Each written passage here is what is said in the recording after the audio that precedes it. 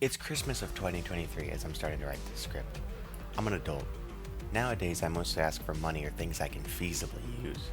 Hell, last year my parents got me new tires for my car and it was the greatest gift I could have gotten that year. When I was a kid, every year for Christmas I asked for Call of Duty. I'd get it early because it came out in November, so I didn't have to miss out for a month and be a Christmas noob, but it was understood that it was part of my Christmas gifts. It was so fun to play the new COD every year, and I really enjoyed it as a kid, even if some of them were pretty tacky by today's standards. The first Black Ops games, however, in my opinion, is the greatest 3-game trilogy ever produced, or at the very least, the greatest 3-game trilogy to have an impact on me and my life out of any game out there. I played for hours and hours across every game and platform. Genuinely, in Black Ops 3, I hit Prestige Master on Zombies on every platform. On Xbox first, then my Xbox broke. We still had a PS4, so I did it on that. And then eventually I switched to PC and I did it again. Across every Call of Duty game and platform, I have almost 8,000 hours on Zombies alone. Admittedly, I was and still am a pretty heavy Zombies player compared to campaign and multiplayer, but I always finished the campaign, and I played multiplayer with friends from time to time because it was pretty fun, just to chill. I remember being 12 and coming home from school eager to grind another 40 rounds of Black Ops 2 Origins, or see if maybe this time I could finish the Easter egg by myself. So this video is going to be a tribute to, in my opinion, the greatest 3-game trilogy ever made.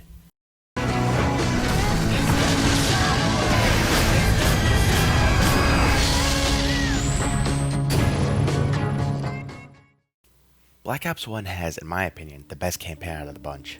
There are so many really cool moments that just feel super fun and interesting to play, and the story and characters really go beyond what you would expect from a Call of Duty game, especially by modern standards. You start out in this really cool room in the main menu where the interrogators ask Alex Mason, who you play as in most missions, a bunch of questions.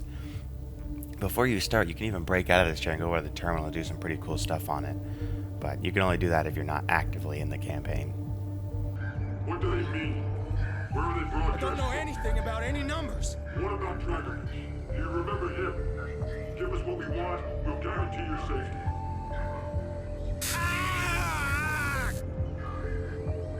Let's start at the beginning. Cuba, 1961, the Bay of Pigs. We know you were there.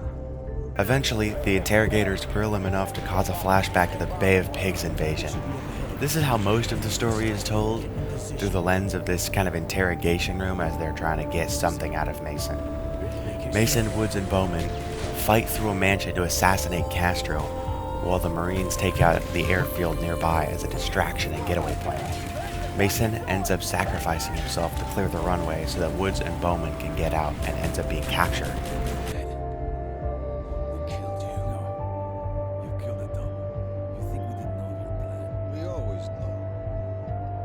Just make sure that he suffers. He will know suffering beyond his darkest fears. I have plans for you, American. Where did Dragovich take you? Vorkuta. I had to fight just to survive. What happened in Vorkuta, Mason? I was on my own. Almost a year. Think, Mason. What did they do to you? I'd given up hope of ever getting out. But Victor Reznov found a way. Vorkuta is, for many people, one of the best missions of any Call of Duty game of all time. This mission follows you in a Russian prison camp in Vorkuta 2 years after the first mission, as you, Victor Reznov, and this huge dude Sergei execute a meticulously planned escape attempt with all the other inmates. Reznov has 8 steps to his plan. Secure the keys, use to fake a fight and lure in a guard and take him down for his keys. Ascend from darkness, you take the keys and fight your way through the mineshaft tunnels to the surface of the camp.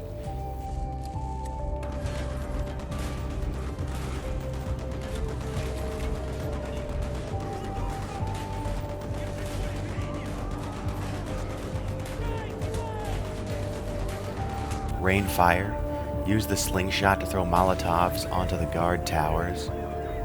Unleash the Horde, rally the prisoners using the intercom system of Vorkuta.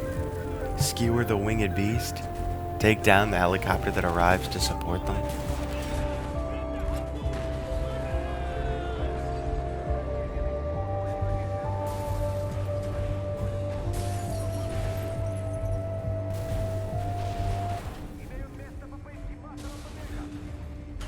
wield a fist of iron, break into the armory, and take this death machine.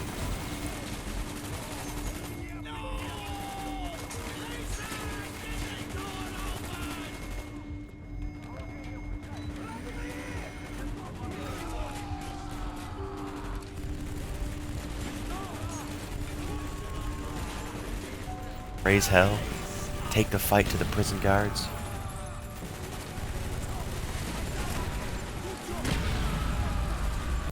Freedom. Take these motorcycles and ride off as far as you can.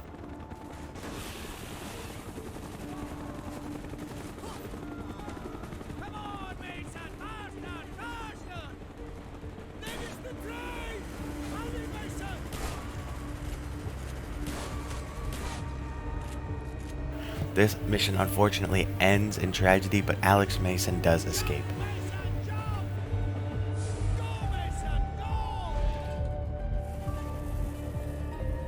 Your turn! Come on! Step 8, Reznov! Freedom! For you, Mason! Not for me! Reznov!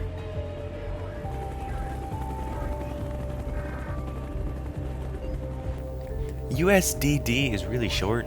You just kind of tour the Pentagon with your new CIA handler Hudson after getting back to the country and Defense Secretary McNamara until you get to meet President JFK for no instructions. Our freedom, our very way of life is at risk. Dragovich. Of order. In this mission, you are sent to stop a Soviet cosmodrome launch before it can get off the ground and to find and kill Dragovich.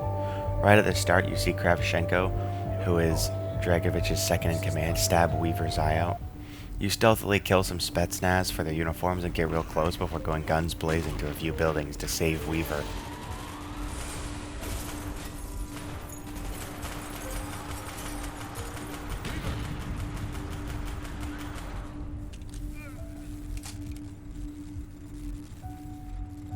Clear right, clear left. You able to continue on mission, Weaver? Let's do it!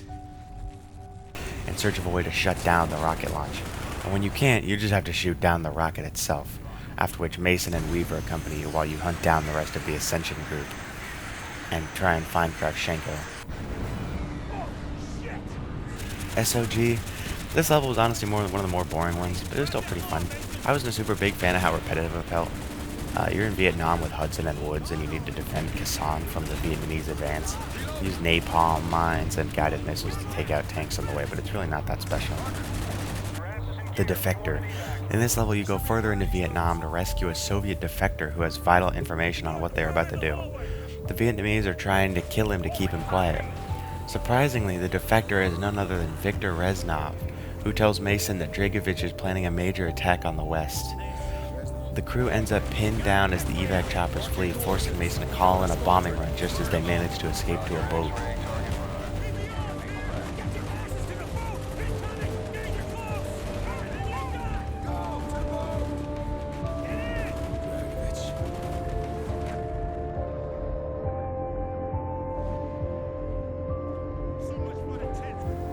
Numbers. This is another all-time great level, where you play as Hudson and you're in Kowloon Walled City interrogating Dr. Clark about his involvement in Project Nova, and he confirms he has stabilized the compound for Dragovich and he was paid to do so. You and Weaver try to extract him from Kowloon as the Spetsnaz attempt to kill him and steal his work. He blows up his lab to stop them, but he is eventually killed right before he can reveal what the numbers mean to Mason.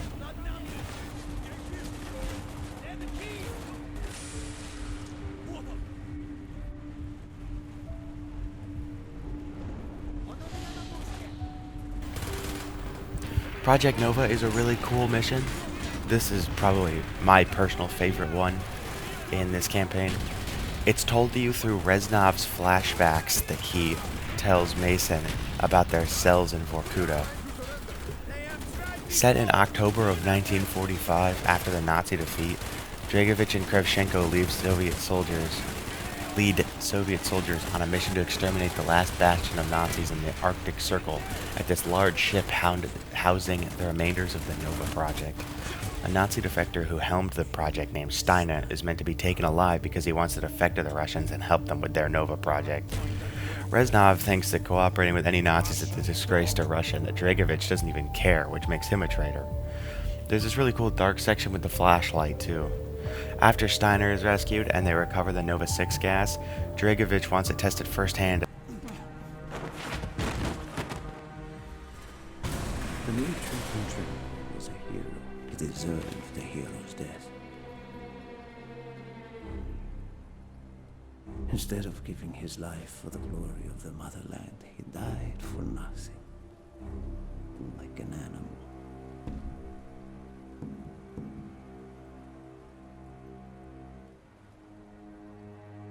He shot up died in Berlin.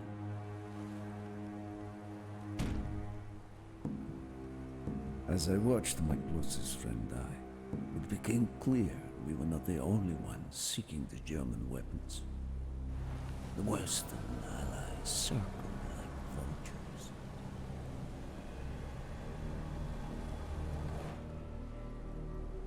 Of course, Dragovich, Krashenko, and Steiner scattered the rats, leaving me to contend with the British. British commandos assaulting our positions!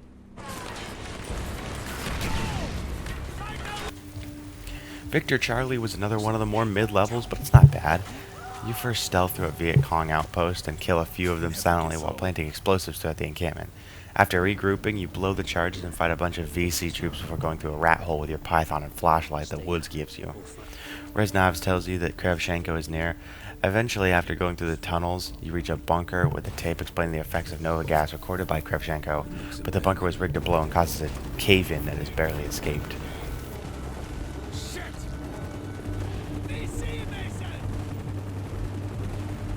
Crash site involves you going to the site of a downed Soviet aircraft carrying Nova 6. First you get there on boat, then get out on foot and travel to it only to find that there is no evidence of Nova gas, and instead only a map of the area and American weaponry.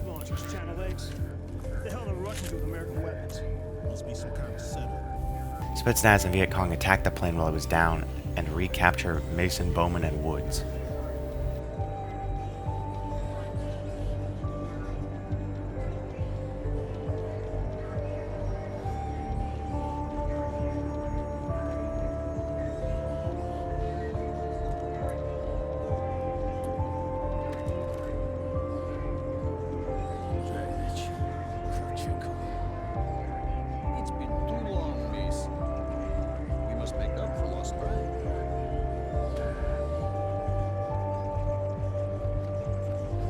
WMD starts with this kind of awkward plane segment where you order around these troops on the ground, which are thankfully not that long, as you very shortly switch to Hudson and you are sent to destroy this Soviet communication station and search for evidence of Nova 6 gas.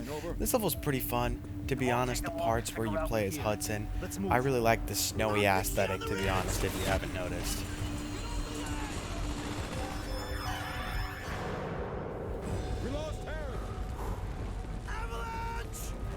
Payback starts with you and Bowman being forced to play Russian roulette, and when Bowman refuses, he is killed with a Soviet interrogator staying with the Viet Cong soldiers. After Bowman is killed, Woods is forced to play next. 6 and 8 o'clock.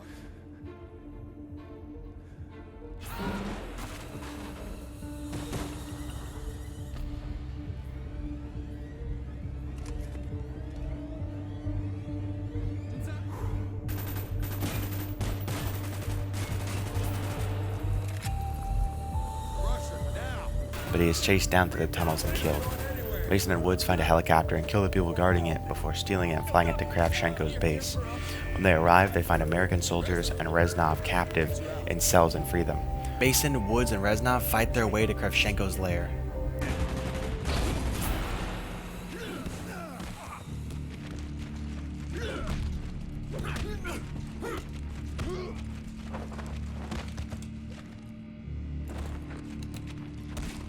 Not this time, American.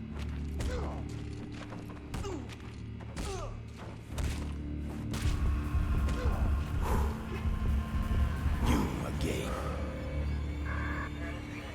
I should have killed you in Vorkuta.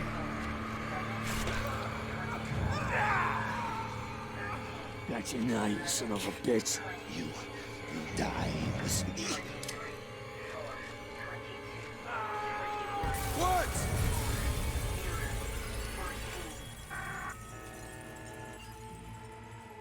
I got you, Mason. What? You're okay. Are you okay? Mason. Reznov. Krashenko is dead. Dragovich, Krashenko, Stein. All must die. For God's sake, where is the number station? All must die. Oak, I was continuing the mission. You went to Rebirth Island against orders. Why, Mason? Steiner was there! We had to kill Steiner! But Hudson and the CIA were already on their way to get Steiner at Rebirth. Why did you have to go? Dragovich, Kravchenko, Steiner, they all had to die. We wanted Steiner alive! Why did you have to kill him? Because the numbers were telling me to! Why don't you fucking understand? After Bowman is dead and Woods is missing, Mason and Reznov make their way to Rebirth Island to kill Steiner. After reaching Steiner, Reznov gets his revenge. Killing me will not stop Nova. I do not care about Nova. My name is Victor Reznov. And I will have my revenge. I swear to God, that's how Steiner died. Reznov killed him right in front of me. You're lying, Mason. You killed Steiner. We know you did. Reznov got exactly what he wanted. Revenge. We cut to Hudson and Beaver, who are both trying to extract Steiner alive because he can decode the number sequence and find the broadcast station. They fight in their hazmat suits through massive clouds of Nova gas and arrive just in time to see Mason declare that he is Reznov and execute Steiner. We have to stop him now! Damn, it's bulletproof! Mason, what are you doing? We need him alive! Stand down! Stand down! My name is Victor Reznov, and I will have my Revenge! Mason, no!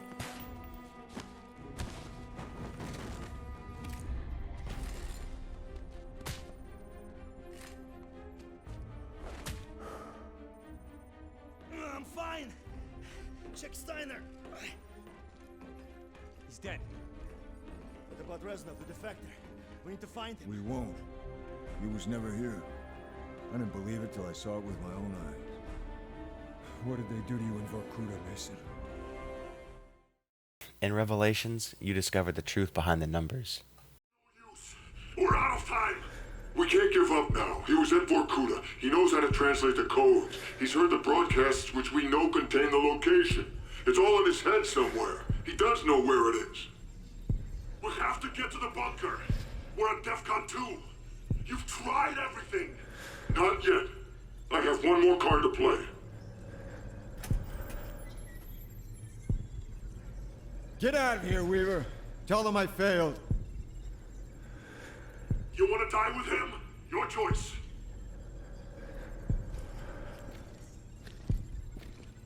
Damn it!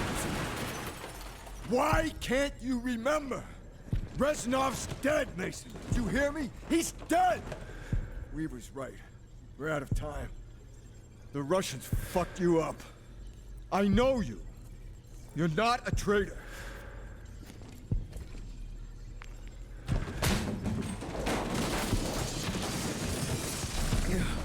The numbers, Mason. What do they mean? Where do they broadcast from? The numbers!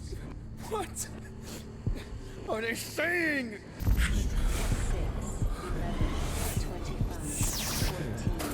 Reznov! Where are you? 14. Reznov! 7, 21,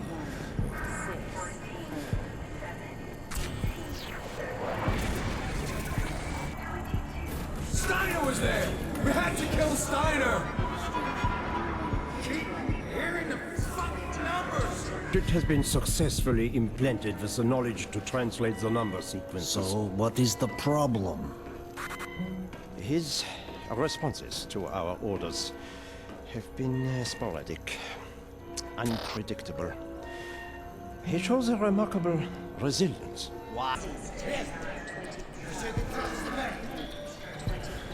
With my life.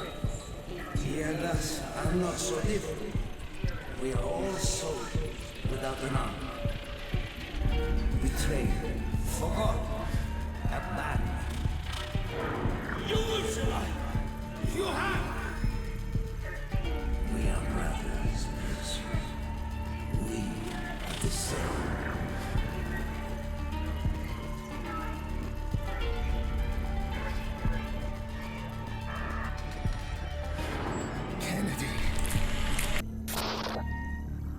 We are brothers, miss.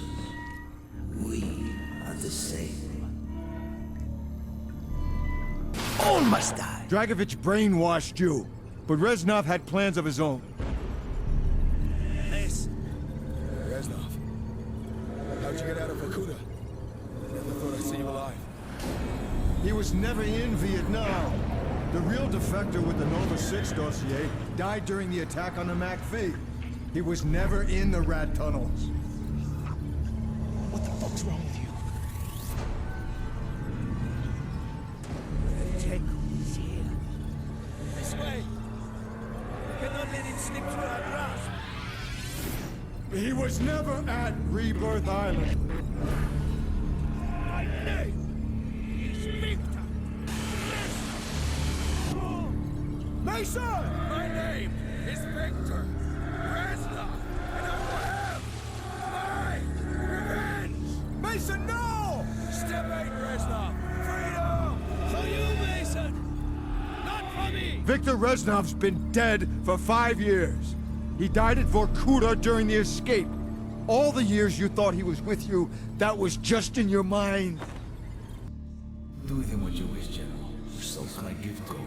In honor of our new relationship. In honor of our new relationship.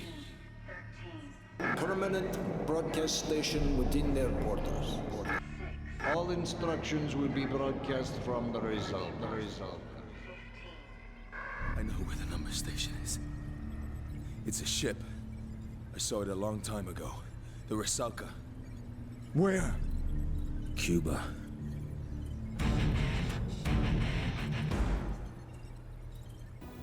Redemption is the last mission in the game.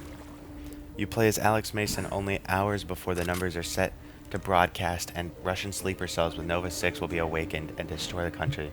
The US has preemptive nuclear strikes if Russia if they get too close to activating the sleepers. Dragovich. You should have been my finest agent. It would have all been so much simpler. Dragovich! You gotta kill him!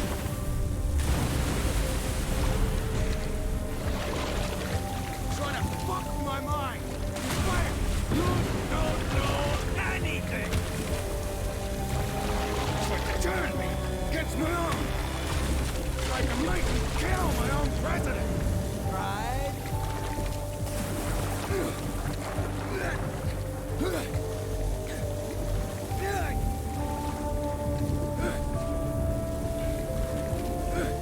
Come on, Mason!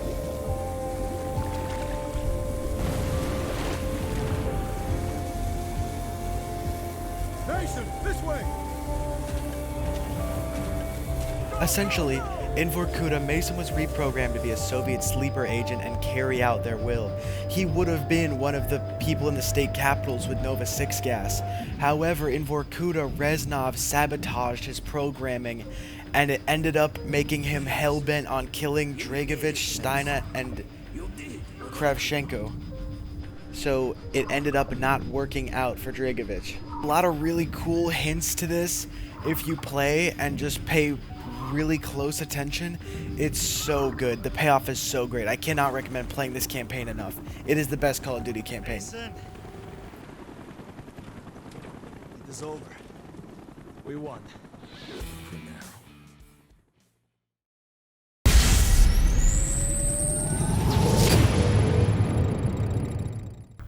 So, playing this game on Steam currently is almost a death sentence for your PC security and files. So that's why the gameplay is just me playing against bots. I'm not actually that good.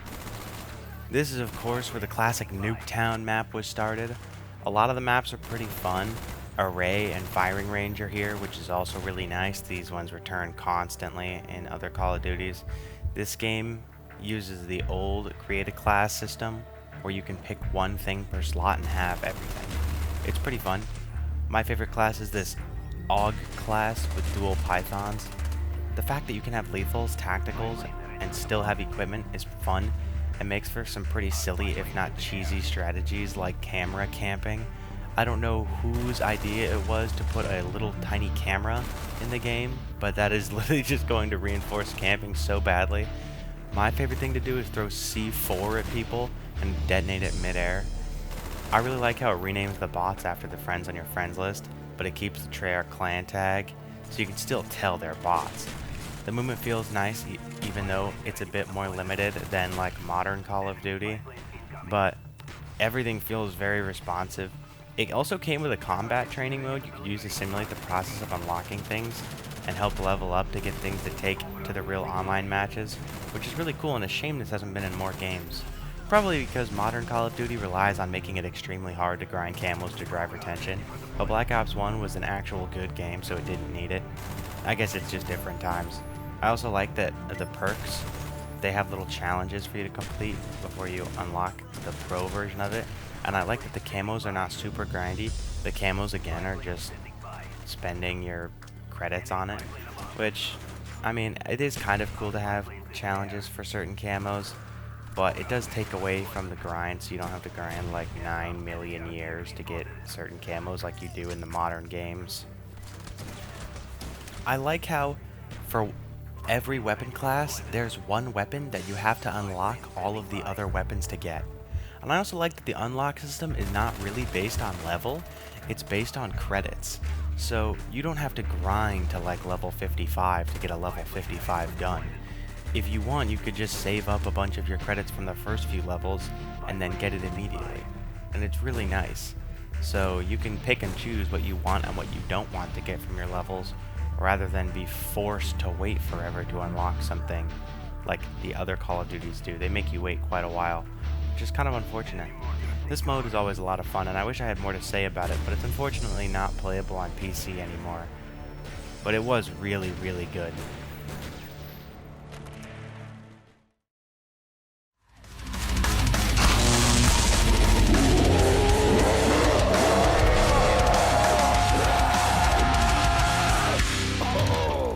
This ought to be a good time.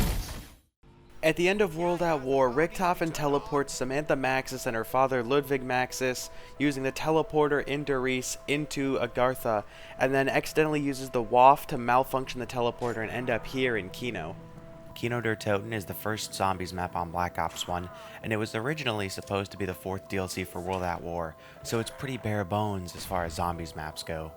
For this video, I'm assuming a basic level of knowledge about zombies, but this map is super beginner friendly and a great place to learn the basics, so I'll go over most of them here. Zombies works in a round-based system. After you kill all the enemies that wave, the next wave starts. Every wave is going to have more enemies and stronger enemies. You earn points for killing or shooting or hitting zombies, different amounts depending on what you're doing. For example, a knife kill is going to get you more points than a kill to the legs. You can spend these points to buy guns, perks, open up new rooms, buy ammo, or even upgrade guns. Making sure you get points efficiently and don't waste them is key. The first thing that you need to do whenever you spawn in on most maps is find the power switch. This opens certain doors that are power exclusive and turns on the perk machines and traps around the map. These drink machines around the map that you can buy called perks, and you lose them if you go down. This map has Juggernog, which lets you take 5 hits to die instead of 2, Speed Cola, which lets you reload twice as fast, Double Tap doubles your fire rate, and Quick Revive doubles your revive speed. If you're playing alone, you don't need to turn on the power for Quick Revive, and its cost is reduced to 500 so it can serve a new function, where if you go down on solo, Quick Revive will revive you automatically because you don't have anyone else to pick you up. It also introduces a new perk called Mule Kick that will let you carry a third gun. But if you go down and lose Mule Kick, you're going to lose whatever your third gun is. You can only have 4 perks by natural means, so it's best to choose wisely which perks you want, as you can't change your mind once you've picked one up unless you go down and lose them. There's also the mystery box, which for 950 points spits out a random weapon or even sometimes a special grenade if the map has it. Kino has monkey bombs that work as a distraction grenade.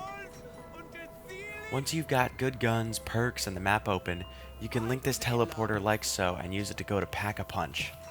Pack is the next big milestone on almost every map besides for power, and on some maps can be very complicated, but not this map. Pack costs 5,000 points and will improve your guns significantly, and has a not so subtle boner joke directly on the machine. Kino also introduces the Thunder Gun, which is the wonder weapon on this map that you get from the box. The Thunder Gun is really cool and essentially makes a big blast that flings everything in front of you away, and is really great if you get stuck in a corner or something like that. Kino also helps to introduce players to training the zombies, which is where you round them all up to kill them easily. On this map, typically with the Thunder Gun, as it can kill a whole horde in one go. There's a great spot to do this on the stage, and if you're better at the stage and want a challenge, there's another great spot in the alleyway that goes faster but is more dangerous. It also introduces you to special enemies, like every couple rounds you get the Hellhound round, which gives you a free max ammo at the end, but they're faster with less health and do less damage, and the Nova Crawlers, which crawl around, and when they die they explode, damaging you and concussing you, and leaving a gas that will blur your vision. Overall, I would highly recommend new players play Kino, as it's great to learn the basics of zombies, and it's pretty fun map. Now, gentlemen, as I like to think, in the long history of the world, that there are only a few generations. Sounds like someone breaking in! It's just a storm, Dick. Sit down. Oh my God! It appears the Pentagon has been breached. Zombies. Gentlemen, at times like these, our capacity to retaliate must be, and has to be, massive, to deter all forms of aggression. Gentlemen, lock and load. Viva la revolución! 5 takes place in the Pentagon, and you play as a celebrity cast including John F. Kennedy, McNamara, Nixon, and Castro. It's very close quarters and claustrophobic and is pretty difficult. You can build a trap on the top floor to kill zombies instantly, and you can teleport to Pack-a-Punch by setting the DEFCON down to 5, and after a while in here the doors open to this massive horde, which makes for a cool moment. Instead of a dog round for a max, it's the Pentagon Thief, who will target one player at a time and attempt to steal their guns. If you kill him, every player gets their weapons back, as well as a fire sale and max ammo. If you kill him before he can steal anyone's guns, you can get a bonfire sale, which is the only way to naturally get a bonfire sale in the entire trilogy. It's similar to the fire sale, but instead of dropping the mystery box to 10 points, it drops pack to 1,000, which is really strong. Unfortunately, if you don't kill him, you kind of just lose your guns, you don't get them back, but you do get a max ammo for the gun you've got left. It has a unique wonder weapon in the mystery box called the Winter's Howl, which is a gun that freezes zombies, but it's pretty bad, and I wouldn't recommend picking it up if you're going for a high round. It's a very fun map if you're looking for a challenge, but there's not a super big amount of stuff to do on this map. He helps me. Honestly, I don't know if you guys know this, but you can jump through these side windows. Yeah. No ammo? Time to get dirty. What? What does that mean? He's gonna to get what? Say no harm. Pain is temporary. Pride is Oh, what the fuck? Has a weapon. Oh, it's Jover. Bro, I don't like being down. Body blockers! You fuck me!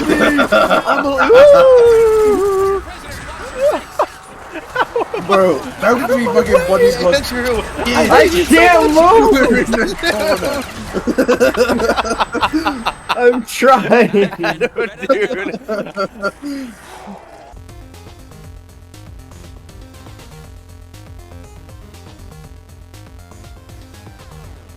Dead Ops Arcade takes a break from the classic round-based zombies with this surprisingly hard top-down shooter where you fight against the Cosmic Silverback, which is essentially just a space gorilla in fancy terms. It's kind of cool for a few rounds, not my thing. It's ultimately not the mainstay of this mode.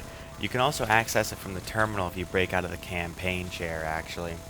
When I was playing, there were a few cool drops, like you could get this tank or this helicopter. There's a bunch of different guns. I saw a monkey bomb as well, and a ray gun, which is pretty cool, but it's just not really like the regular zombies things. There are certain people who really like this, though, and I know that some people love this mode, but it's just not that popular.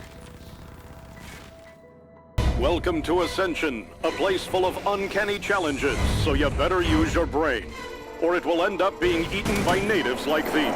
And yes, you are correct, these are authentic Russian cosmonaut monkey zombies. So put an end to animal testing by sending their hairy asses into the atmosphere. Ascension, one of the 5 new maps in the Call of Duty Black Ops First Strike content pack. Ooh. Oh, guys, what happened? The game bugged. Oh, what? No way. Whoa, dude, what? In Ascension, the crew travels to a Soviet cosmodrome, also in 1963, via lunar lander to recover Richtofan's diary and to free Soviet scientist Gersh from the Casimir mechanism. This map starts out with no color, which fills back in as you go up to the main building and turn on the power. So did Andrew. Oh. Dude, oh my god! Me? Again, you got the ray gun first try again. Oh! What the hell? This map brings back the Thunder Gun as well as adding 2 new grenades that replace the monkey bombs, the Matryoshka dolls and the Gersh device, both of which will be important for the Easter egg later. The Matryoshkas do a shit ton of damage and act like a regular grenade, but like a Matryoshka does, after it blows up, it opens into another little doll, which blows up, which opens up into another little doll, which is cool because it's a nesting doll. I just find it really funny. The Gersh device creates a big singularity that sucks in a lot of zombies and creates a really cool effect on your screen. If you walk into one and jump, it'll teleport you to a random place on the map too. There's also a sickle reskin for the Bowie knife by Speed Cola, and that's pretty cool. It'll one-shot until round 9. As soon as anyone in your game purchases their first perk and the power is on, the monkeys can spawn. The monkey round is the replacement for hellhounds, and what they do is they target perk machines for perks that you or your teammates have purchased and cling on to them.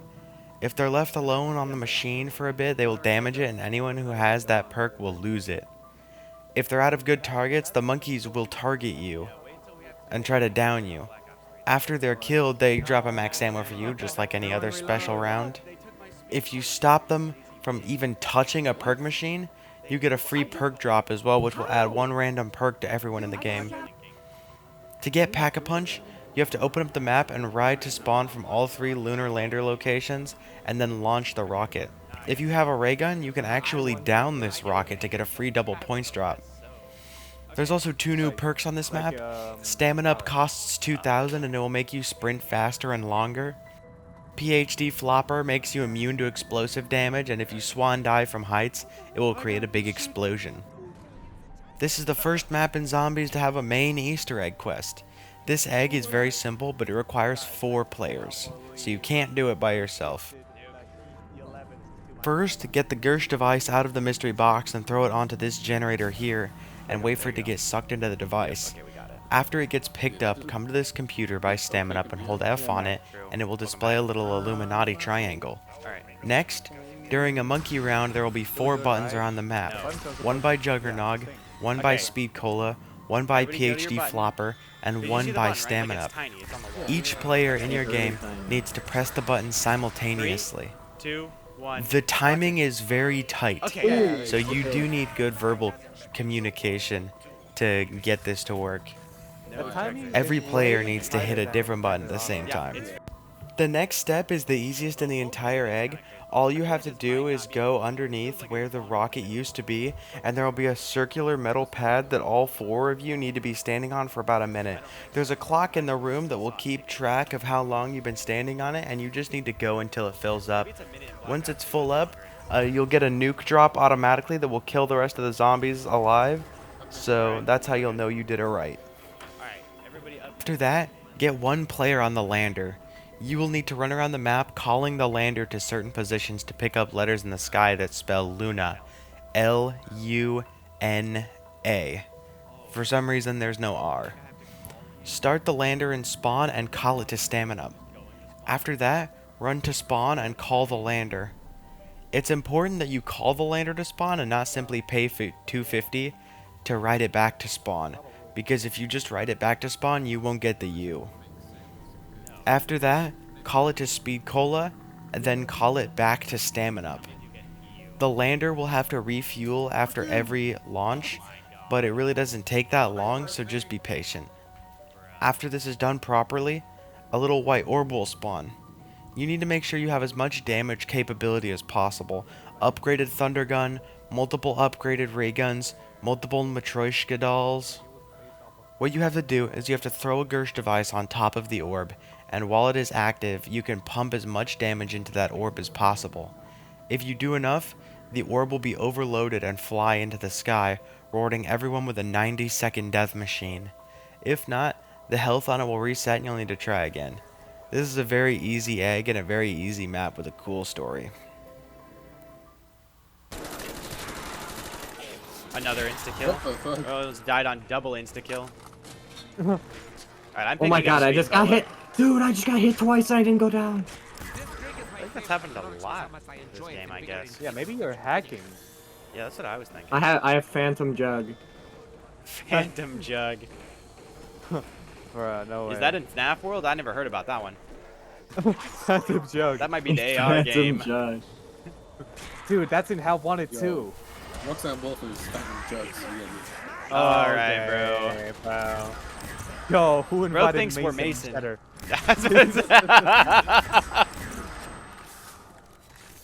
Who invited Mason to Cheddar? I mean, that's not a hot take. It's not just Mason. Oh, okay, bro. We're gonna have to make a new role called like Roxanne Wolf Gooner, and give it to like half the server.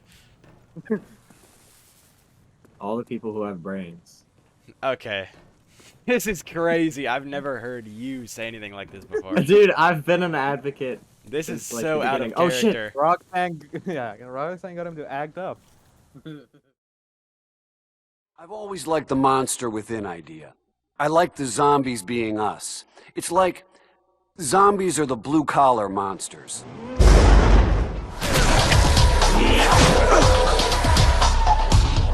For God's sakes, he missed me again! Oh, cut! Are you blind, man? Like this. Ow! Oh! See? Get back to hair and makeup. You don't look dead enough. Come on, let's go.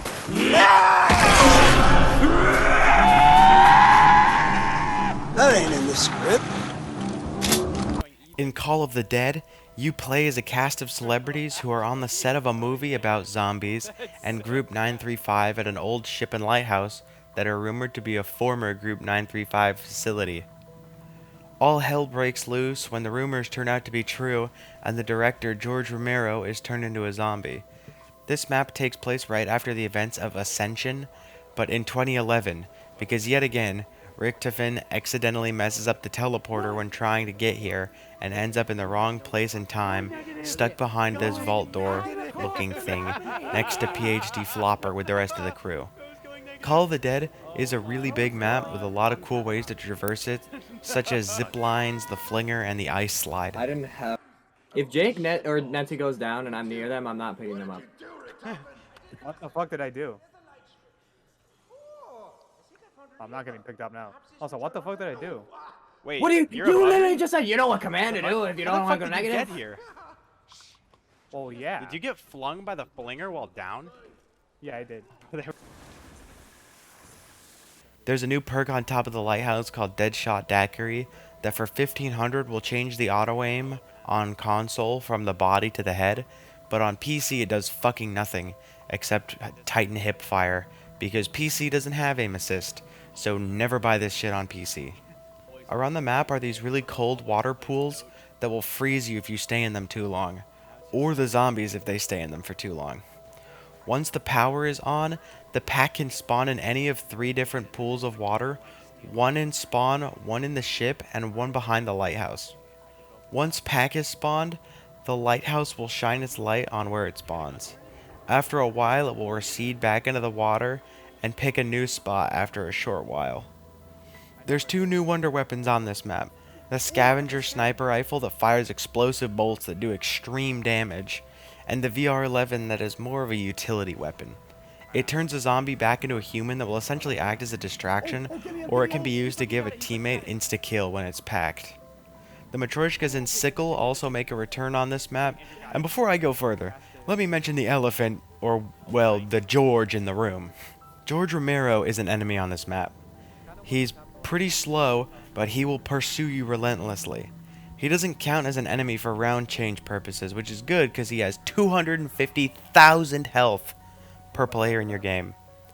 If you touch him, hurt him, or he lands a hit on you, he will become enraged, and his scream will concuss every player before George begins to run very fast, and will injure you as well as create electrified zombies with his stage light attacks.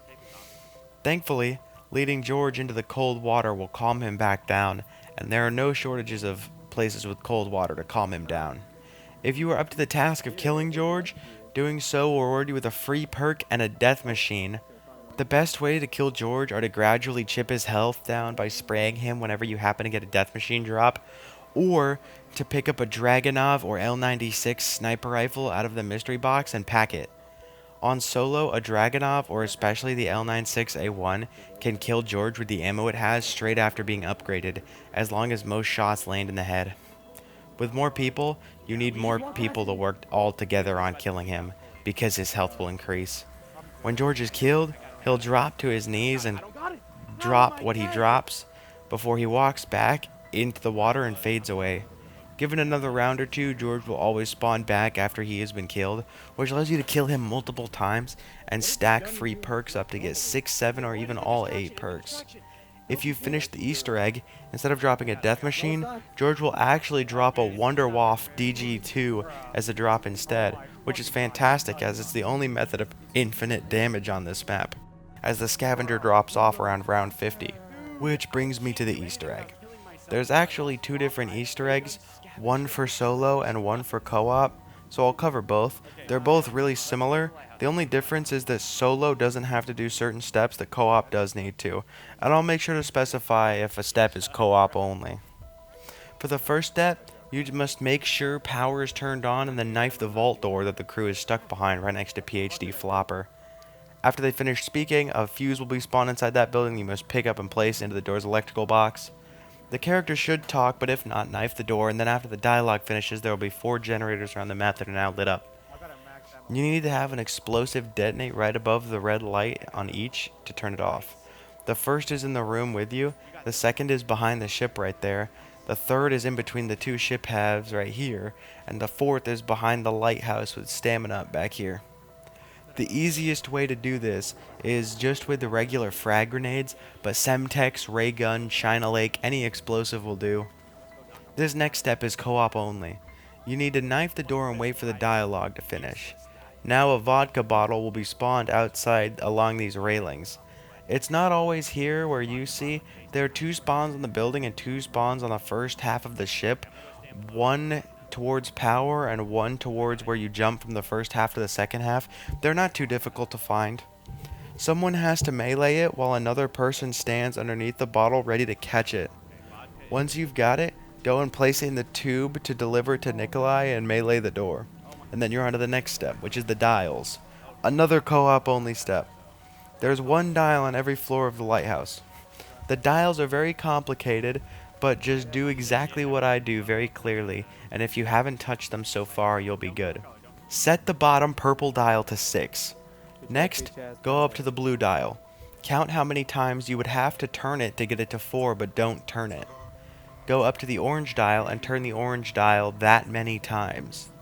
After you've turned it that many times, count how many more turns the orange dial would need to get to 7, but don't turn it.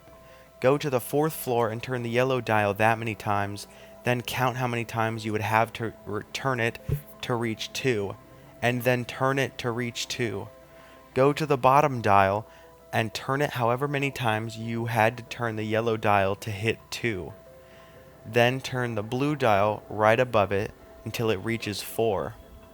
You should now have from top to bottom the numbers 2, 7, 4, 6. After that is another co-op only step. You'll need to go find 4 radios and interact with them in this order. There's one under the power room, the next was in the room with stamina up, next is on the second half of the boat, and the last one is under the stairs near the vault door. This next step is for both co-op and solo.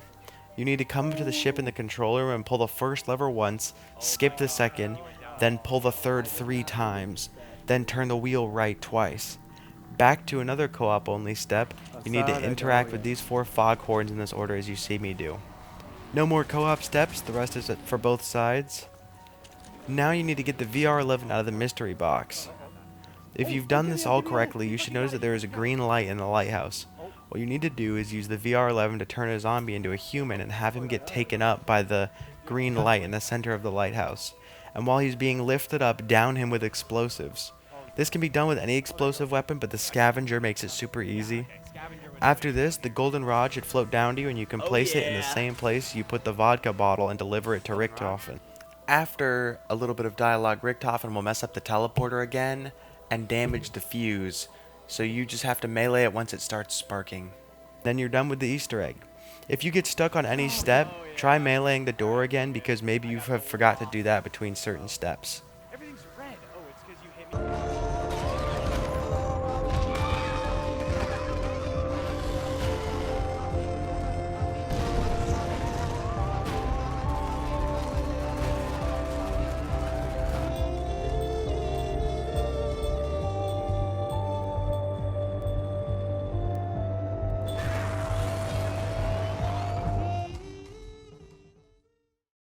After receiving the assistance from the movie stars on Call of the Dead, the crew is sent to 1956 to a time-traveling temple in the Himalayas that was the site of a former Element 115 mining operation.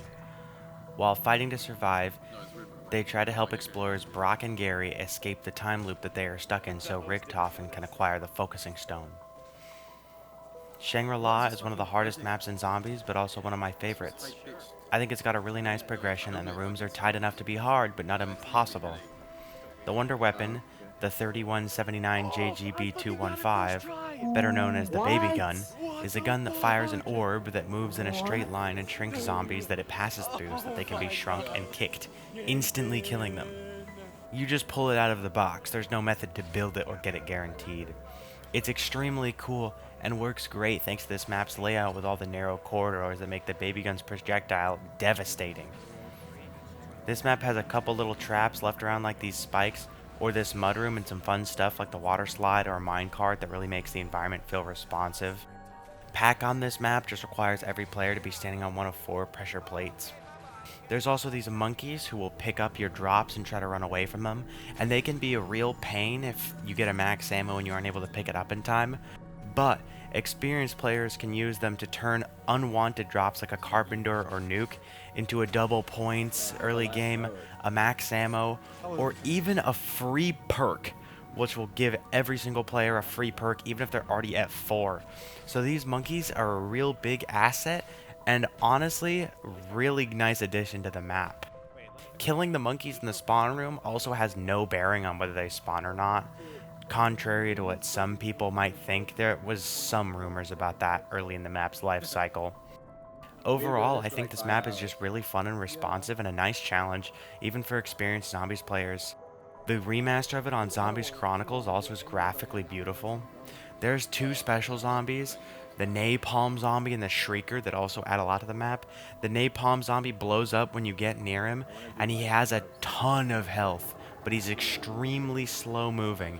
He is very, very dangerous if you're not ready for him. After he dies, he leaves a patch of fire on the ground that will kill zombies that run through it, or you if you run through it, and he's a real big threat. The other special one is the Shrieker, who will scream at you and blur your vision. It honestly is not that big of a deal. You can also kill him pretty easily. You can kill the napalm easily as well if you just trick him into blowing himself up by getting close to him, but that is of course risky. But I just like the additions. I think they're both very cool. This is the third map to have an Easter egg, and as such will be the third Easter egg guide. Firstly, you need 4 people to complete this Easter egg, and you will need to turn on the power and open pack at least once. So, I'm trying about zombies. Oh. Wait, can you get them all down? Just stop moving. Yeah, I'm a legend. These 4 buttons in the spawn room around Quick Revive all need to be pushed at once to cause an eclipse and go back in time. And almost every step will require that you are in an eclipse mode to work, and each eclipse lasts about 3 to 5 minutes unless you finish an Easter egg step that will cause eclipse to end. You can do multiple eclipses per round. First is the stone symbols. Start an eclipse and then hit this button next to this perk spawn, and then on both areas of either spawn, the mudroom or the minecart side will spawn a series of 12 stone tablets that reveal a symbol when standing on them. What you need to do is have both players stand on the corresponding stone tablets at the same time, and then they will shrink into the ground. Repeat this for every symbol until eclipse ends, and you're good to go to the next step. The best way to do this is for one person to step on the stone to make it reveal its symbol. Describe to the other person what that symbol is, then get off of it. Because they only reveal the symbols that you can match while you're standing on them, and if you're standing on 2 mismatching symbols at the same time, the step is going to reset. So the way you do it is you call the symbol, you get off of it, and then the other person goes and looks, they tell you when they're on their symbol, and then you get back on. So you can avoid accidentally resetting your step. Lines parallel in it, and the bottom lines are slightly curved. Oh. It's like a weird looking T. Oh, okay. I'm searching. I've got it. Okay. It's like a star, like an asterisk. Oh, yeah, okay. I'm searching. I've got it. Okay. And one more, I think, down here. It's like 2 curved lines intersecting each other. Okay. I think it's the last one. Yeah, I've got it. Yeah. Yeah, I heard noises. Yeah, we got it. Stumble spawns. Nice. Yeah. Focusing crystal. Can we kill this motherfucker? Okay, we all need to go to the water slot. We need to start a new eclipse, though. Once you hit all 12, your eclipse will automatically end. But be careful, this isn't just you running out of time. The next step is to start an eclipse and then have every player but one go down the water slide and not move once you hit the bottom for a good 5 seconds. After this, send the 4th player down. This will dislodge something, and the explorers will have a quote about how they're free and automatically end your eclipse. Make sure you've spun the box enough times to get the wonder weapon, and then get an eclipse and head over to the top of the water slide. Use a grenade or explosive of some sort to dislodge this suspicious rock from the top of the slide, and then use the wonder weapon to shrink it, and melee it to send it down the slide. Follow it down the slide and into the geyser, where it will blast off and end up in one of the little holders for it. Yeah, look, okay. You see that ball holder that it's about to fly into? Dude, it actually made the cartoon sound. It actually made the cartoon noise. Next, wait until a napalm zombie spawns in. Be very careful with him because you need him alive. If you get too close to him, he will kill himself. So you're going to have to babysit him. Once he's spawned in, get an eclipse and then turn this valve until the gas leak starts. You should only have to turn it 4 times. Once it's started, lead the napalm through all 4 of these leaks that you see in the footage, and then come back and hit this lever next to the original valve. That's another step done. Next, you need to have at least 2 players purchase the Spikemore mines, which are just a modified claymore that can be bought off the wall in the power room for 1,000 points. Get an eclipse, and get the spike mores to detonate facing these little holes in the wall behind the waterfall to plug those little holes. And once all 4 are plugged, come to the brick that says don't hold F and hold F. This is going to flush the waterfall and cause the water to become significantly more intense, but it will also finish the step, and your eclipse will automatically end. After this, get another eclipse, and then melee these 12 stone tablets that you'll see in the footage. The hitboxes can be a bit finicky, but once a tile is correctly hit, it will display one of the symbols from the first tile matching step. There are 5 in spawn, 2 on the mudroom side, 2 on minecart side, and 3 underground. Once all 12 are hit, come over to this little tent looking thing behind the minecart with an explosive such as a grenade or semtex, and blow it up. After this, get another eclipse and come to the mudroom and rotate these dials as I rotate them here. This is the second to last step.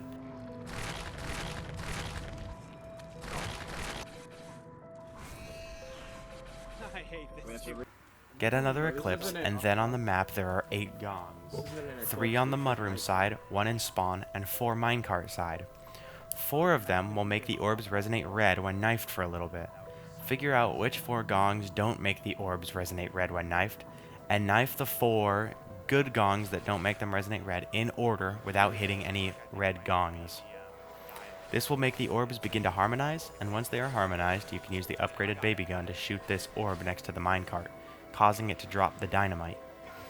After this, shoot the orb above the spawn room with the upgraded baby gun while you're in eclipse mode, and have the dynamite, and it will shrink the meteor.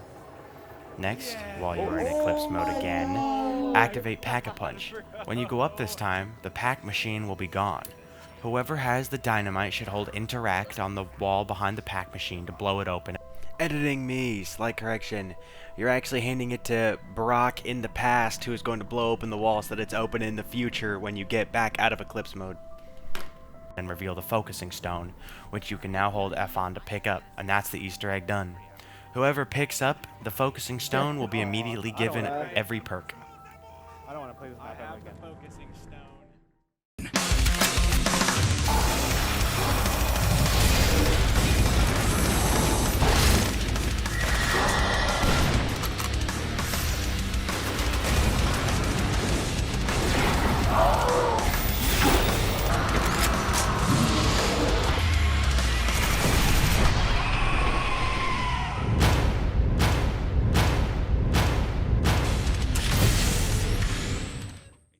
Moon takes place after Richtofen has acquired the focusing stone and golden rod from Call of the Dead and Shangri-La, respectively. The first thing you might notice about this gameplay is that it is not on Black Ops 1. This is the remaster on Black Ops 3 Zombies Chronicles, and we are playing this for good reason. Black Ops 1's Moon is genuinely such a dreadful experience to play. The 2 hits to down system makes Moon almost unbearable because it means that the launchers in the biodome kill you instantly by fall damage. The zombies outside double swipe you on BO1, which is fine on other maps because you can hear them coming, but anywhere without gravity is almost entirely silent, so you often just go down for no reason. The airlock doors are like death traps. You run in and they're just standing there and kill you instantly. The labs are insanely frustrating because of teleporting Nova crawlers, and Jug is such a fucking chore to get if you don't get lucky and have it spawn in randomly, and it's the only thing that makes it kind of bearable. And if you are to lose Jug, it's really fucking annoying to get back, and there are many ways to lose Jug on this map, like the teleporting Novas or the doors or dying to the pads, or even the Cosmonaut that causes you to lose a perk when he grabs you and hits you. It's just really annoying to deal with on Black Ops 1, so we are on Black Ops 3 for our own sanity. Every few rounds an excavator activates and you have to deactivate it, or else you will depressurize an area and lose access to it until the excavator is gone. The excavators are really annoying, and so are the Novas, and so is most of this map. Black Ops 3's remaster is the biggest improvement of any of the remaster's Black Ops 3 attempts. Once you actually get past the bullshit, there is some cool stuff. Moon starts out at Groom Lake, where you have this really cool opening sequence at Area 51 before Round 1, where you can attempt to stay in farm points to get Jug if you're lucky, or even pack before Round 1, but you risk downing and restarting, or get some points and play it safe and go right to the spawn room. Moon returns the Gersh device again, as well as the new QED Quantum Entanglement device, which has a ton of different usages, like spawning in a gun, stunning zombies, or even giving you a perk if you throw it at a machine. There's a ton of usages for it that I don't even know them all. The hacker is also really cool and has a ton of functions like opening doors for cheap, re-rolling the box, changing drops, locking yourself in Pack-a-Punch to do it safely. Pack on this map just involves getting to this teleporter and going back to Groom Lake, which restarts the sequence. Also, this map introduced Mule Kick, but when Moon came with Mule Kick, they also added it to other maps like Kino, Ascension, Call of the Dead, and Shang. The Easter egg is simple, but Moon being such a stupid map makes it a bit difficult and relies on RNG a lot. First, you have to turn on the power, then come to this console and play Simon Says. Just input the colors the computer shows you. Wow. Oh, at least I have my fucking M16.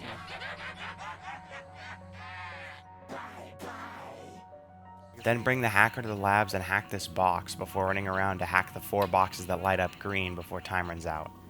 Once you've done that, run back to where you hacked the first box and press all 4 buttons. Saving last maxing? Now you've got to wait for Excavator Pi to decompress Tunnel 6, which can take a while. Use this time to get the Gersh device, QED, and Zap guns out of the box, which can take a while, it's just luck-based. Once you get the Gersh device, go to Groom Lake and turn around behind the teleporter and grenade these panels before using the Gersh device to suck them up. Then teleport back and go to the labs to find this wire. Use the QEDs on top of the panels to add them to the computer, then place the wire on the computer. Have whoever is Richtofen in your game come over to the computer and interact with it for a few minutes. This conversation is a really long and weird step. Once it's done, Richtofen can collect a powered golden rod. All the Richtofen player has to do is just keep holding F on the computer. Oh my god, where is my subway surfer?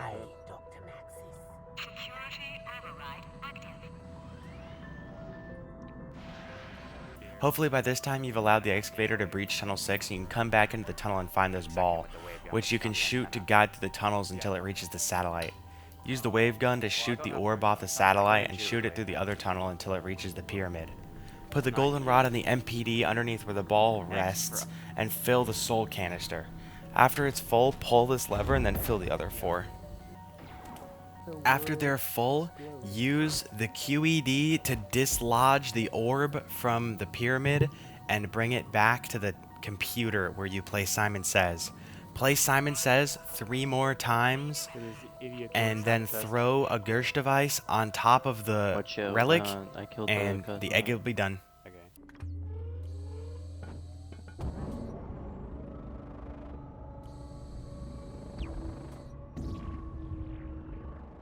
Finish the calculation. Launch protocol initiated. Launch in 5, 4, 3, 2, 1.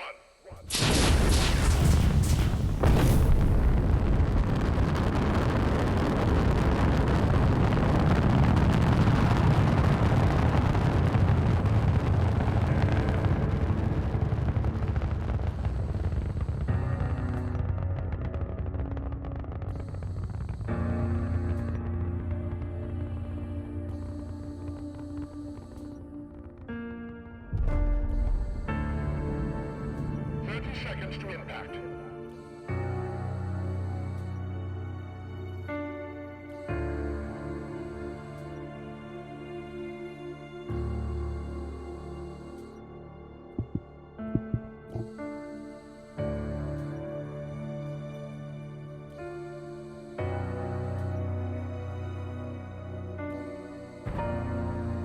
Damn.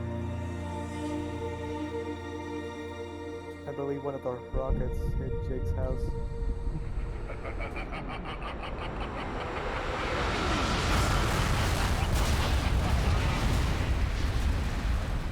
So, yeah, after Richtofen successfully switches souls with Samantha to take control of the ether, Maxis has you blow up the Earth to try and limit the control that Richtofen can have. Which is a fucking crazy finale to Zombies in Black Ops 1. Really great. This cutscene looks great. You can actually go to Groom Lake after you do this as well, and you can see the effects on the Earth. Although we're about to see even more of the effects on the Earth. So now we've gone through all the content in Black Ops 1. Black Ops 1 has an absolutely flawless campaign with very, very good multiplayer and zombies. I'm going to be awarding Black Ops a 5 out of 5 campaign, an 8 out of 10 multiplayer, and 8 out of 10 zombies. Moon's DLC, Resurrection, does also come with remasters of the World at War maps that are fun, so I can excuse Moon being bad a bit. I'm going to be keeping a zombies map tier list as we go, so on screen is going to be the first iteration of it right now. I also think I'd be doing the Black Ops trilogy a disservice if I didn't mention any of the music in the game, especially considering that every zombies map has an activatable Easter egg song, most of them made by Treyarch, the people who made the game. So I'm going to be mentioning some of the best tracks real quick to avoid copyright.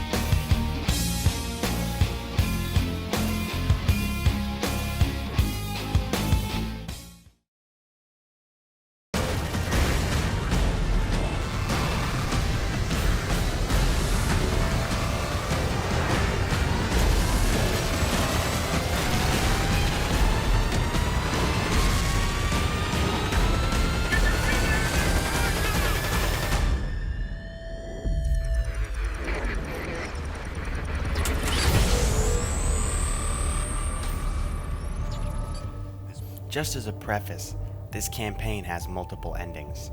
I'll mention at what points decisions may cause the campaign ending to shift, but the one I'm going to be mainly covering is the best true ending. The campaign starts out in 2025 with Alex Mason's son David, who is now in the military just like Alex was, visiting Woods at the Vault with Harper.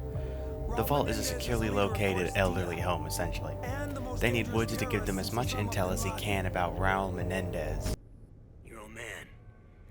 Doing okay in Alaska. Fucking Hudson showed up. I'm scared. I need help. You're 7 years old, David. Stop acting like a baby. I hate you. David, wait.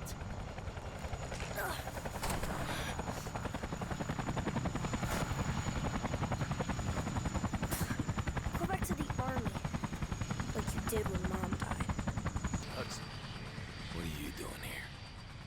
Yesterday, Sergeant Woods led a covert team to take out an arms smuggling ring in Angola. This morning, we lost contact. So go get him, CIA. Why are you here? Castro and the Russians are all over Angola. We can't go in. The CIA have buried the mission. Woods and his squad no longer exist. We got whatever you need, Mason. Name it. David can stay with Jenny, like before. She loves having him. He'll be fine. Dad, you said you'd never go back to the army. You promised me. It's Uncle Woods, son. He'd do it for me. They arrive in Angola during their civil war and help Savimbi fight the MPLA for intel on Woods' location, which they then promptly fly to him and free him. Frank! It's me. It's me, Mason. Fighting their way through the jungle to extract him. You son of a bitch!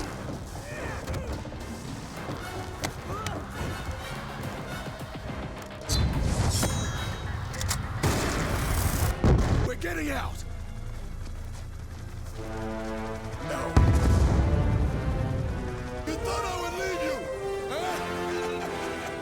Ready? Come! In Solarium, you cut back to 2025 and play as David Mason, codenamed Section. From here on out, I'll be referring to David Mason as Section and Alex Mason as Mason, just so that they don't get confused. Section and his team investigate Cortes Dia military compound and try to uncover what Menendez is planning. They find a computer scientist who Menendez has captured, and he takes them to the Solarium chip, a rare earth metal chip that has more processing power than the entire US military infrastructure. He tells them that Menendez is going to use the Solarium worm to power a cyber attack he calls Karma. He is unfortunately killed before they can extract him, but the agents get out just fine. This mission takes us back to 1986 after learning of Menendez's involvement selling weapons in Afghanistan, where we play as Mason. He and Woods are assisting the Mujahideen repel a Soviet attack with the help of Tian Zhao. Mason and Woods are delivering weapons to leader Rahman in exchange for information on Menendez. They are interrupted by the beginning of the Soviet assault, which Mason and Woods successfully help to repel, after which they find Kravchenko alive.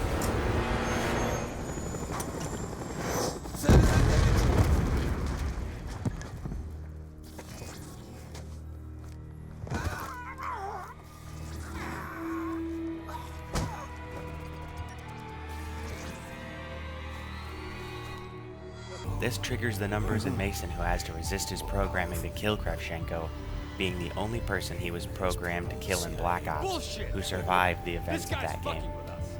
Eventually, Woods just kills him anyway.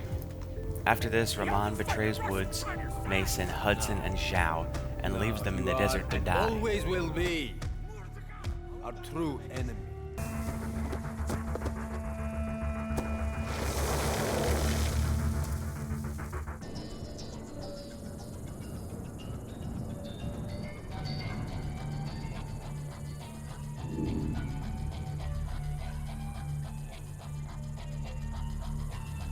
So, we're in a desert buried.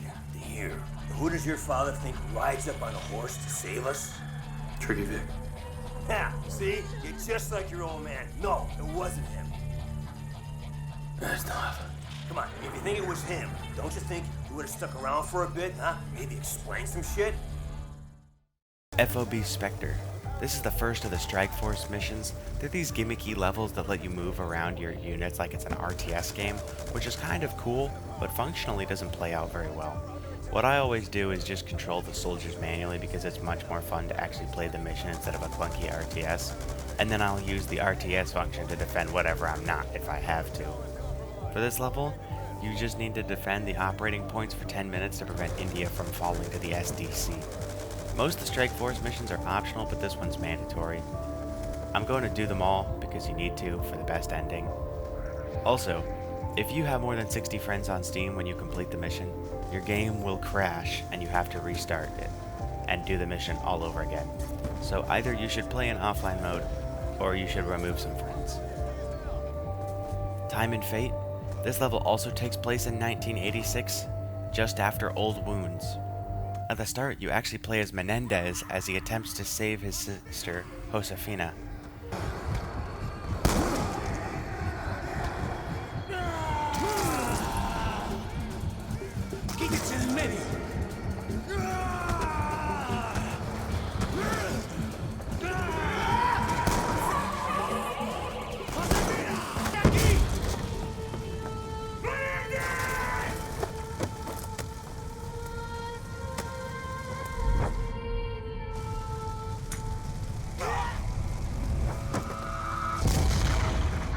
You are brought back to Mason as he and Hudson, along with the PDF, raid Menendez mansion.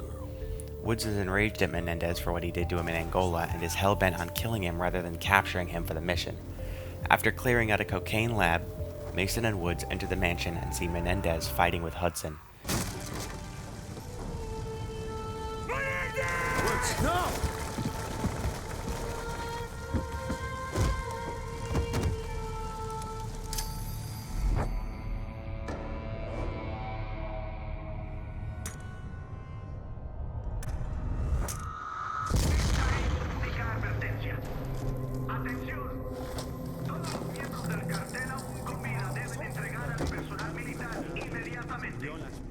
Hay que subirlo al camión.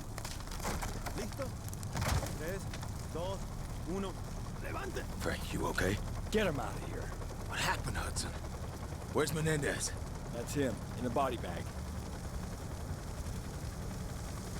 From this point on, today never happened. Fallen Angel takes us back to May 29th, 2025, as Section and Harper infiltrate one of Menendez's strongholds to gather intel through wiretapping. If you successfully tap all of his conversations, you will learn about his secret meeting in Pakistan with Tian Zhao, who is now in modern time the chairman of the SDC. After your stealth mission is exposed somehow by Menendez, you and Harper are forced to make your escape. They should be right above us. Okay, let's try this again. Of course. Not only am I aware of the infiltration,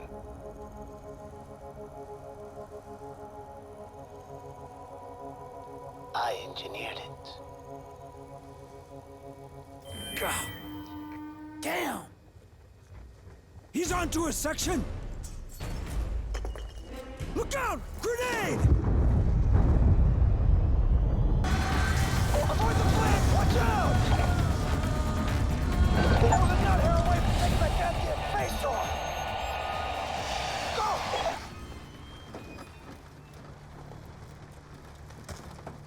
There's our evac site. Oh shit, now what? Okay, whoa, hey, take it easy. Forces should not be in Pakistan. Tian Zhao, he fought alongside my father in Afghanistan. We have no quarrel with China, General Zhao. Our only interest in Pakistan is Raul Menendez. Then we have something in common. Shipwreck is the next Strike Force mission, and you are trying to sabotage an SDC freight ship carrying tons of missiles for a missile attack on Iran. For this one, all you have to do is go to a couple sites and plant this little laser thingy and then defend it until it can damage whatever you planted it next to. Do it for all 3 points and then you're done. This will successfully prevent Iran from falling to SDC influence. IED is yet another Strike Force mission, where you pilot drones or little robots on the ground and are tasked with escorting this convoy. The drones are really good against infantry but have no armor penetration, so the ground bots have to be used to destroy tanks. There are no playable infantry characters on this mission. The convoy is a little buggy and gets stuck sometimes, but it's kinda hard to actually lose this mission if you're trying, unless major bugs happen. Completing this mission results in Afghanistan resisting SDC pressure.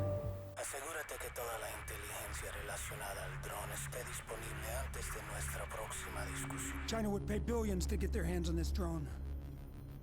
Buen fortuna de Falco. Good karma.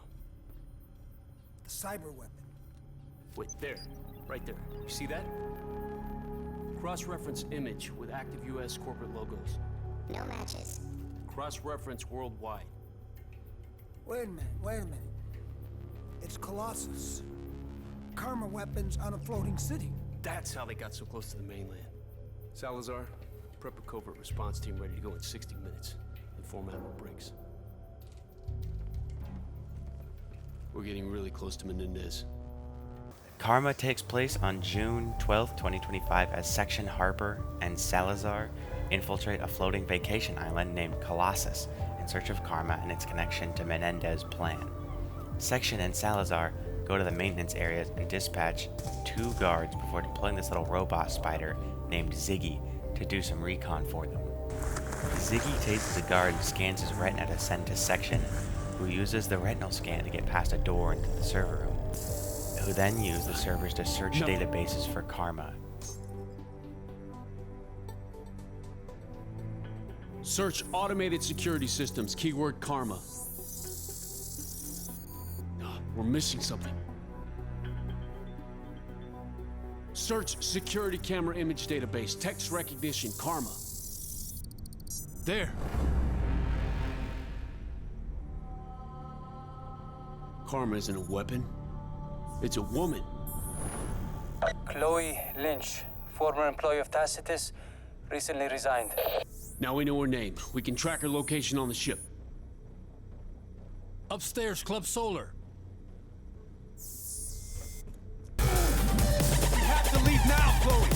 Ascension! At least 10 mercs taking hostages. Chloe Lynch! He's got hostages. Hold fire.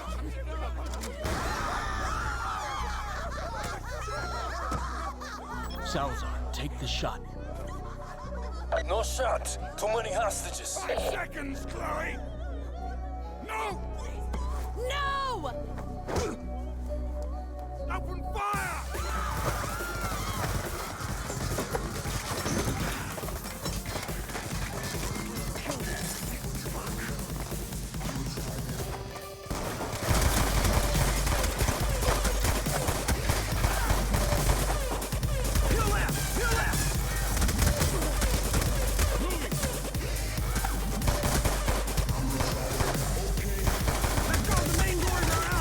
Section chases after DeFalco but is unsuccessful in stopping him from kidnapping. We need to get back to the Obama. Find out why the girl's so important to Menendez. Second Chance is another Strike Force mission where the SEALs are dispatched to search a village in Yemen to find and rescue a high-value individual. Unsurprisingly, this ends up being Karma, who is rescued from Yemen here. Karma and Second Chance can change the story drastically.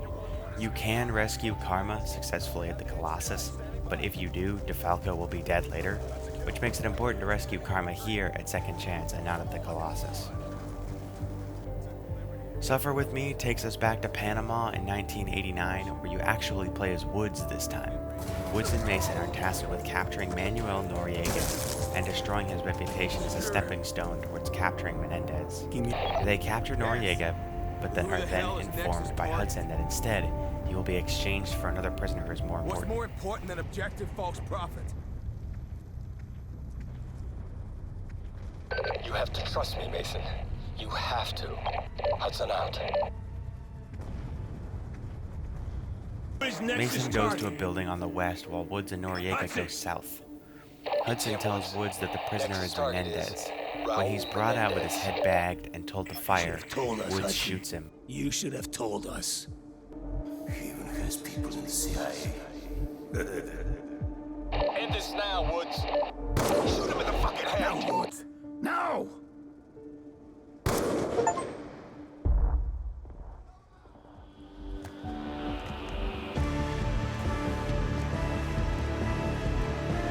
What are you looking so smug about? The fuck is going on? What's going on here? No.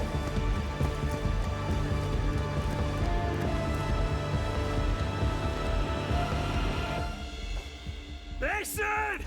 Fool. You bastard!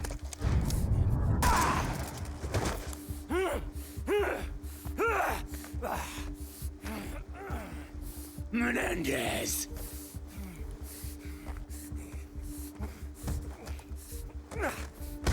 Your best friend, Alex Mason, is dead. By your own hand. Do you understand why? He was gonna kill David. Because you must suffer, as I have suffered. Now one more must die. You, Woods, or David. Make a decision now, or in 10 seconds, you're all dead.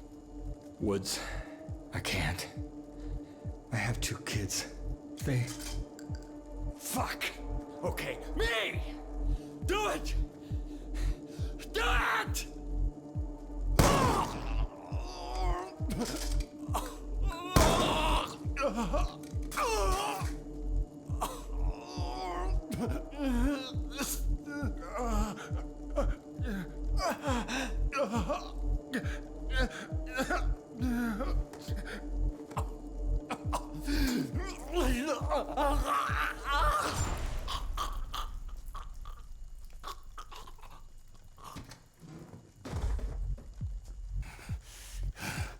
Your life will be consumed by absolute loss.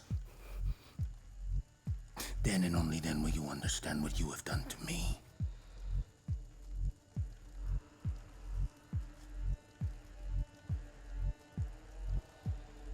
I would not kill you, boy. Not like Woods. suffer with me. And then one day, you will see this pendant again. And you will remember everything you saw and felt tonight. You will remember all the years of anger and pain. And when you do, David, please, come to me.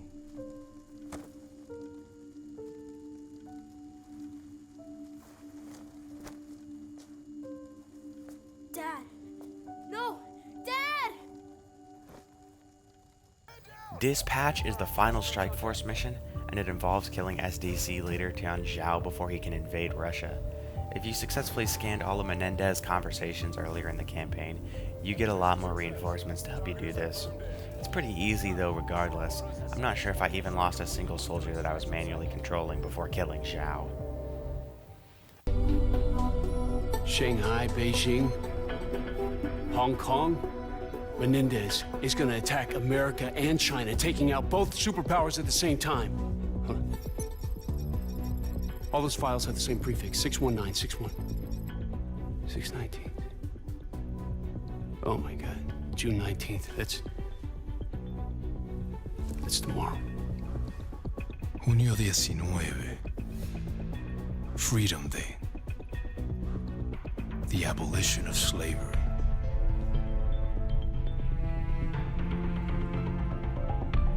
Son of a bitch. Give me breaks. Admiral, the cyber attack is 6/19, tomorrow. Achilles' Veil takes place on June 19th, the date that Menendez's attack is supposed to take place. You play as Farid, a CIA deep undercover operative, and a high-ranking member of Cortes Dia who is close to Menendez. After Menendez's speech is interrupted, you must fight to the Citadel where he says to meet him later. On your way, Menendez downs a VTOL that has Harper in it, and he forces you to kill him. Here! No! Oh, man! You knew that I would be here. Who betrayed me? You're wasting your time, you fucking bastard, you! You won't get shit from me! Guys! Come on! Is that all you got? Huh? Fade!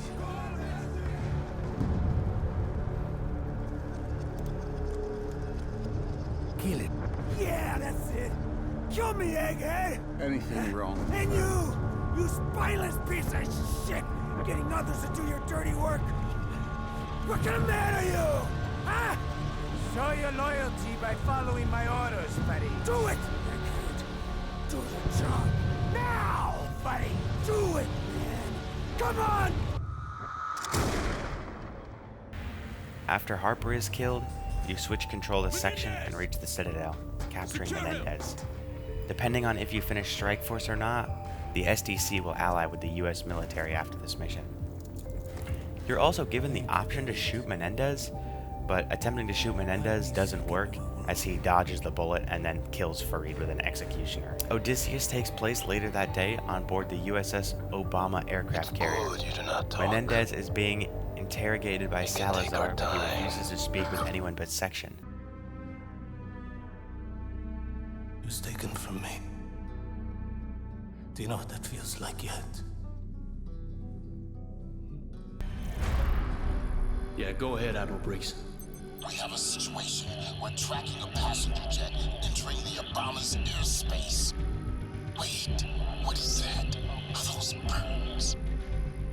They meet Endo, Nicholas, unto a savage race. We're under attack.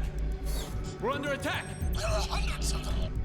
We've just lost camera feed to the interrogation room. Secure Menendez. Meet me on the bridge. If she so much as moves an inch, you put a bullet in his brain. You got me?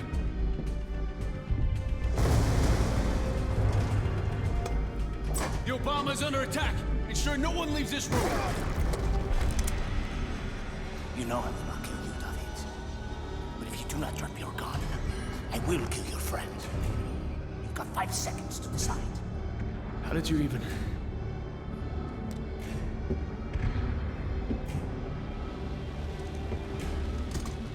Put them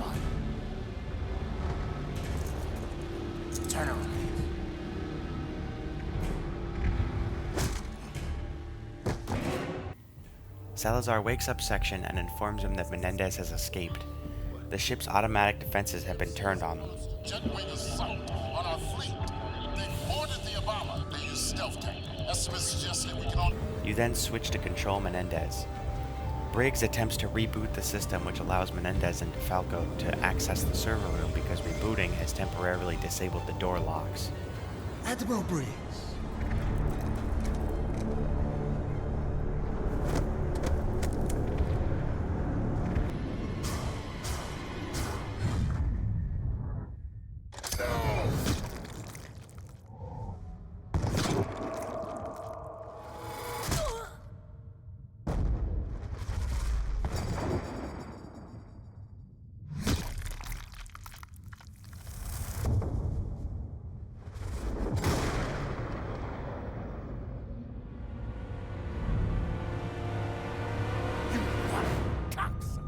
I'll surrender when it's done. I'd rather see you die than surrender, boy.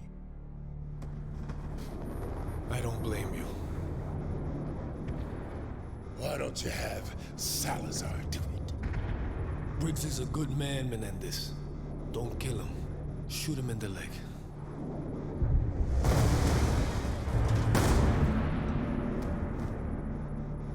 He's alive. Thank you, Ro. If we truly succeed today, Admiral Briggs will come to understand why I did not kill him.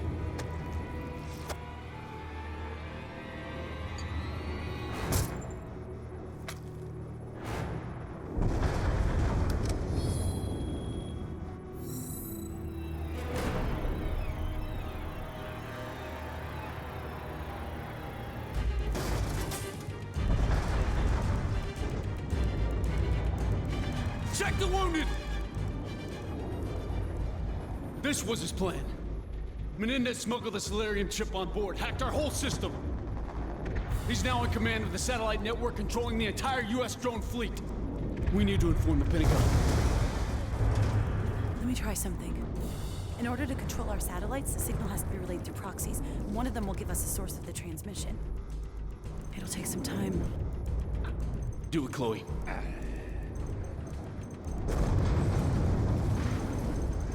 Watch your back. Whoever compromised Salazar.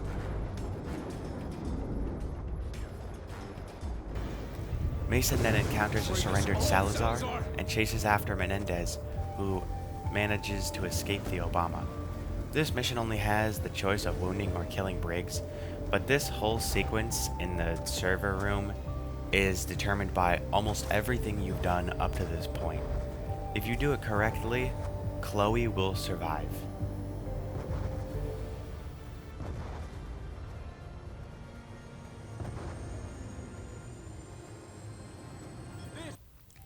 Cortes Dia.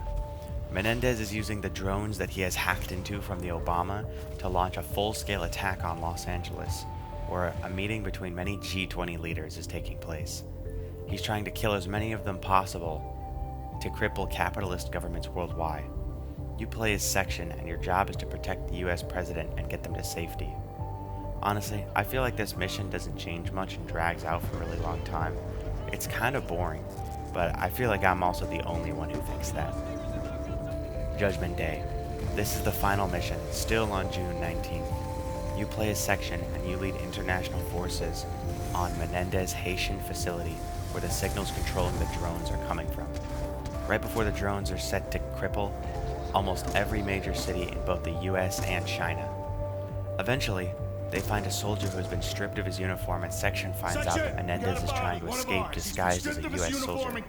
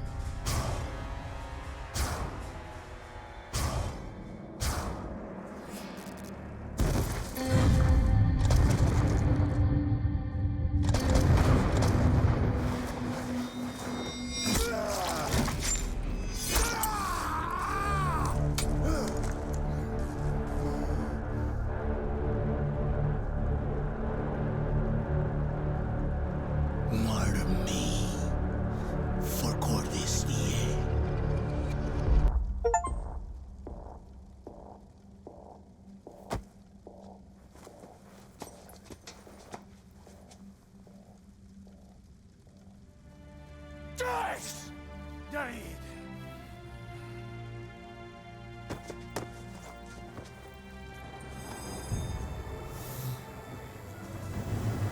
If you played your campaign like I did, this is the best ending that you can receive. If in Suffer With Me, you shot who you thought was Menendez in the head, Mason will die and the outcome will be the same except without the family reunion. If you capture Menendez without saving Karma, he will end up breaking out of prison and killing Woods, before going to Josefina's grave and lighting himself on fire. If you chose to kill Menendez for any reason, his 2 billion followers will riot globally. Overall, I think this campaign is also really, really good, and it ties really nicely into the first Black Ops, but it's not as good as the first Black Ops. I do think that the ability to control the ending is really cool and is not in many campaigns at all, so it makes this one feel special. You still got that scar?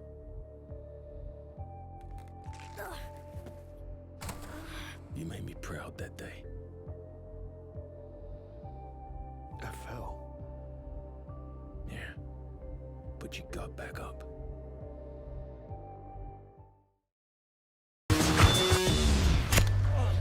You gotta be mad. Stone cold crazy. Out of your mind. If you wanna play with me, what do you say? Or maybe just straight up in. It's gotta be crazy as if you wanna play for real.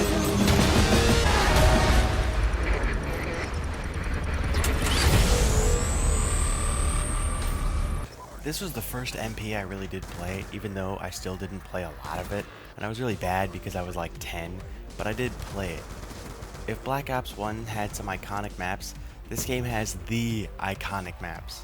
Nuketown returns, but it also created some masterpiece maps like Hijacked, Raid, and more. The maps are all visually pleasing and most of them play very well.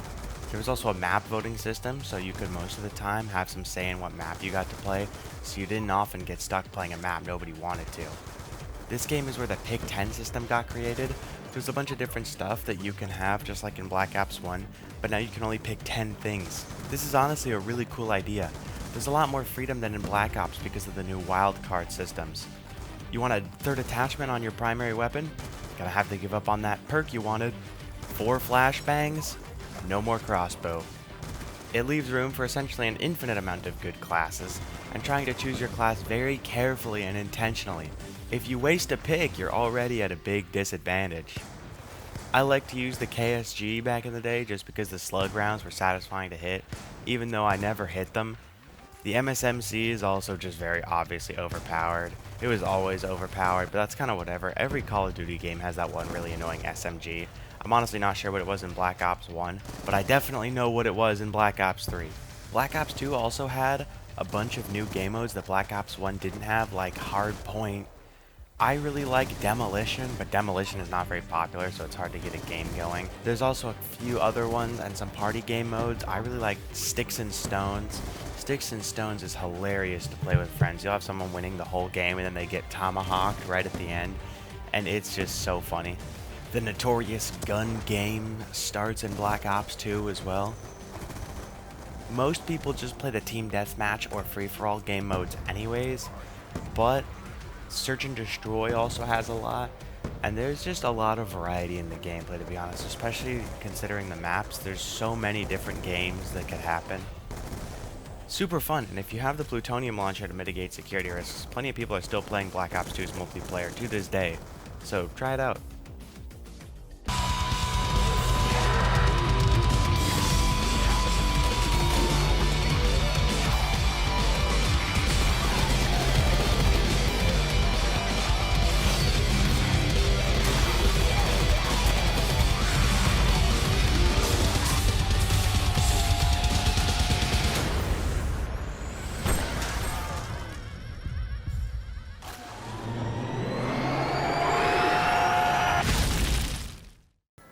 So obviously the main mode of Green Run is to play Tranzit. Like, Tranzit is the real map, but it also comes with the ability to play the smaller maps that comprise Tranzit. So I'll cover some of the things that all the maps share, and then I'll cover the smaller map chunks first very quickly, and then I'll get to Tranzit.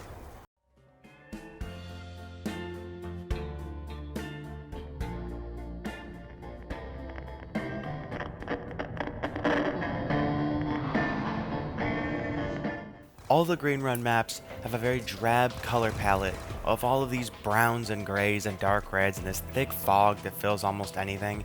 It's just very ugly to look at. Most of them also have lava on the ground that turns zombies that cross over it into flaming zombies, which will explode when they die, even if they're killed by a nuke, meaning you can go down on a nuke in Green Run, which is really fucking annoying. The lava is all here because Green Run takes place directly after the events of Moon, where we blew up the Earth. But it's really annoying and not fun at all to deal with the fog and fire, and just a poor color palette. Town is a very chill, casual map, has pack right in the middle, only 3 doors, 2 box spawns, and no power switch to find. It's a fan favorite, especially amongst casuals, and if you play on co-op, you can get Tombstone on this map, which is a nice trick you can do with it to get all 6 perks if you don't mind taking it down. Farm is an even smaller casual map. It just has the core 4 perks, 1 box spot, and no power switch. Doesn't even have a pack-a-punch, which lends itself to a harder and more claustrophobic layout than Town. Bus Depot is slightly smaller than Farm and super boring. It has 1 door that leads outside. There's a box spot and nothing else, not even perks. Diner doesn't actually have survival or anything. It only has a new mode called Turned, where one person plays as the human and the rest of them play as the zombies and attempt to kill the human, and whoever stays as the human the longest wins. There's only 2 amount of weapons on this. It's either a reverse gun game or shotgun. The game is designed for you to not be able to stay as the human for very long, even if you're the best. But, you know, it's alright. It's very gimmicky, but it can be fun. And now we come to the main event of Green Run, Tranzit. If you were hoping this map would be better than the sum of its parts, you're dead wrong. Just play Town. This map is fucking garbage. Everything you would want on a map is scattered throughout the other more minor parts that take forever to get to. Tranzit introduces buildables to the game, which become a core mechanic in Tranzit's only good contribution to zombies, and arguably the bank is good, which lets you save points across games, so you don't actually have to play Tranzit. You can go play a better map like Buried and then come back and play Tranzit without having to play Tranzit. The way you're supposed to traverse the map is by using the bus that never goes when you want it to and will never wait when you want it to, and only has a fucking B23R on it. You play as a new crew, Victus, which has Misty the country girl, Russman the old dementia patient, Stuhlinger the fucking creepy freak who ate zombie flesh since he's in a cult or whatever, and now he can hear Richtofen in his head in the ether, and Marlton, who's voiced by the same dude as Robin from Teen Titans Go and is just annoying in this as he was in that. The only character I like playing as is Misty, but Russman is at least tolerable. Thankfully, you can grab these parts around the map to upgrade the bus, except for the hatch part, which is much better used at the diner to get the Galva Knuckles to counter the fucking denizens that will be relentlessly face-fucking you as you are forced to walk on foot because the bus has fucked you over for the 90th time today. There's no guns at Town, the perks are insanely spread out, the buildables are worthless because you have to carry a turbine anyways, the map looks like shit and is full of fog and brown and gray, and to get to Pack-a-Punch to have to put down your turbine and pray you don't get fucked over by this garbage map, and if you do, you have to run all the way back to spawn and grab a turbine, go all the way back to the power room, place the turbine, go all the way back to Town, and then and only then maybe you have a chance of Pack-a-Punch actually opening this time. The new grenade on this map is the EMP, and all it does is fuck all except disable your own perks and one-shot the new boss, the Avogadro. The Wonder Weapon takes like 20 plus minutes to build, even though the only step is to run around picking up parts like a fetch quest and taking them to Town, because it's so big and dark and full of fucking fog and denizens. But thankfully, the jet gun might be able to get a couple of kills before it overheats and breaks and the parts disperse randomly and you have to rebuild it again. The Avogadro is actually kind of cool, and he comes back in Black Ops 4, which I won't be covering, but he is actually pretty fucking sick in that game. The egg for this map is thankfully easy as fuck. All you have to do is turn on the power and then turn off the power.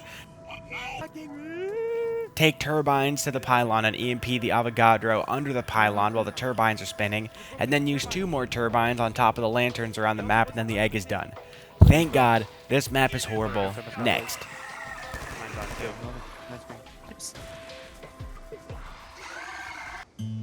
Now I'm in constant competition to make my ding-a-ling bigger than yours. You're dead. Oh. I'm not. I love how you just looked at me, you piece of shit. Yeah, I hope you get killed by a little bit of bears.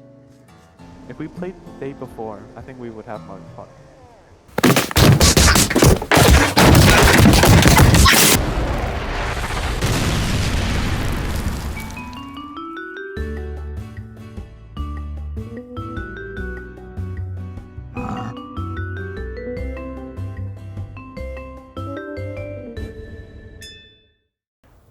Nuketown is a pretty small map. It's the classic Nuketown layout, however the perks and pack location are random. You can open a bunch of stuff, including this truck, to get some cool things like the Galvanuckles Bowie knife, Semtex, Claymores.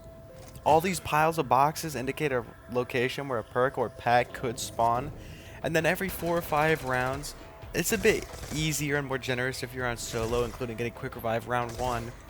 Another drop will drop out of the sky and land in one of those locations. It can be a pretty difficult map because sometimes if you're playing co-op, you could be on round 20 without having access to Jug if you get unlucky. It does have the M27 as an exclusive weapon of this map, which is pretty cool. Very fun weapon to use as well. I always pick it up on this map. It's fun to play and a good challenge, but very simple. I don't understand. Why are you doing this? Why me? Travel where? Don't you get it? There's nothing left! Oh, how did you... What? What do you mean, mend the rift? Well, maybe I don't wanna. Huh? Did you think of that? Oh, you can't tell them about the flesh! What I did, they'd kill me if they knew. Ah, shit!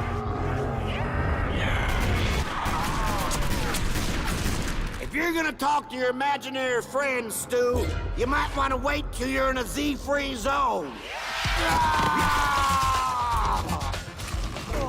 Stupider! Get over here, now! Come on, come on! What do we do now? We arm up, find a good place to defend, kick ass, that's it. I don't understand. What are you talking about, Stuhlinger? Misty made it pretty clear. Except for fate, begin anew!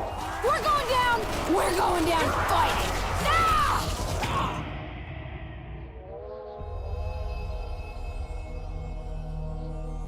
Have we been here before? This map is fucking horrible. It takes place after the pylon on Tranzit is lit and the Victus crew are sent to Die Rise to light another pylon. It's a Chinese high-rise building with a very complex and vertical layout. When you hear this, you might think that sounds cool. It does sound cool. This is the worst map of all time. There are virtually endless ways to fall out of the map and even more ways to fall to your death by fall damage, and the only perk that would make this map bearable is on the map but made purposely inaccessible so you can't get it. Why the hell would they decide on this? It's like they're toying with you that the only perk that would make this map even close to fun, they know you want it, but they're purposely not letting you have it. The shadow piece. We're doing this fucking... Someone fucking pushed me. I'm going down. Oh my god. There's only 6 perks. The regular 4 plus Mule Kick and a new perk, Who's Who. Who's Who activates when you go down and spawns you in as a ghost of yourself with all your points in an M1911 and tasks you with reviving yourself. If you can manage to revive yourself while in ghost mode, you won't lose any of your perks besides for Who's Who. It's a perk that is super cool and heavily rewards skilled players. The main way to traverse the map is to use the elevators. Once the power is turned on, they will all turn on and then go up and down throughout the building over and over. The elevators also contain all perks and pack, and it's random which perk spawns on what elevator, except for Quick Revive, which is always right outside the spawn door. Sometimes you can put your gun into pack and the elevator will leave you right as you put it in, and then you have no way to get your gun back, so it literally just steals it. I don't know where Get the fucking fucked. box is. If every player stands on this little shaft in the spawn room, it will fall, and you can leave spawn for free and go down towards power and the liquefier. Die Rise introduces a new buildable called the Trample Steam that will fling whatever walks over it. Character, I'm scared. Dude, oh my god. I saw Will stutter midair. I was like, oh no. Yeah, that was yeah. Super Mario. That would have been fucking funny though. Alright, everybody grab a turn. It's a nice buildable, but on this map it's a bit of a liability if it's placed in a bad spot. Going through the door will get you faster access to the mystery box and trample steam. The wonder weapon is also buildable on this map, except you don't have to spend 999 years getting the parts like the jet gun. This liquefier used to be very, very overpowered with the ability to end entire rounds in one shot back when it was released, but now it's nerfed and not very good. It creates these slippery places on the ground that can definitely get you killed. The special round is these really fucking annoying Nova 6 crawlers that jump around, coined the jumping jacks. If you manage to finish the round without anyone missing a shot, you get a free perk from them at the end of the round. This is easiest done with the trample steam or galvanuckles to kill them without firing, but if you're trying to do the Easter egg, you can't get galvanuckles until later because fuck you, that's why. This map sucks. The Easter egg is actually rather simple, but it requires 4 players. First, all 4 players need to stand on the 4 symbols on top of 4 elevators around the map at once. Yeah, I'm okay, but I'm stuck on the elevator. Okay, I'm on mine. Give me like 2 seconds. Give me like 2 seconds. Okay, I'm on. Everyone get on. Yeah, okay, we did it. It's lighting. It's lighting up. Next, find these other 4 symbols. They'll need to be stepped on in the right order or else they won't light up. Use trial and error with your team to find out who needs to step on the symbols first, second, third, or fourth. Touch. Okay, so everybody where sees would it like be? this, Oh. right? Yeah, mine's lit up.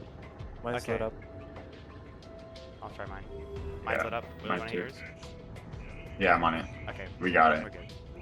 Then get a sniper. There's an S view on the wall if you're not lucky with the box, and the S view is really good. Snipe the 2 balls out of the dragon's mouth. This is where the 2 paths split, but we're going to do Max's version of the quest because it's the canon version. Go kill a few zombies on the floor of the Buddha room until Maxis speaks. Then go get a ballistic knife out of the box and upgrade it. If you already had a ballistic knife before this step, trade it out and get a new one.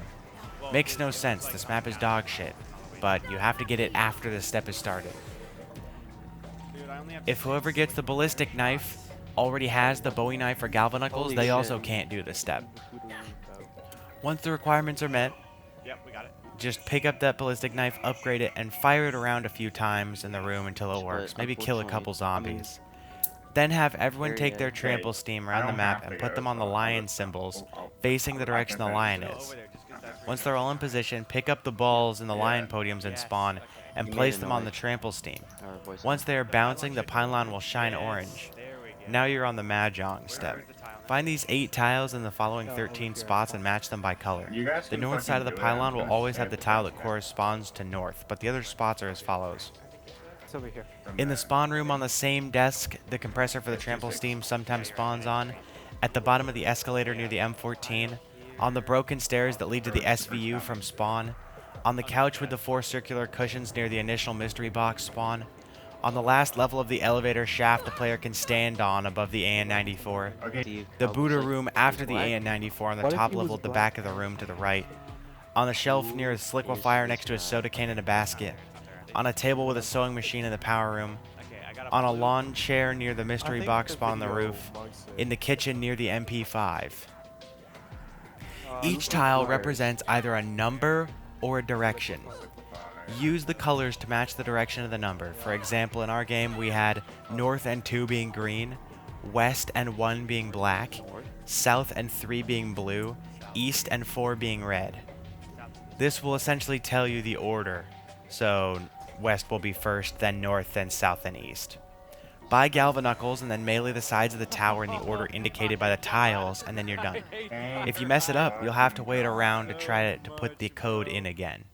And then you're done. God. Hey, Sal, we must have been through this 50 times already. And we'll go through it another 50 if that's what it takes. 9:30, lights out. God begins his rounds. How we doing tonight, Ferguson? Family good? Doing great, Mr. DeLuca. My boy Tommy, he's almost 6 now. Ain't that swell? Hey, Finn. You get that tip for Saturday's race yet? I'm working on it. Right now. You gonna shut him up? Or do I gotta do it? You know the rules, handsome. No talking. 9:35, the Weasel launches into a song and dance routine. Damn it, Arlington. You gotta get to Doc! Better be the real deal this time.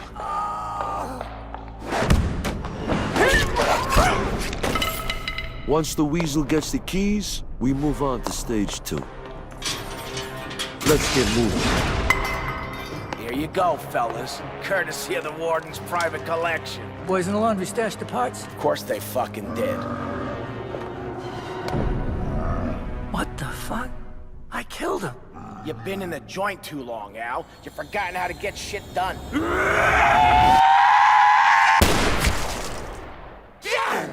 What the fuck?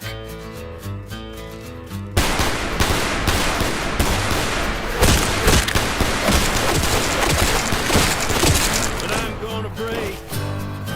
This ain't right. Something weird's going on here. You don't say, Weasel. Where are those screams coming from?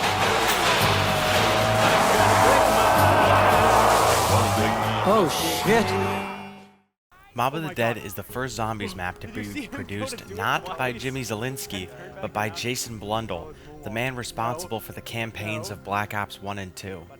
Oh my god, is the quality of Mob of the Dead reflective of the quality brought to those campaigns. Right now I can already tell you this is the first S-tier map we cover. Mob of the Dead builds such an amazing and unique atmosphere that's wonderfully somber compared to the guns blazing heavy metal zombies experience we've come to know up until this point. Mob follows 4 inmates, Billy, Finn, Sal, and Weasel, as they are on Alcatraz Island. They are trying to escape the island and the cycle of purgatory that they've been stuck in. Power is not a central power switch, but instead using the afterlife to turn things on gradually, which is really cool and a big change for this map. The map is separated into 2 main parts, the top area with the prison and the bottom area with the citadel and docks, connected by the tunnels in the citadel or by the gondola that makes things a lot faster but costs money to use. There's a lot of claustrophobic tight corridors and only 5 perks, including Deadshot, so unfortunately the perk variety is a bit lacking, and it really could have done with having stamina up because it's such a big map, but this is my only critique of the map, and it honestly isn't that big of a problem because it's made up for by one of the perks being brand new. Electric Cherry gives you a defensive electric burst whenever you reload, which is perfect to synergize with this map's wonder weapon, which I'll mention in a second. There's a lot of cool unique guns on this map, like the Uzi, AK-47, Tommy gun, although it appears on Origins, and even the Death Machine from Multiplayer. The wonder weapon is this big 1-round shotgun called the Blundergat. The Blundergat is really cool and super fun to use. The Blundergat can be pulled from the box like normal for old veterans, or there is a way to get a free Blundergat guaranteed by retrieving these 5 invisible skulls around the map.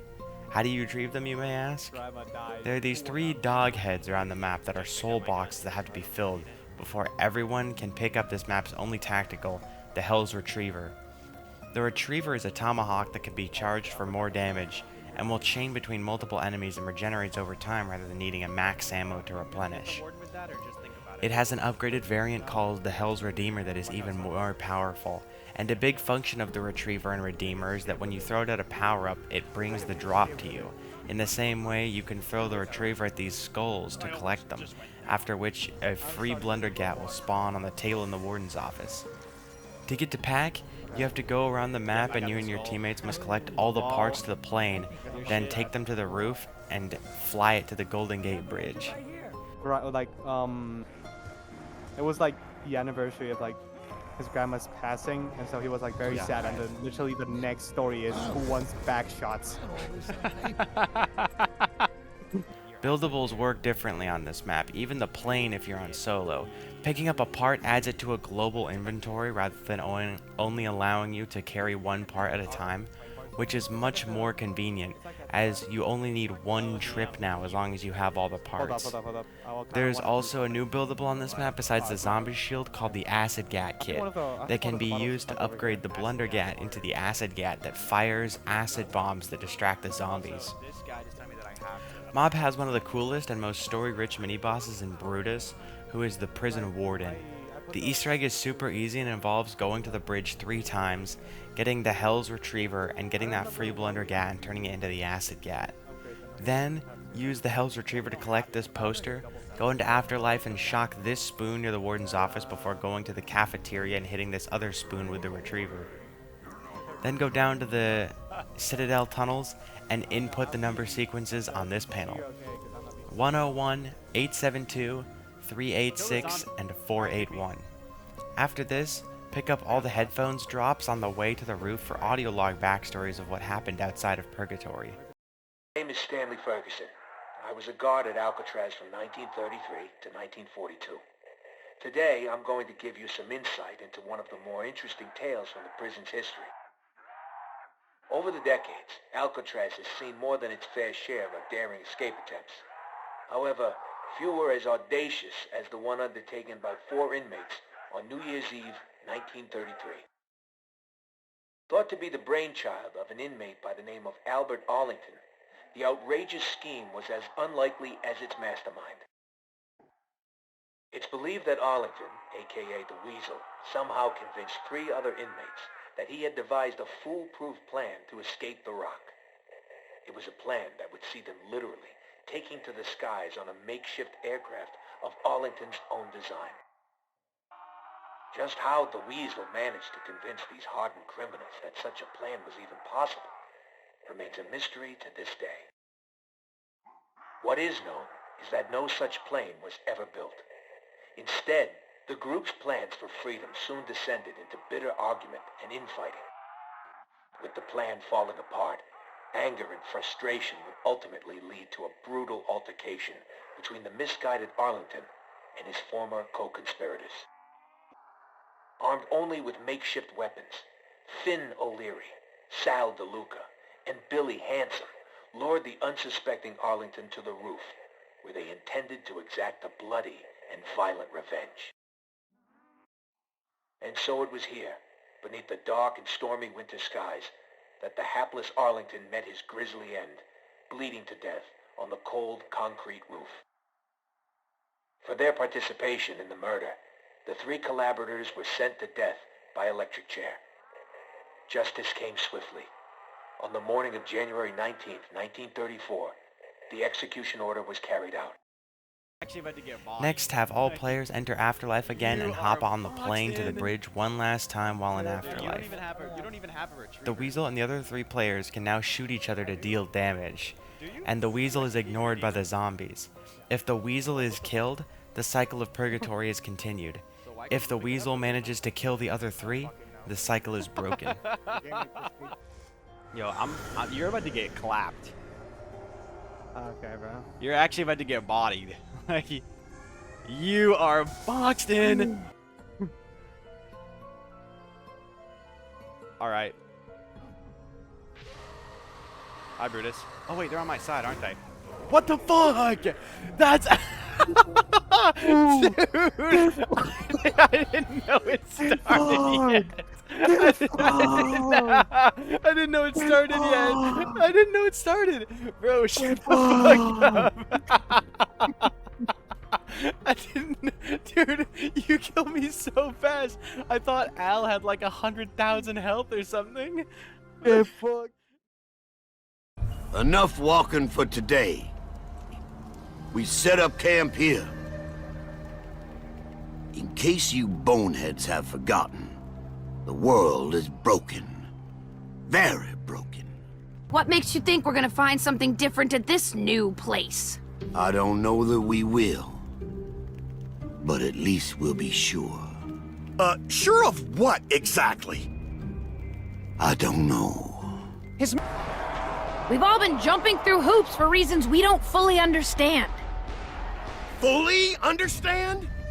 Alright, for reasons we don't understand at all. Point is, we do it. We keep moving, we keep fighting. It's what we do, day in, day out. Buried takes place after Die Rise, where the Victus crew are sent to finish the job that they started in Tranzit and Die Rise for either Maxis or Richthofen. It takes place in an underground old western town that sank into the earth as a result of the bombings. This is Jimmy Zielinski's last map, before Jason Blundell takes full control of the series, and so it goes back to the old buildable system of only one part, but map-specific items like chalk, booze, candy, etc. can all actually be held on top of a buildable part, which helps a lot. Buried has a lot of great new additions such as the head chopper and subsurface resonator, both of which used to directly kill zombies. A new perk, Volterade, which lets you see important icons through walls like perks, wall buys, or the box. The Time Bomb is a special grenade which allows you to rewind time to whenever it was placed. And most importantly, the Ray Gun Mark II. The Ray Gun Mark II is Treyarch's answer to people saying the ray gun fell off, which is true. It's not as good as it was in Black Ops 1. The Mark II is a 3-round burst with no splash damage that does crazy amounts of damage, especially to the head. It's also rather common to pull from the box on this map, and buying Buried adds the Mark II to every other map, so you can even pull it on Town, for example. A lot of Buried revolves around this new friendly NPC you have on the map named Arthur. Arthur is kind of similar to the hacker from Moon insofar that he has an absolute ton of utility. Once you let him out of his cage, giving him booze will cause him to smash open these barricades around the map, which is very useful, and most of the map is only openable using him. It can even give you points if you have him smash open a barricade from a long distance. If you give him candy, he can do many useful things such as prevent the mystery box from moving anymore, finish a buildable if you can't find a part, or even hold the last crawler for you. If you accidentally damage him too much, he'll go back to his cage and you'll have to go and coax him out again. If you've already used your candy and booze for the round, you can buy more for only 1k. This map's brand new weapon is called the Paralyzer, and you get it out of the box randomly. It has no ammo count and only an overheat mechanic to prevent you from using it forever.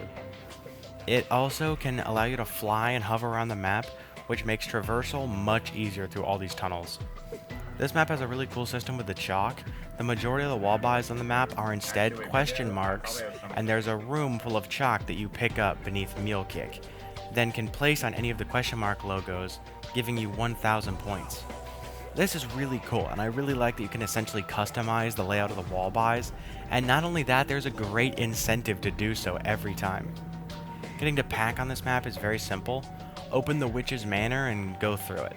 Anytime you are hit by the witches, you will lose 2,000 points. If you have no money, you will take damage.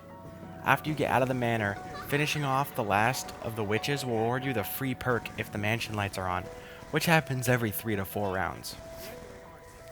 Behind the manor is a hedge maze that changes layout throughout the course of the game that you must navigate to get to Pack-a-Punch.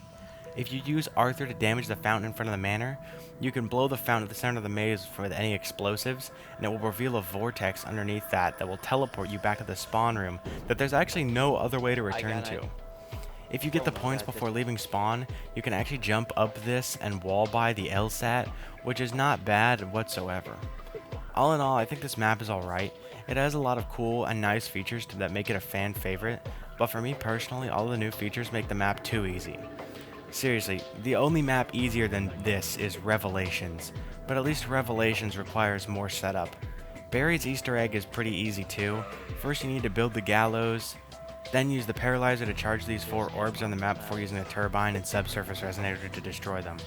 Once they're destroyed, find this lantern and cook a grenade to blow it up and drop it down. Fill the lantern by feeding Arthur candy so that he kills zombies. Once it's full, place down the time bomb. Use the lantern to illuminate this code and translate it to get the name of the 3 signs in the tunnels, which you hit with Galvanuckles to spawn a wisp that will slowly travel towards the gallows. It loses strength over time but is rejuvenated when it travels through zombies. Hold zombies in good places to keep the wisp powered until it reaches the gallows. Once it reaches the gallows, use the time bomb to revert to before you did the wisp step and do it again. Once you've got both wisps in the gallows, you need to do the bell step. Have your teammates find their 3 bells in each of the 3 places, the courtroom, barn, and candy store. Communicate to each other which bell is what light, then pull the lever and calm what light is on, and your team will need to hit the bell that corresponds to that light. Again? Okay. That's 8. Hit a different one. Alright. That's 9. Alright. Hit a different one. Okay. That's 7. Do you remember which 3 of your Okay. bells are which number? Yeah, I got it. Okay, Netsi, hit your first one. That's 3. Next.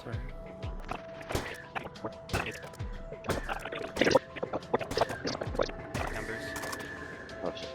We need 4.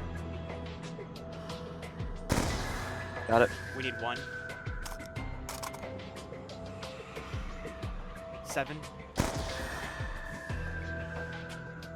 Got it. 6. 9. 5. 3. 2. 8.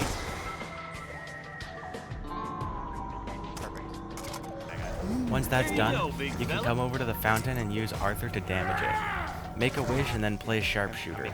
In 4 locations, a bunch of targets will come up, and if you hit all of them, you are done with the Easter egg. If not, you can just go ahead and make another wish and start it again.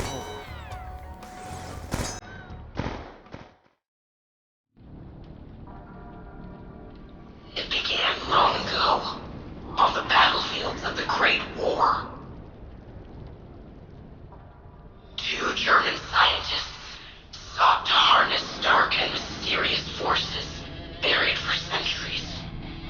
They believed their discoveries would assure Germany's ultimate victory. What they could never have imagined was just what else their research would unearth.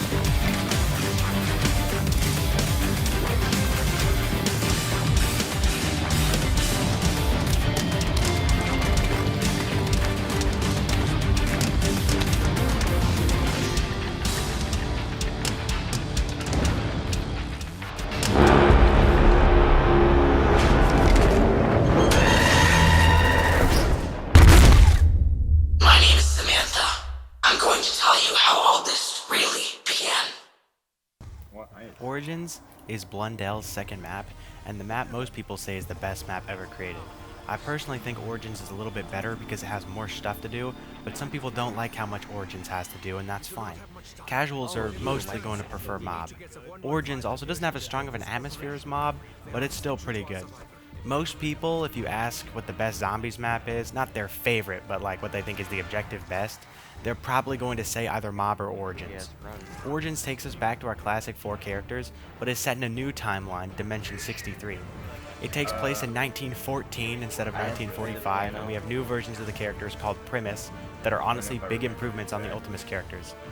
They still have some of the silly cartoonish stereotypes of the countries they come from, but there's a lot more depth and emotion to them. They're a lot more fleshed out characters.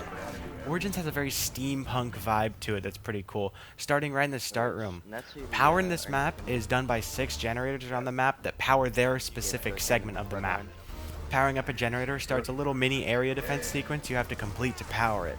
And it's pretty easy, but it is a fun way to do power rather than just finding a switch and turning it on.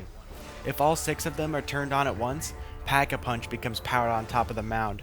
But every few rounds, once you pass round 10, Templars that protect the generators are going to come and try to capture them back, which can be kind of annoying, but you do get a free max ammo for dealing with them if you don't use your staff. Origins has new challenge tables that give you rewards for certain things. Turning on every gen gets you a max ammo you can redeem, getting 115 headshots gets you a free packed rifle, and spending 30,000 points will get you a free double tap that you can pick up even if you already have 4 perks. A big feature of Origins is the giant robots that patrol the excavation sites, and will kill you if they step on you, with a few exceptions that I'll say later. Origins returns the zombie shield, but with a new buildable, the NXISE drone. It's like a little heli drone that will follow you around, kill zombies, pick up drops. It can do a couple little utility things. There's a special grenade unique other than the monkey bomb you can get on Origins called the G-Strikes that require you to take this stone tablet from the tank station all the way to the church and place your tablet in the holy water, get melee kills to charge it up, then bring it back to the tank station to get more melee kills, which will reward you with the G-Strike. If you touch mud while carrying a clean tablet, you'll have to go put it in the holy water again and pick it back up before trying to run it back to the tank station without touching mud. The G-Strike acts like a monkey bomb before summoning robot fire to kill the zombies nearby it. So it's basically the same, but it has a longer timer and significantly more damage. It's also guaranteed, so you don't have to spam the box. On this map, the Panzer Soldat is the boss, and he's really cool. Probably the coolest boss in the game, I think. He's a large armored zombie with a flamethrower and grabbing claw that he can fire at you to catch you and reel you in towards his flamethrower. He's very strong and really cool, as well as actually posing a challenge if you don't manage your early rounds properly, as you may only have like an MP40 and jug to deal with him. There's these shovels around the map, 2 in the spawn room that can be used to dig up certain spots and get rewards such as weak guns, a double points, a grenade, maybe a zombie, a couple other things. If you dig up enough spots, you get a golden shovel that will improve the rewards you can dig up to be much better, including potentially a golden helmet that will protect you from the robots coming through the map stepping on you. There's a few unique weapons on this map, such as the Scorpion Evo, the KSG, both of which are in multiplayer but really good, and 2 classic weapons that are only on this map, the MG0815, which is this giant cylindrical looking LMG that you can actually get a packed version of for free by using the NXISE drone on these certain discs around the map. The coolest unique weapon on the map is the Mauser, which is actually the starting pistol. If you upgrade it, it's also really good to the point where I usually hang on to it and upgrade it. It's not like Mustang and Sally. When you upgrade it, you get the Boomhilda, which is instead a super high damage weapon with a lot of kick and a little scope and great mobility. There's a lot of mud around the no man's land that makes mobility a bit poor, which isn't great because the map is so big, but there are a lot of things to help with mobility, including the Boomhilda, which will actually let you move really fast if you're willing to waste the ammo a little bit. The mainstay of this map are the 4 unique elemental wonder weapons, the staffs. The staffs are really cool and super fun for each person to have a different wonder weapon on a 4-player game. Once you get all 3 parts for your chosen staff, you have to take the gramophone to the bottom of the tunnel and place it, assuming you have the correct music disc. Once you're there, grab the gem, then take the gem and the 3 parts down into the pedestal underneath the mound, and you can build it. There's the wind staff that you get from using the feet in the robots to get all 3 parts for it. You can actually shoot the feet open when the yellow lights are on and get inside by having it step on you. And it acts like a thunder gun basically, but without infinite damage. The lightning staff is obtained by jumping off the tank in certain spots to get the parts, and has a lot of ammo but the least damage of the 4 staffs. The fire staff, you get the parts just by progressing the map, one for killing the Panzer and another for turning on Gen 6, and one for shooting down the flaming plane, and has less ammo but more damage than the lightning staff, as well as firing 3 projectiles per shot. The ice staff is obtained by digging up the parts while it's snowing outside, and has incredible damage but is limited by its moderate ammo count, and it doesn't kill very quick, so if you get trapped it will not save you like the other 3. In general, the ice staff is the best as long as you're good, and on low rounds the wind is the worst, but on high rounds the lightning is the worst. They all have an upgrade that aren't too difficult to do, which gives them a melee attack that one-shots until round 17, as well as a charged shot and a secondary fire that can revive people from range, but it's inconsistent from far away. If you fill up these 4 soul chests around the map, you can get access to the 4th bottom trial on the challenge box that will reward you with the Thunder Punch, and can be picked up by all players. The Easter egg involves getting all 4 staffs upgraded, then placing the staffs in the new gray pedestals, which are mostly in the robots, but you can just do fire 4 times in the mound, which skips an otherwise really annoying step. Next, have one player go into the robot while another player takes their G strikes and stands here next to generator 5. There's a button in the robot that should be pressed while the G strike is thrown onto this gray seal outside the map, and if it's done right, the robot fire will be amplified by the button and break the seal. Release the Maxis drone and it will go into the hull and release a ton of panzers, which all need to be dealt with. After that, either wait for zombie blood to drop or extinguish these carriages with the ice staff to get a free zombie blood, and shoot down a new flaming plane that you can only see with the zombie blood. And once it's down, find and kill the pilot, who will be running around the mound and not targeting any player. Once he's dead, he will drop the Maxis drone. Recover the Maxis drone, and then everyone in your game should head down the staff chamber to the bottom. Zombies will spawn that have white glowing hands that need to be meleeed. Once you've meleeed enough of those white glowing zombies, a tablet will spawn that you can pick up. Every player needs to do this to get their tablet from the white glowing zombies before you can move on to the last step. Finishing this step will grant you an elemental thunder punch, which will one-hit for an extremely long time, and will be the element of whatever staff you're holding.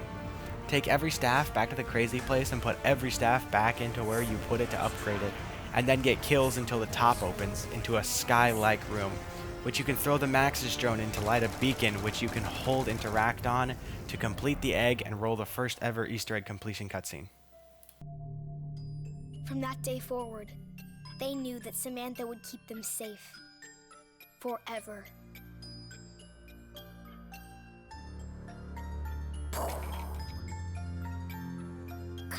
Getting everything wrong. I told you before their eyes should be blue. It's my turn, Eddie. I can do whatever I want. But you don't even know how to play properly. Girls don't know enough about zombies. What's the choice of it, children? Make sure the windows are locked before you come down to the basement. We'd better do what your dad says. I didn't even get my turn. Tomorrow, Eddie. You get to make the rules. I promise. Come on, Fluffy. I wish the heroes in our stories were real, Sam. I know what you mean. But we will make everything okay. My dad says he has a plan.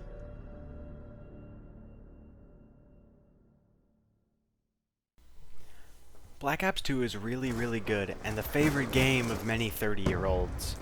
The campaign is slightly worse than Black Ops, being in my opinion a 4.5 out of 5 campaign. It's only docked some slight points because you don't really feel attached to Harper and Salazar in this game the way Black Ops immediately attaches you to Woods and Reznov.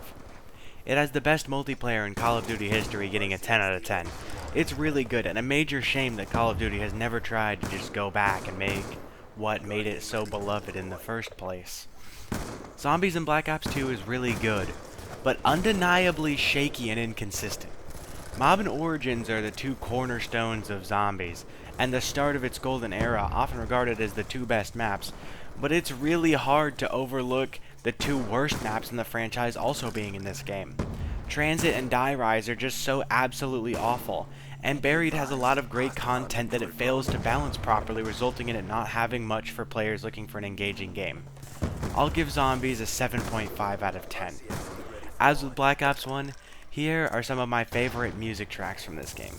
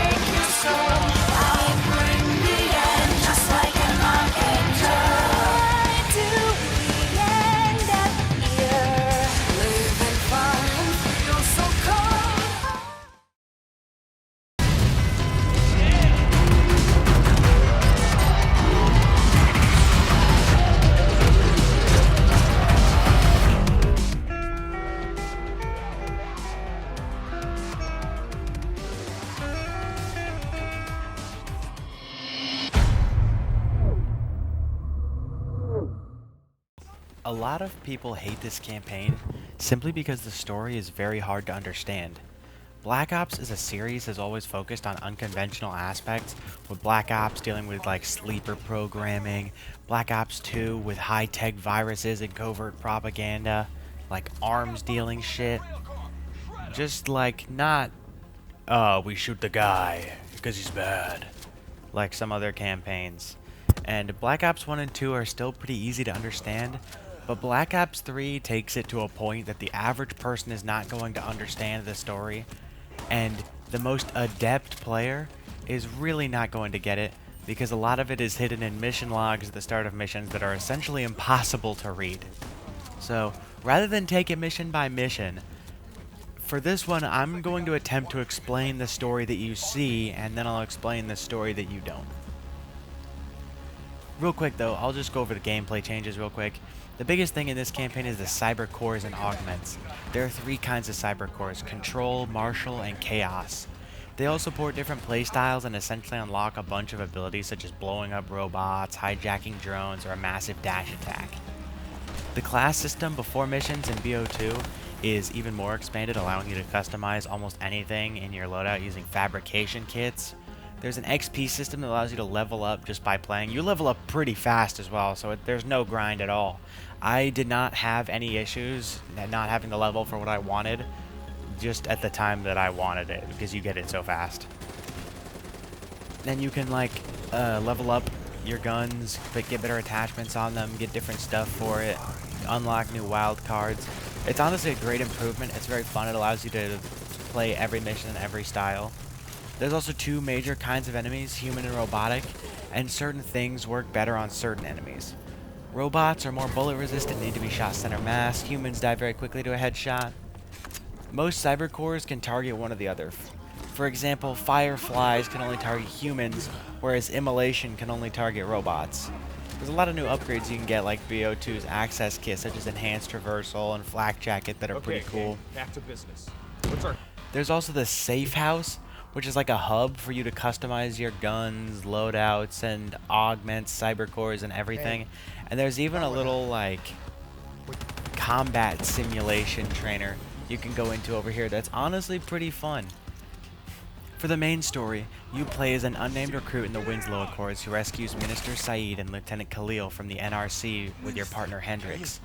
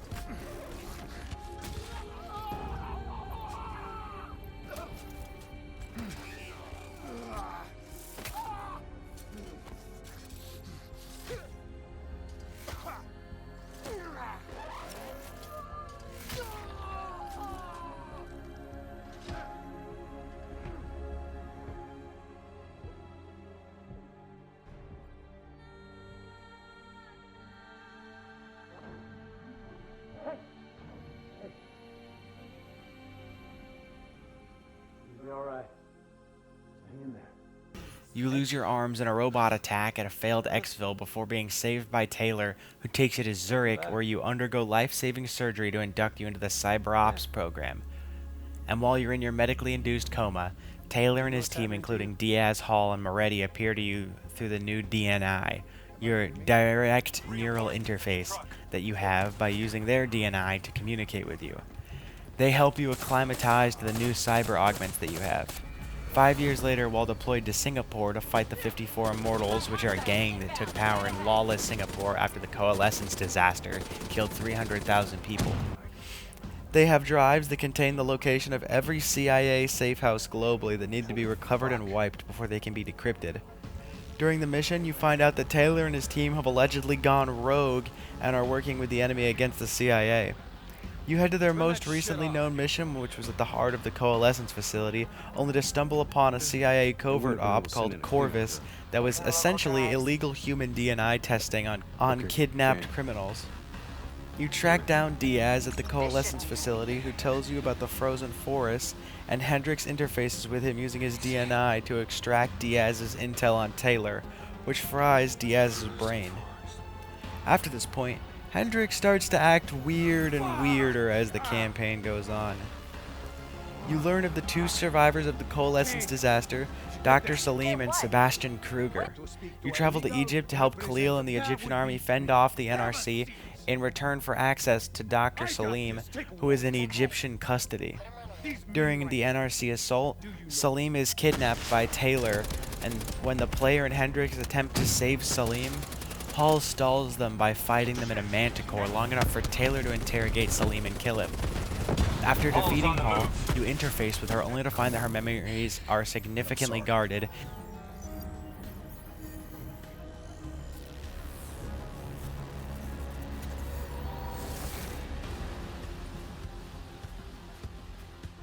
What is this? Kane! Hendrick!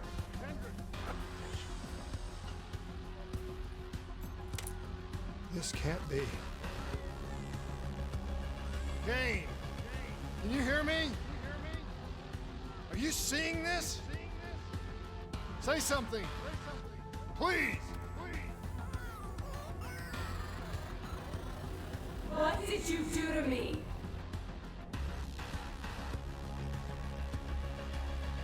It's the Black Bucket. That date. It's right before the whole place blew up. Right before 300,000 people died. This is where I was born. A brief moment of agony. Then, darkness. Who is that voice? It all started here.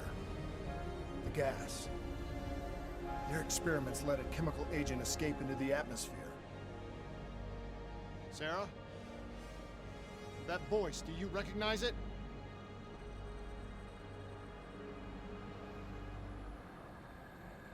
You have to fight your way through her memories to uncover the intel that she has on Taylor.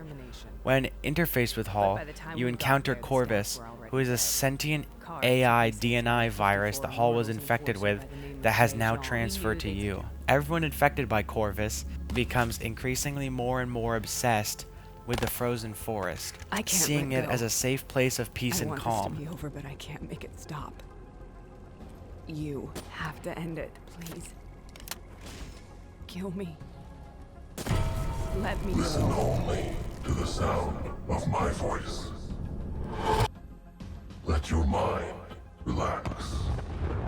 Imagine yourself in a frozen forest.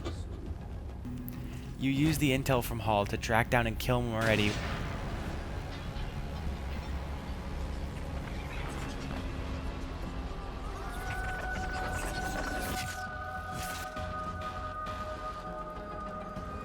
You finally head to the Lotus Towers to get Taylor, while Khalil is captured by the NRC, and then chase Taylor to the roof of the Lotus Towers, where he manages finally to resist Corvus' influence and rips out his own DNI, before being shot by Hendricks, who then leaves you behind to be rescued by Kane. No! Where are you going? Imagine yourself in a frozen forest. Hang in there, I'm on my way. Just hold on, we'll get you out of there. Hendricks is gone. You and Kane have to chase Hendricks, who has finally given in to Corvus, which has been attempting to control him ever since he interfaced with Diaz. Hendricks is attempting to upload Corvus to the rest of Coalescence's mainframe to spread Corvus. Kane finds that Nova 6 has been reformulated by the Coalescence Corporation, and that Nova 6 was the agent that killed 300,000 people in Singapore during the Coalescence facility explosion, before being tricked by Corvus into gassing herself with Nova 6, and she dies. It lied to us. It can make you believe things that aren't even real. Kane, please! Whatever this thing says, no matter what it does, you cannot trust it! Rachel! You catch Hendrix to discover that he has found Sebastian Kruger and is interrogating him before he shoots him, which causes the player to shoot Hendrix. Having promised the now dead Kane that they would end Corvus by any means necessary, the player attempts to commit suicide now that they are the last remaining host of Corvus. But Corvus intervenes and the player is forced to fight through their own mind to regain control of their body. Would it make it easier if you could see it? If you could see it right now, would that help you understand?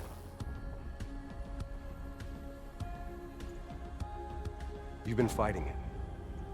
We all have. You just need to relax. The frozen forest, it's real. And it's what comes next. Corvus has given us a way to live on after death.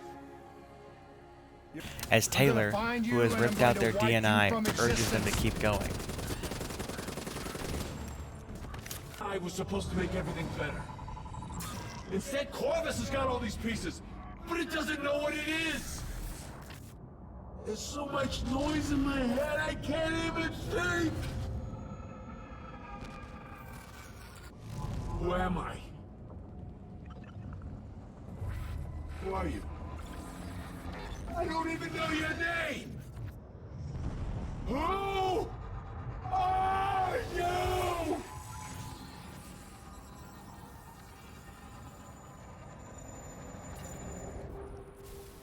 Why do you fight?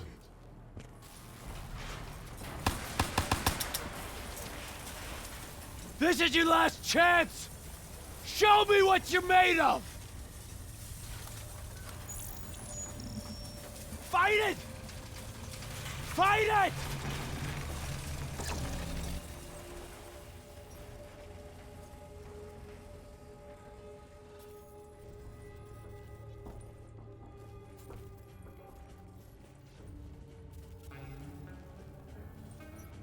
Listen only to the sound of my voice. Let your mind relax. Let your thoughts drift. Let the bad memories fade.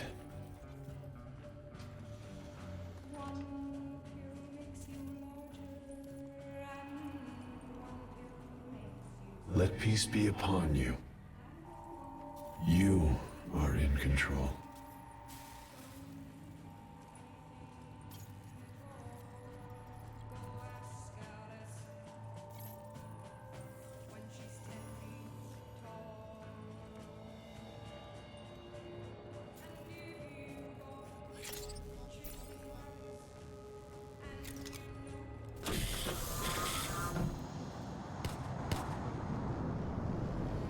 Imagine yourself. What's your name, soldier? In a frozen forest. I said, what's your name? Taylor. Once there. So, the true story is this. The missions are out of order, and so after reordering them, the formerly first and second missions, Black Ops and New World, are actually the third to last and second to last missions, right before the final mission, Life. The first mission becomes In Darkness. A big factor that you may have guessed is that you are playing as Taylor. A lot of the truth behind the campaign is revealed from Taylor's mission logs. You died on that hospital bed due to surgical complications in the middle of your training program with Taylor's team. But due to Taylor's interfacing with you, you lived through your own version of a lot of Taylor's memories. The real campaign is you as Taylor and Hendrix hunting down Hendrix's former wet work squad mates Ramirez, Fierro, Conrad, and Stone, who uncovered the Corvus Black project, and when they found the information on the illegal DNI testing, they threatened to go public with it. When they did this, the CIA marked them for death, deeming them a liability and called them back to be silenced. Knowing this was coming, they defected and scrambled their DNI trackers. Because the player is living out their version of Taylor's memories with no recollection of those four, they fill in Stone, Ramirez, Fierro, and Conrad as Taylor, Diaz, Moretti, and Hall, respectively. After the incident at the Lotus Towers, where Stone's squad is finally finished off by Hendrix, you as Taylor are badly wounded, as seen with the metal rod through the arm, and made the decision to join the Cyber Ops team, which causes Kane to break up with Taylor and leave her bandana with him. which he can be seen wearing on his arm in Black Ops and New World, where he tells Hendricks that him and Rachel didn't work out. Meanwhile, Hendricks decides to quit doing wet works due to moral objection and switch to hostage rescue, which is the first mission you are sent on, where the Minister and Khalil are rescued. Khalil being captured in Lotus Towers by the NRC because of the Cairo uprising is very important in establishing that Black Ops takes place after, as when Saeed is rescued, he says that Khalil was a hero of the Cairo uprising, and Hendricks immediately recognizes Khalil. Corvus was created as a glitch in the illegal DNI testing because of all the pain and agony that the test subjects were experiencing. Corvus caused the explosion of Nova 6 that killed 300,000 in Singapore. All Corvus wanted was a safe place for people free of suffering, a place to rest during and after their death. As you die on that operating table, Corvus is actually the one who forces you to experience the memories of John Taylor that you obtained from him interfacing, because Corvus wants to find out the reason for its own existence. As we can deduce from the finale of the campaign and the mission Life, they reach the final stages of the moments before death. Things get increasingly corrupted and unstable, while Corvus gets more and more desperate to find out its reason for existing before it runs out of time.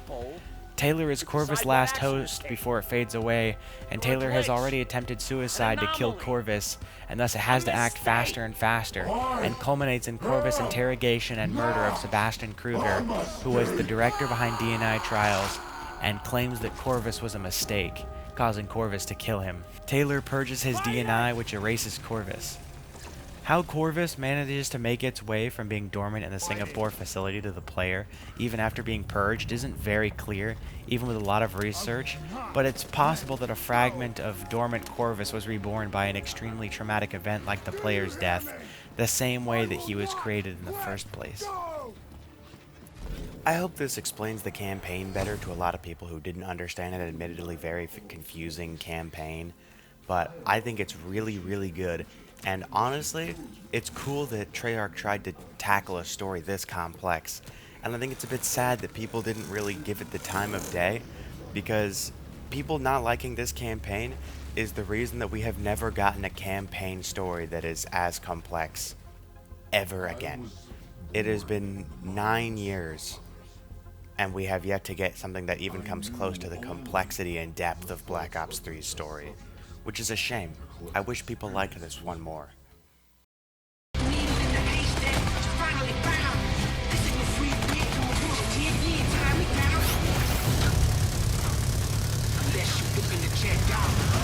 Triple kill.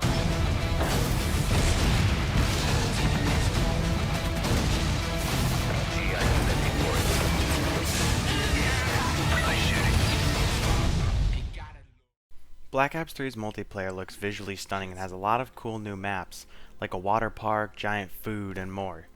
A lot of just fun, silly maps, but it does still have the classic maps that people have come to expect from Black Ops. Nuketown makes a brand new return, and actually has an Easter egg on it to make the mannequins come to life.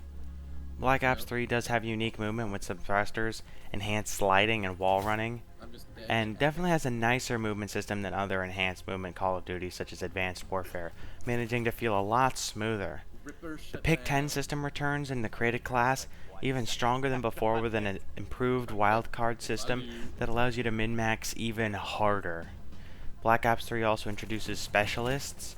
You can pick any of a number of characters, each of which have a utility ability or a lethal ability, such as Overdrive or Gravity Spikes, Tempest or Glitch, Annihilator or Combat Focus. It's pretty cool, and each ability takes a different amount of time and kills to charge up, which keeps them pretty balanced, but still feeling very fun to use. It adds a lot more personalization and a ton of new playstyles to the game. Supply drops as well are added, which mostly include new cosmetic options, such as some really cool camos, emotes, skins, and more. But what most players are after in their supply drops is the new unique weapons, and God are there a lot of them. If you played the game as they were coming out, it wasn't super difficult to get them all, as weapon contracts ensured you would get at least one new weapon every 75 games you won. There were a ton of cool guns like the Galil, RPK, China Lake, and a number of other classics, but also cool new weapons like this ricocheting disc launcher. There's also a bunch of cool melee weapons. The multiplayer was unfortunately dominated by the VMP, which was really disgustingly overpowered, but it didn't really make too much of a difference unless you were playing against sweat lords. The score streaks were also pretty funny, including a power cord that you can just hide in a building and it'll disable enemy electronics until they break it. Overall, I think Black Ops 3 had a pretty good multiplayer, but the enhanced movement meant it's not for everyone.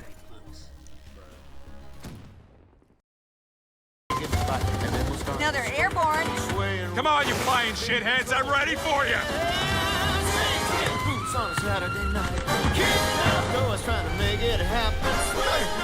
And then it's over the door, and then we'll go. We'll never surrender!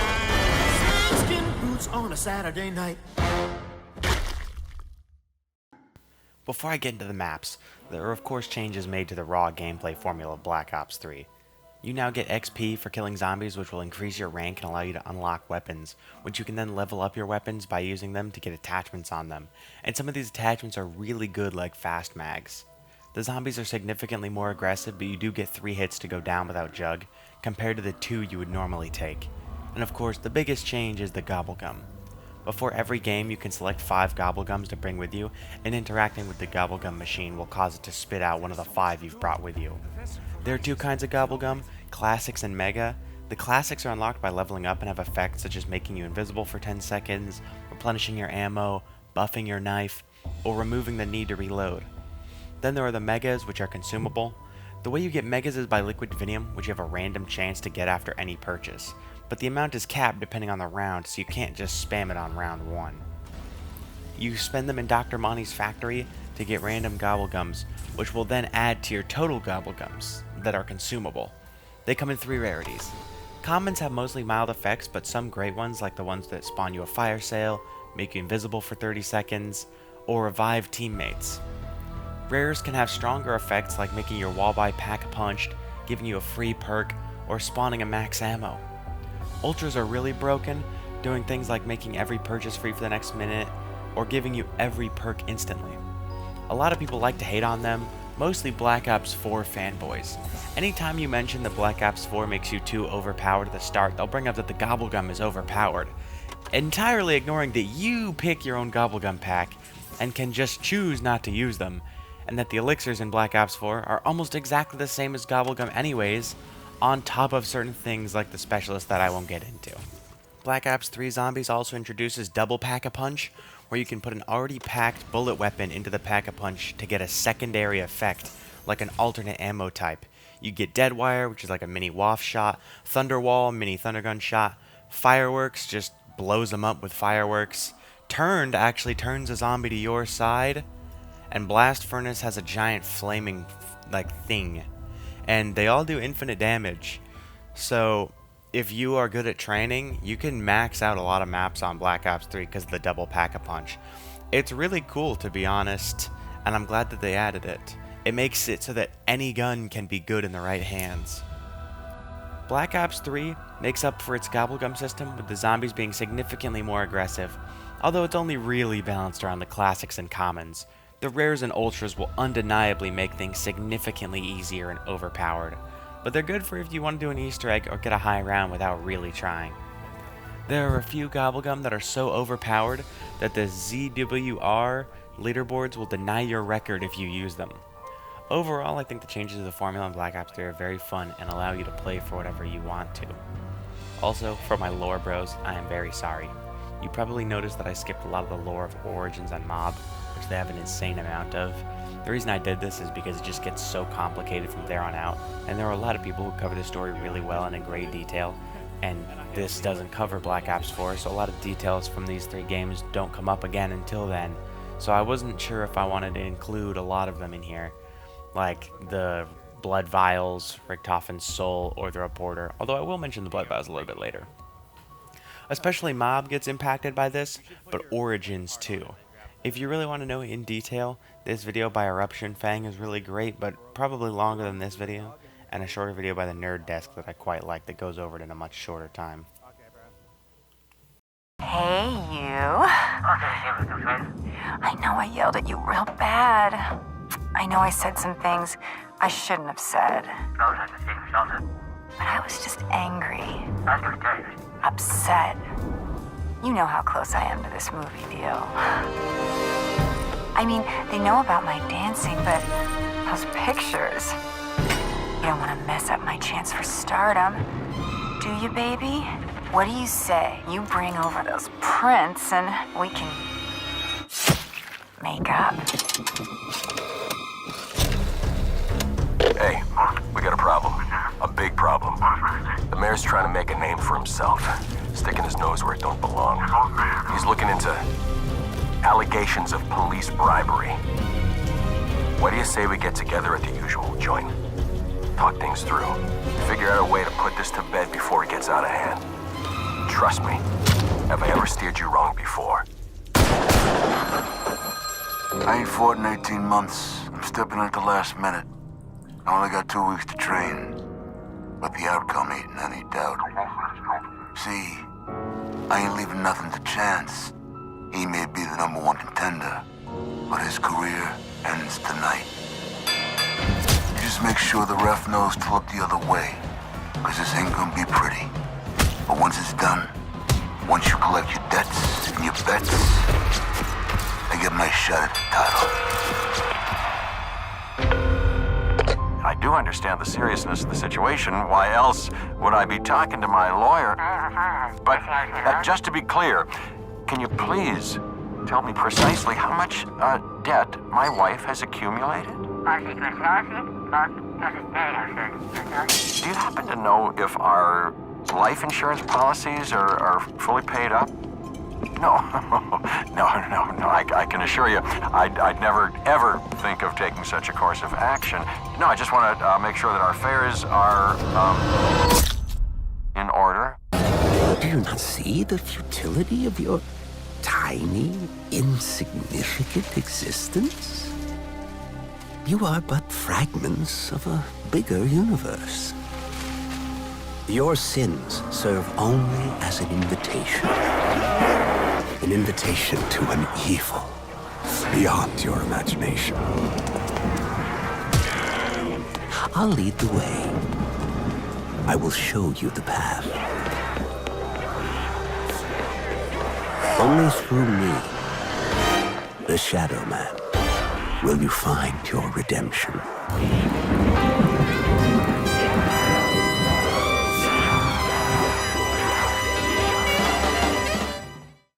Shadows of Evil was the perfect way to open an almost perfect Zombies run. This map is an absolute masterpiece and has a celebrity cast, including Jeff Goldblum as Nero, which is really funny. I like all the characters a lot. Floyd is alright though. It has this really awesome 30s vibe to it with all the city lights and smooth jazz. This is visually the best Zombies map. Shadows of Evil follows the Shadow Man, who's been manipulating the actions of these 4 characters into allowing him to create a pocket dimension of Morgue City in Dimension 63, the same way the mobsters allowed him in Alcatraz by killing the Weasel. Shadows return mobs Afterlife mode with a twist, improving, in my opinion, the new formula into a beast mode. Every player has one of these per round and can activate it at these podiums and use it to open things up gradually instead of a central power, just like in Mob. Except now you can also melee certain things rather than shock them, and also you can grapple around to certain grapple points, or revive another player that goes down.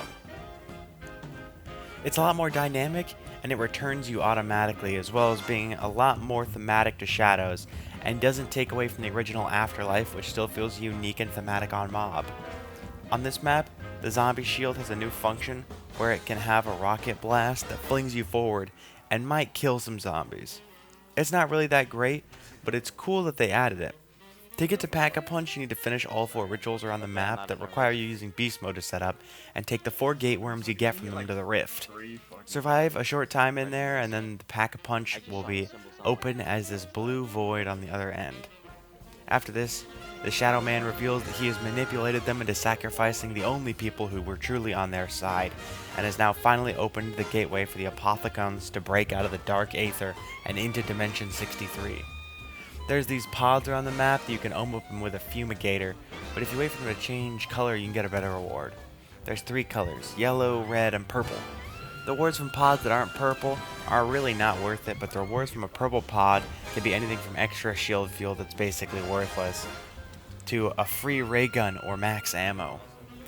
You have to use your beast modes to open these portals to get to the rift, and have to get at least one open because Pack is behind the rift. But if you open all of them, it's great for map traversal as an alternative to the tram. The boss enemy on this map is the Margwa, a big Apothicon beast that has 3 heads that all need to be damaged before he'll die. You have to wait for each head to open before you can damage it, but when he's spawning in, all 3 are open for a bit, which allow for some cheesy insta-kills. There's a tram you can pay for on the map to ride around, but it's just not as good as opening the doors or opening the rifts. There's a unique gun on this map, a fancy looking Sten gun called the Bootlegger that can be purchased on the tram. There's a new perk on this map called Widow's Wine that's 4 grand but is incredibly strong. It gives you a defensive burst when you get hit by a zombie that will web up nearby zombies, damaging them and preventing them from moving, while increasing melee damage slightly. Killing webbed zombies allows you to recharge the usages on Widow's Wine, so you can use it potentially forever. Speaking of perks, every perk has a new thematic perk icon and a new jazz jingle. I press those lips against the only one that truly moves you. Still the last days of your life. Get him! The wonder weapon on this map is the Apothicon Servant, and it's really cool. It fires a massive black hole. You get the 3 parts from it for killing a Margwa, killing a fly or meatball after round 15, and by opening up a purple pod to get the tentacle. There's a ton of little Easter eggs like a free gobble gum, donut trip mines, upgraded little Arnies, and even more. This map takes a lot of the new additions to the game in movement and weaponry and applies them here. In the Pack-a-Punch room, you are forced to wall run like you can in Campaign and Multiplayer to get across, and this map also features the first zombie specialist weapon just like specialists in Multiplayer, the sword. You get it by riding the tram around to find these symbols hidden through windows, and then use Beast to punch in the symbols, get the egg, take it to these statues and charge it.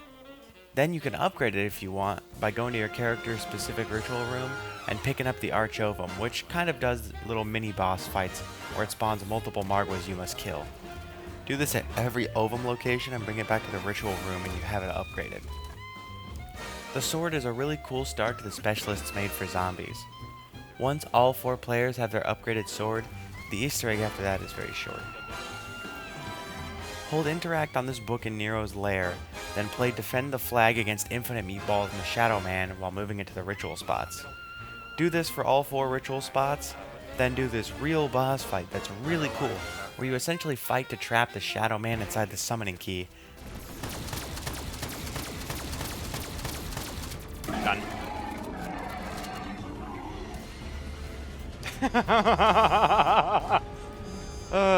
Okay.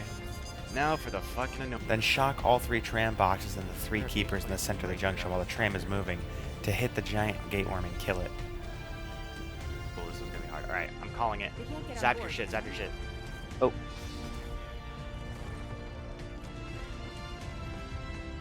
I got my beast, I'm going. Extreme, tell me if like it once it's all zap. Okay, it's all zap, right? Oh, I heard the noise. Yeah, we got it. By the way, the reason why is I did it too early. I have to wait.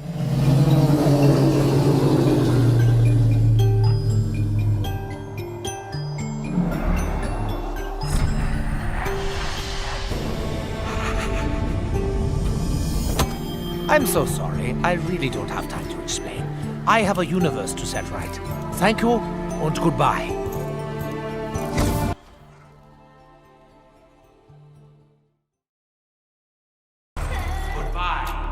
Dr. Maxis.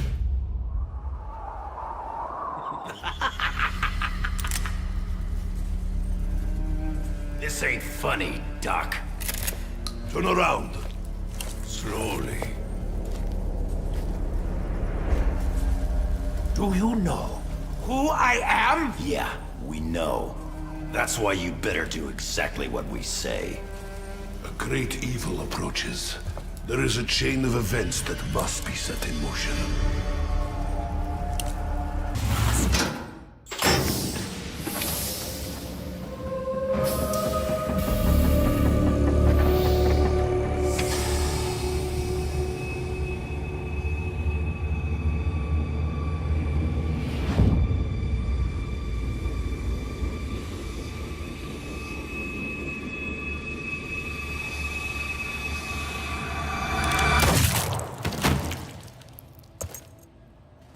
Richtofen, I thought we were done with this! What can I say, Netsi? Things change. Only a fool would dare to change history! I am no fool. The Giant takes place back at the Der Riese facility in a fragment timeline just off the original timeline, not Dimension 63. Because it's a fragment, whatever happens here won't actually affect the real timeline because they're fucking with time travel or whatever, but whatever happens here is kind of in a pocket that's not going to affect the original timeline. Richtofen has allegedly captured his own soul and sent it to the house by killing Ultimus Richtofen. We know from the Origins cutscene that Eddie is the soul of Edward and is already at the house, and we know that from even deeper sources, Richtofen actually got his own soul from Dimension 2211-0 before the Giant taking it from himself as a kid, which explains why he ends up so twisted as he never had a soul. But he came here with the others to kill himself first so that the others will trust him when he needs to capture the souls of the others by killing them. Apart from the story, it's just Der Riese again, which is fun, but it also has an extension of the flytrap egg that will melt this snow to reveal either Deadshot or Stamina. It changes every game. Very fun map, and it's really great that it came with shadows, because otherwise the casuals would not have a casual map to play at the launch. Very fun and cheaper than every other DLC map.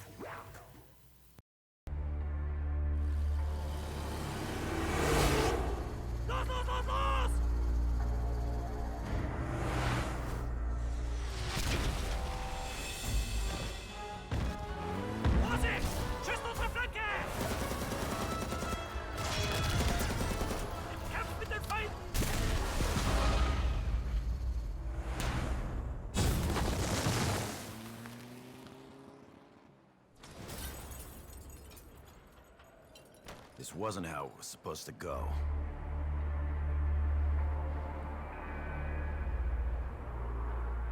We were supposed to secure the package and be in and out clean.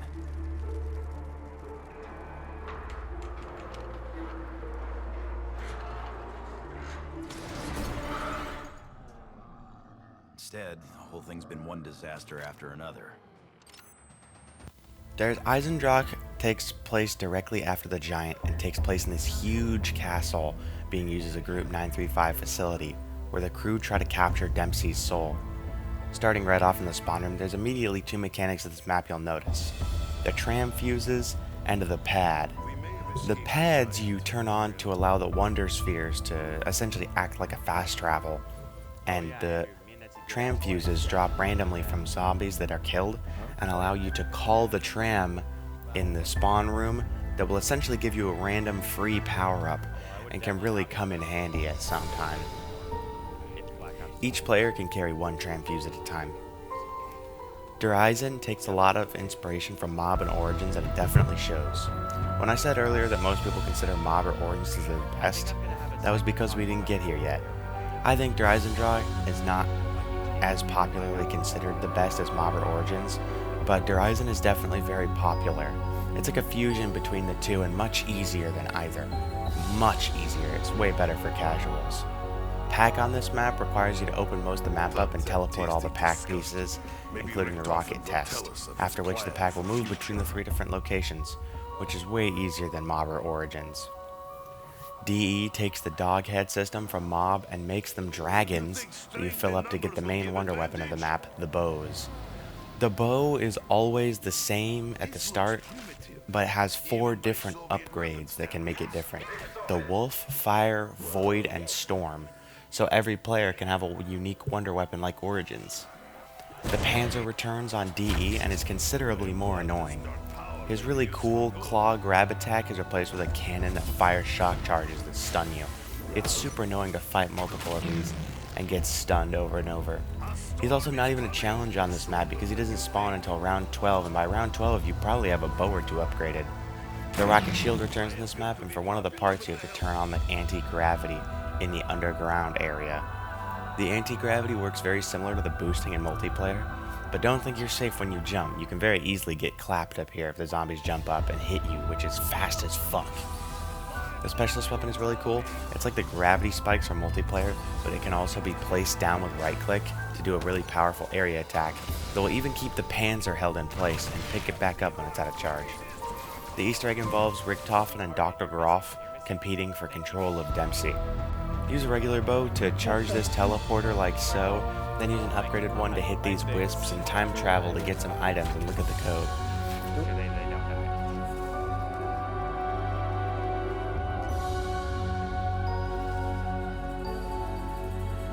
Fuses. Tube.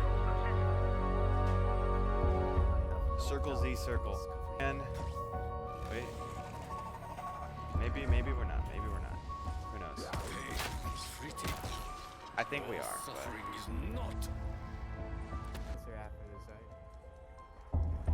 Yeah. Then go use the fuses and put the code in to open the safe and grab these milk bottle looking things. Time travel again to grab this stone tablet and then put the bottles in the death ray and place Simon Says on these two computer consoles. Once they're done, hit the button on the death ray to bring Dempsey back down to Earth, but Groff activates the protective field on Dempsey's chamber from the moon. Was that a bullet? It's a shuttle. Pick up the golden rod from the shuttle and place it in this slot on this grave, which will make it spawn a keeper. At any time when he's spawned in, make sure to place the tablet here outside double tap. Follow the keeper and stand in the circles he creates while getting kills with the bow indicated by the glow on your screen. After you've done all of these, the keeper should go back to the MPD replica, which will open once you place that canister you grabbed forever ago into this corner. Have everyone in your game place their Ragnaroks down on top of the anti-grav squares at once to start the boss. This boss works very simply. You just have to survive a bunch of his attacks, which are very mild. Keep running away, and then when he starts to charge up a lightning attack, you need to place your Ragnaroks underneath him to stun him, or else he'll set off an attack that instantly downs everyone not behind a pillar. Once you've stunned him, spam his chest icon with your bow shots until he's taken enough damage to go to the next phase, which just requires you kill a bunch of panzers that will drop max ammos. Once you kill enough, it'll be another keeper phase, then be another panzer phase, then you'll have a final keeper phase where there's one panzer spawn to harass you. Once you finish the boss, grab the summoning key out of the MPD and take it to this computer to finish the Easter egg. Alright, let's go watch the fucking moon explode.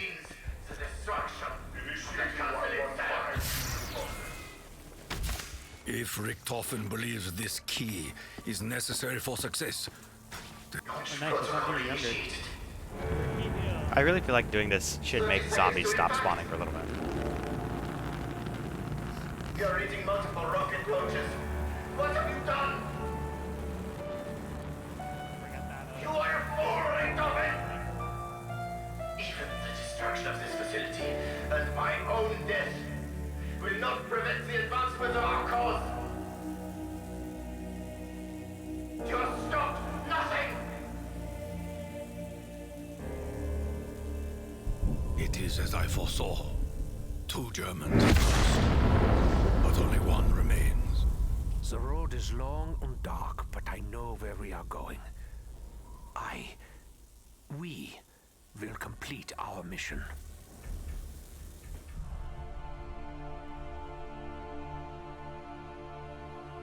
He's still alive. I fucking hope so.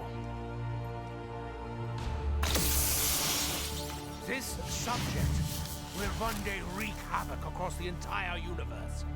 He cannot be allowed to live. This wasn't how it was supposed to go. We were supposed to secure the package and be in and out clean. Instead, the whole thing's been one disaster after another. I should never have trusted you, Richtofen. Never! You should trust me, Dempsey. You all should. This artifact has the power to contain and preserve the subject's soul. Your soul. But it can only be done after the moment of death. Just as you saw me do to my other self. It is the only way. Wait! If someone's gotta take him out to save the universe, then it should be me that does it.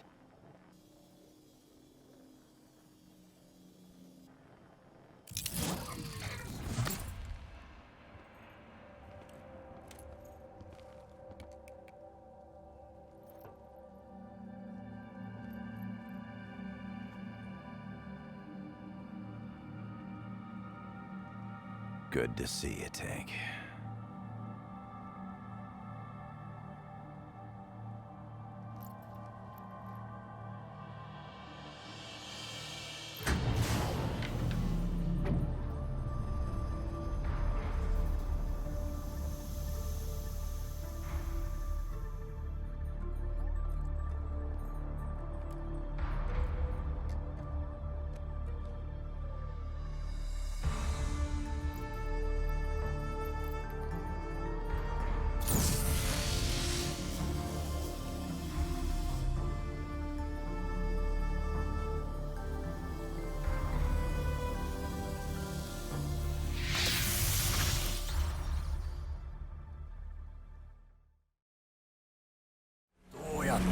入れたんだ。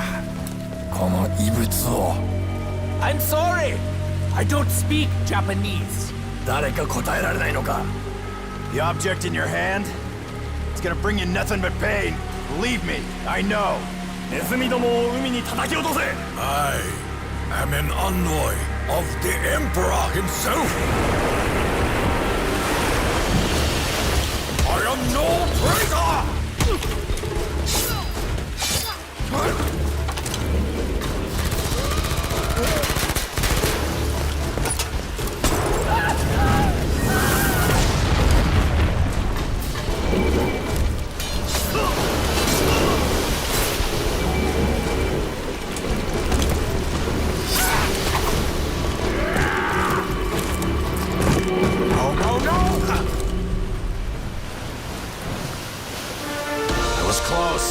Yes! A little too close. We must go now. Zetsubou no Shima is the first map since Mob to ever try building a strong ambience and atmosphere as one of its core aspects. Zetsubou has an amazing score that really helps create a sad and somber atmosphere as the crew hunts down Takeo 1.0 through the ruins of an old Division 9 facility, which is a Japanese sister organization to Group 935 that has been experimenting with Element 115 contaminated water, spider, and plants. Zetsubou has a bit of a complex method to get power on, requiring you to turn on 2 temporary power stations with water, and while both labs are powered, you can open this bunker door. This is where you first meet the boss enemy on this map, the Thrasher. The Thrasher is fairly weak for a mini-boss and he can be killed while spawning, but they make up for that with their numbers and the fact that they can spread. They will one-hit you without Jug and will red screen you with Jug.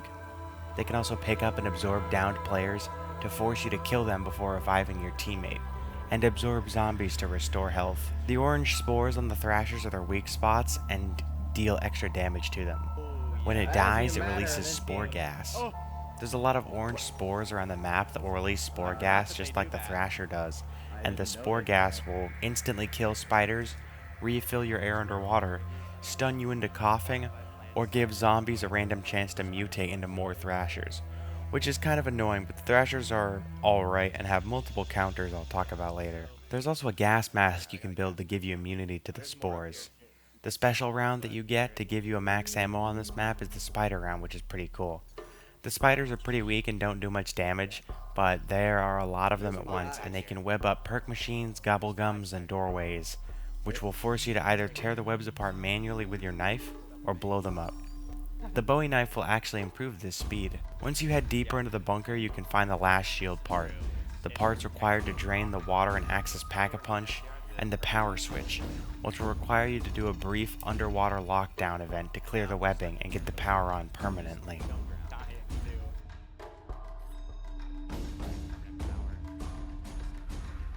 Directly to the right of the spawn is the trial podiums, where each player has 3 unique challenges that they can complete to redeem rewards. The bottom one gives you a max ammo, the middle one gives you a gun, but you basically always want to reroll it into a free dingo.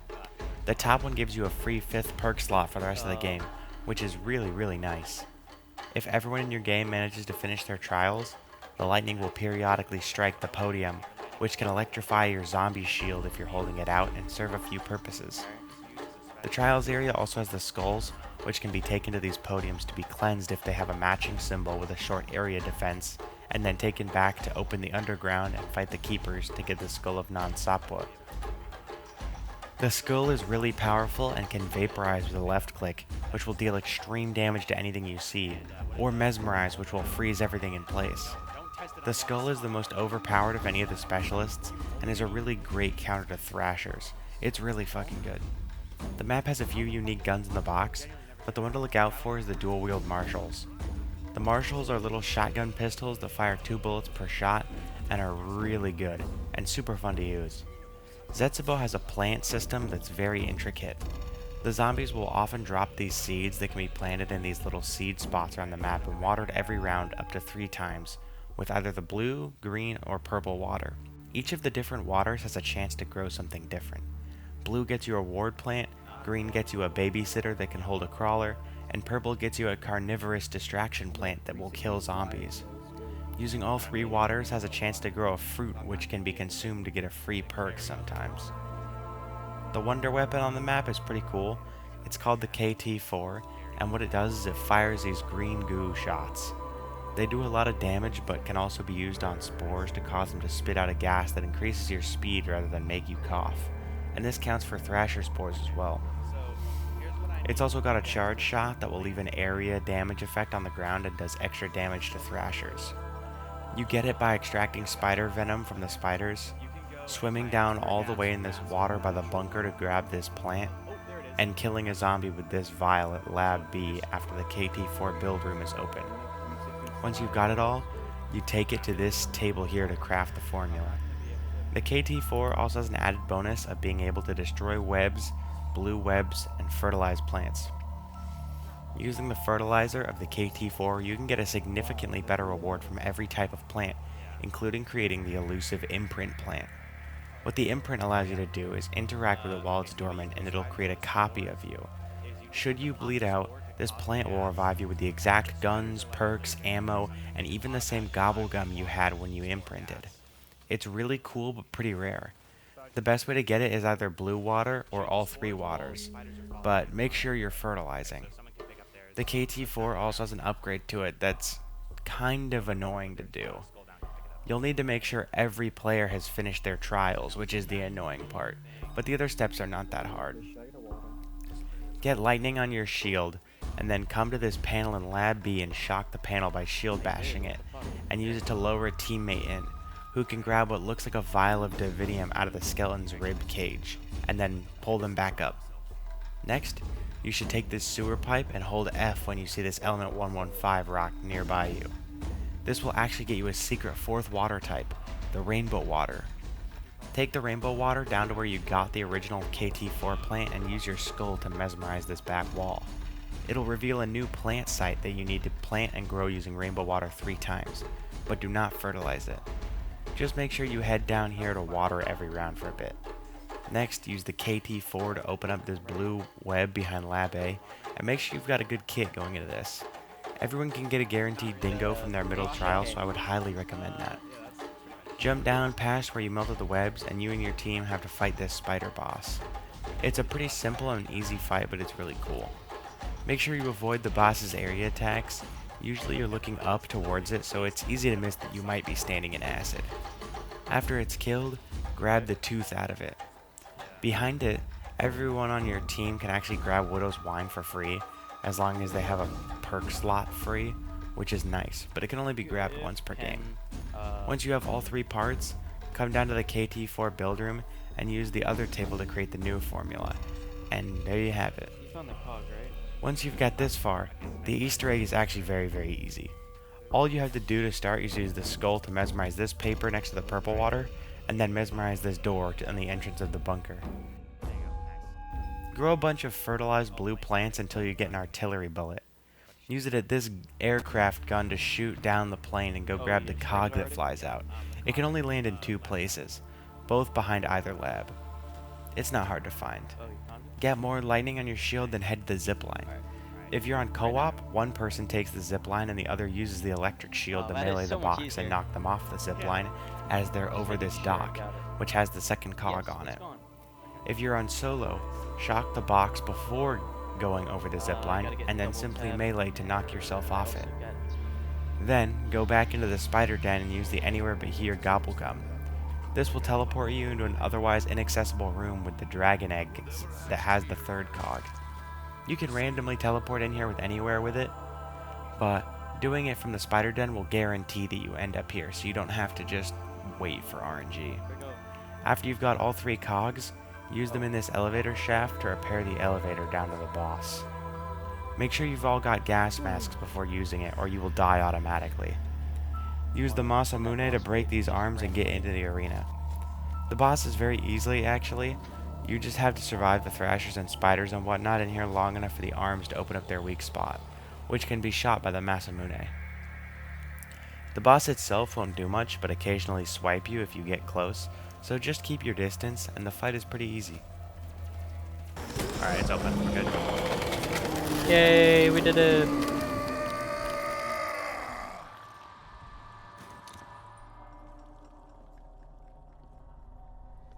Your eyes.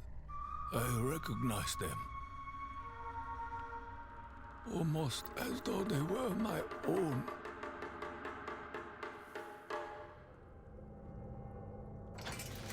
Takeo Musaki. I did not believe I would find you in such a place. I was a warrior. I fought many great battles for the glory of our nation, for the honor of the dying samurai spirit. I was a hero. I share this memory. I have lived many of the same victories. I later learned that my victories were unwelcome. His betrayal was driven by petty jealousy.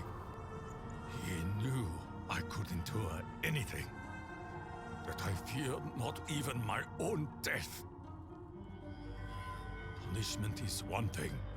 This is cruelty. Who could be so evil as to desire another soul to endure such suffering? Who amongst us could be so dishonorable? Are you so blinded by your own loyalty? The orders came from the Emperor himself.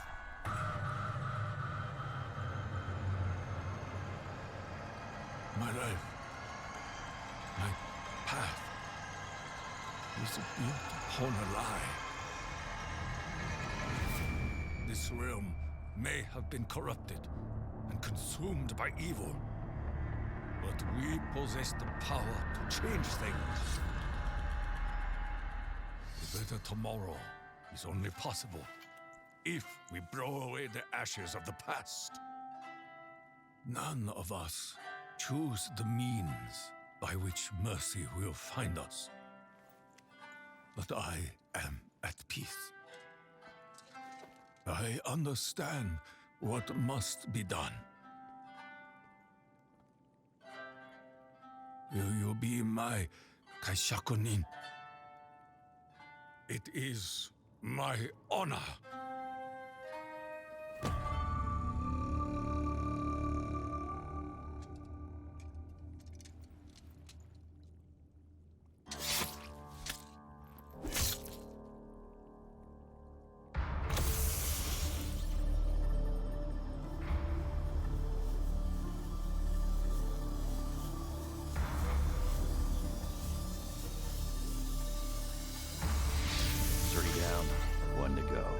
Guess it's you next, Nikolai.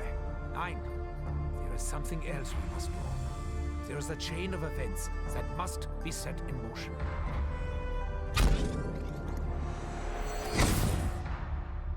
Call it our insurance policy. No way. In case we don't like where we end up.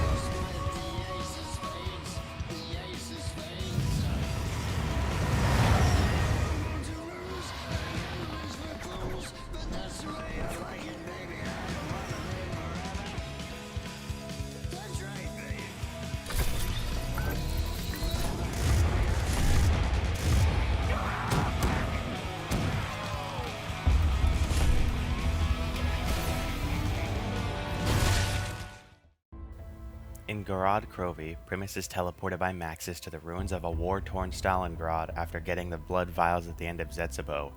For the lore fiends, I may get this slightly wrong, so please bear with me. But I think Richtofen takes the other three to his secret lab that he's built at Alcatraz to get the blood vials, using Billion Finn's blood for himself and using the blood of Victus, who are in cryo chambers, in there for the other three. He takes these just as an insurance policy. You don't actually play this part, and it isn't explained until Black Ops 4. But they got the whole thing with Blood of the Dead in Black Ops 4. Anyways, back to Gorod Krovi. Gorod Krovi is the simplest new map to come out in Black Ops 3, and also my personal favorite map of all time. I admit that there are definitely better maps such as Mob and Origins, but my personal favorite is GK. It's very easy to play, but has a lot of depth if you want to get into it. You start in a rather open spawn room with the Trials board. Power is just a simple switch and Dragon command, after which the Tank Factory and Supply Depot can also be opened. This is where you meet Sophia, an AI in the Dragon command who is the assistant of Maxis. It's the Dragon Shield and fires an incredibly powerful blast of green fire straight forward, as well as just looking sick as hell. If you want, you can also upgrade it to make it take more hits, as well as turning red and doing more damage. The wonder weapon on this map is the Ray Gun Mark III, which is dual wield. One fires regular ray gun shots that do extra damage with no splash, and the other fires little orbs that slow enemies. If you fire a regular shot into the slow orb, it'll create a singularity that does extreme AoE damage over time. There's a couple extra unique guns in the box that are super cool. The FFAR is really cool. The RPK makes a return from Black Ops 1. The NX Shadow Claws are weak, but they can be used to revive teammates instantly from range, like the ballistic knife once upgraded. And of course, the classic PPSH from World at War returns, but slightly less overpowered. Once power is on, the zombies will start to drop code cylinders. Code cylinders can be used in terminals at each of the main areas to spawn a Groff module. Groff modules are these drop pods that will attract the zombies to damage it and need to be protected until they will open and let you have whatever they're carrying. When a Groff module is active, the rounds become fluid and change based on zombies spawning in rather than needing to kill the last one for more to come. They just keep coming. The first three will carry the Dragon Network parts and always be from the 3 different possible spawns, so you're required to open up the whole map to get them. Past that, they'll just give you a random power-up. Once you've got all 3 of those parts, come down to the bunker and put the parts into the network box, and then you'll be able to call the dragon to any terminals and ride a damn dragon to the house. I didn't go to bed early, but I slept over like 13 hours. God damn. Holy fuck. I think I went to sleep around 3 and I woke up at like 4. Well, I woke up at like 12 and then I'll just lay in bed for a second, I won't go back to sleep, and then I woke back up at 4. Yeah, no, like that never happens when you fucking, yeah, I'll go to sleep for like an hour. Nah, if you use every dragon terminal in one game, you'll be rewarded with a set of equipable wings that can skip the ride and go right there for free. The house has multiple things in it, most notably Pack-a-Punch, but it also has the dragon egg that you can shoot down and take with you, and this lockdown event that you can do, which will require you to hold off a bunch of zombies and the new boss on this map, the Mangler. The Mangler has less health than a Thrasher and does a very strong melee attack or a weak homing shot from his arm cannon. Once damaged enough, he will become enraged. If you use this opportunity to shoot the helmet and arm cannon off of 5 Manglers, you will be rewarded with the Mangler helmet, which will allow you to deal extra damage to Manglers and take less damage from them. Finishing the lockdown will also get you the Dragon Strike controller, which is a placeable target on the ground that will draw the zombies to it, and then the dragon will rain fireballs on them, killing them.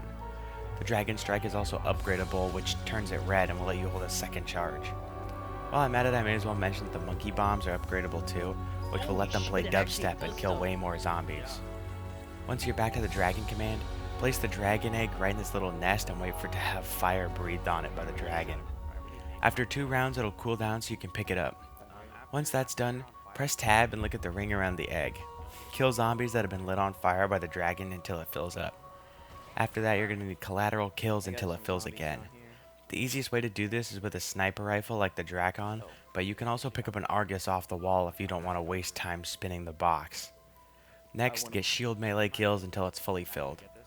Once it's fully filled, you can ride back to the dragon and do another little lockdown underground in the basement where the incubators are, after which you'll need to wait another 2 rounds to come back and grab the egg again. During this lockdown, you'll run into the other special enemy on this map that also makes up the special round to give you a max ammo.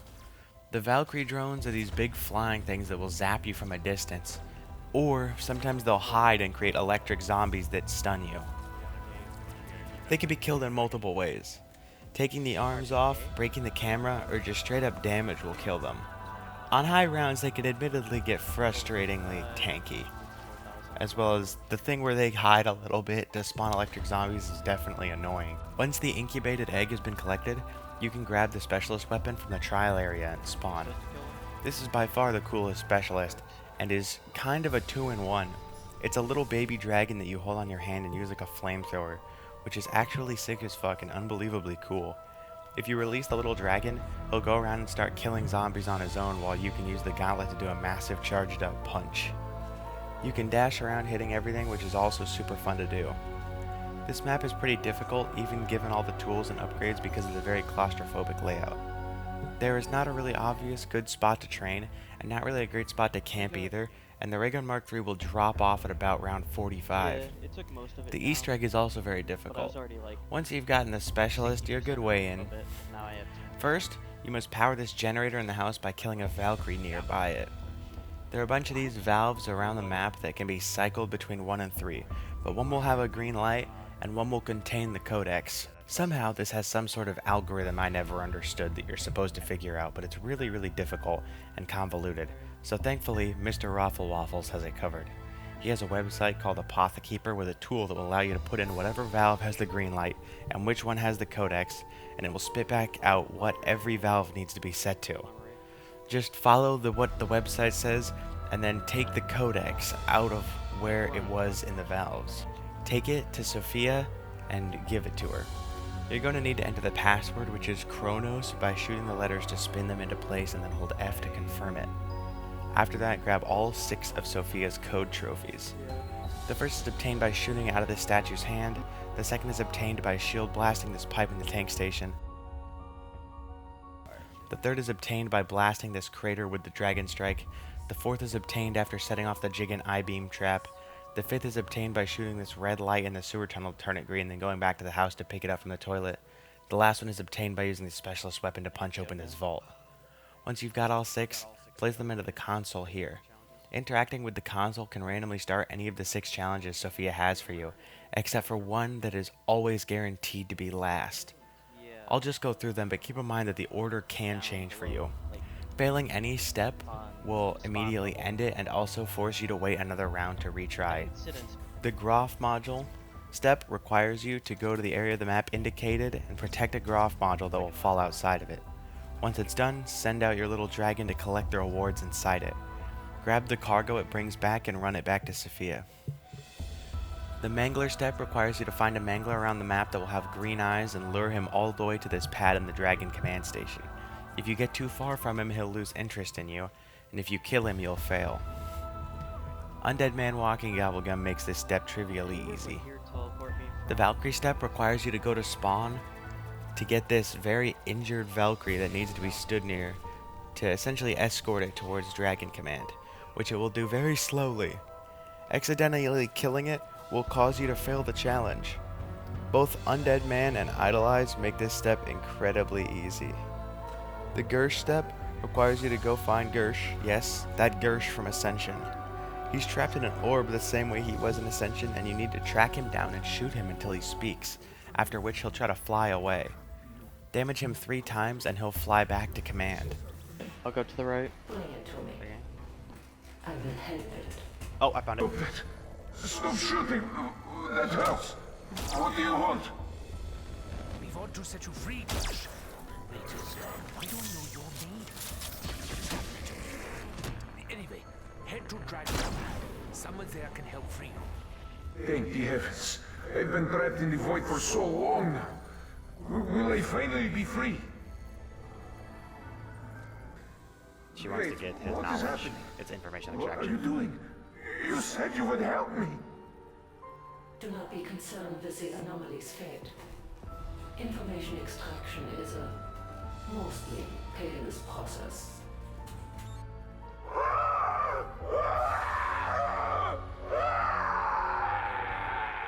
The bomb step is the kicker. Around the map there are 6 little bombs that will need to be defused by holding F on them in the specific order that the map shows you. Depending on the amount of players in your game, you will have anywhere from 2 minutes to 30 seconds to defuse the bombs. If you fail to defuse them in time, all 6 bombs will detonate and down nearby players instantly. Hitting a bomb out of order will also cause them all to explode. This step will seriously test your coordination and has a chance to wipe your entire team if you are not careful. Make sure that nobody who doesn't need to be hitting a bomb is near a bomb, just in case something goes wrong, you won't get a game over. And make sure that you have the correct sequence and good communication. The last challenge requires you to take a floppy disk from Sophia and take it back to the house for another lockdown consisting of only manglers using this back panel. After that, Sophia will give you a power core which you can bring to spawn and use the dragon specialist to take it to Nikolai. This is so fucking like...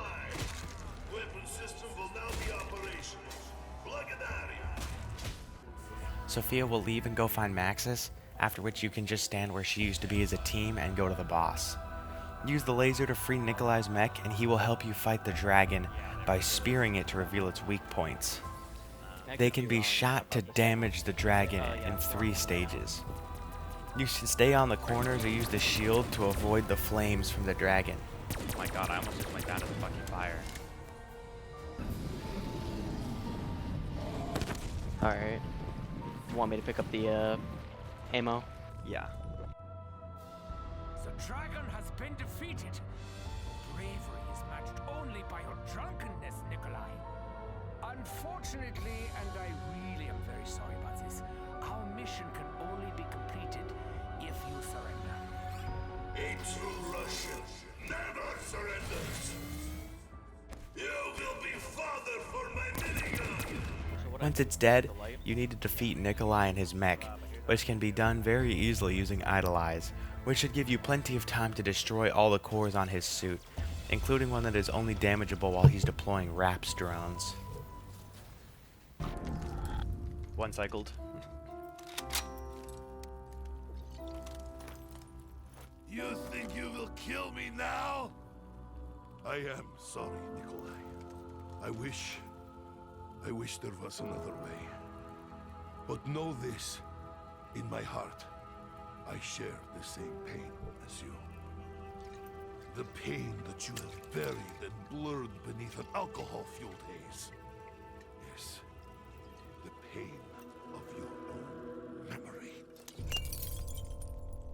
You loved and you lost.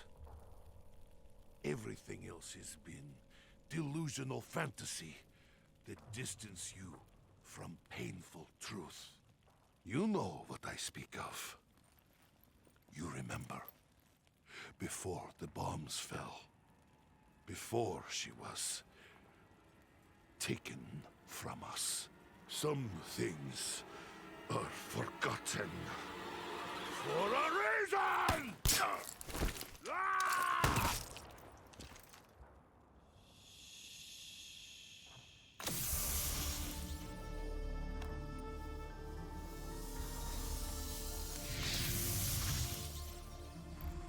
It is done. The souls have been collected, Maxis. We will see you soon.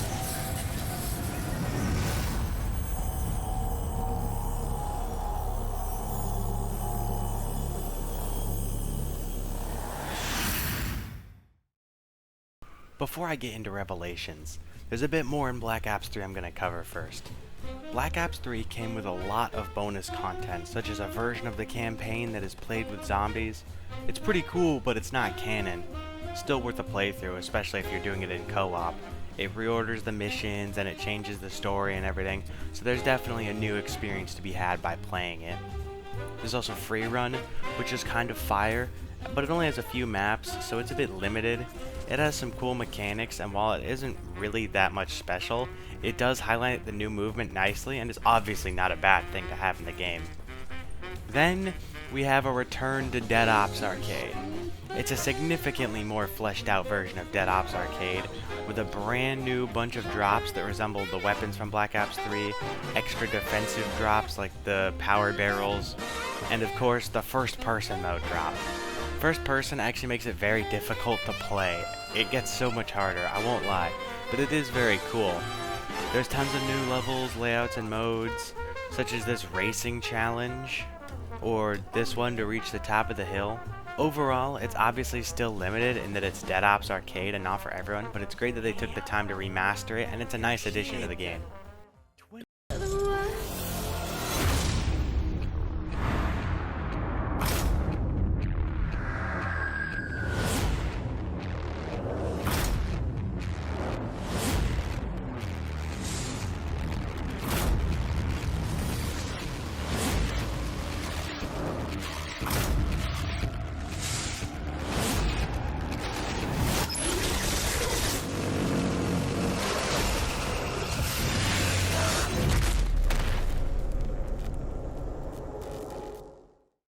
Now, obviously people knew I was going to mention this. Zombies Chronicles is a DLC pack that remasters 8 classic Zombies maps with an up-to-date engine. The maps remastered are Nocturne Toten, Shino Numa, Vrucht, Kino der Toten, Ascension, Shangri-La, Moon, and Origins. Moon is a huge improvement on the original, as I said earlier when covering Moon, but overall the rest of the maps are about the same quality as they were when they originally released, except Origins, which patched out some bugs that people liked.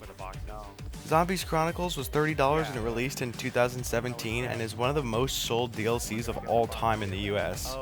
Nowadays, Zombies Chronicles comes for free with every copy of the game that includes zombies. It's a really, really good deal, and amazing for the health of the gaming community that these remasters came out, and especially now that they're for free. I'm obviously not going to go over every map again because I've been over most of them already, but Zombies Chronicles is such a huge addition and a step towards bringing zombies under one roof. The only way it could get better than this is by having a standalone zombies game. Black Ops 3 is just so good for this.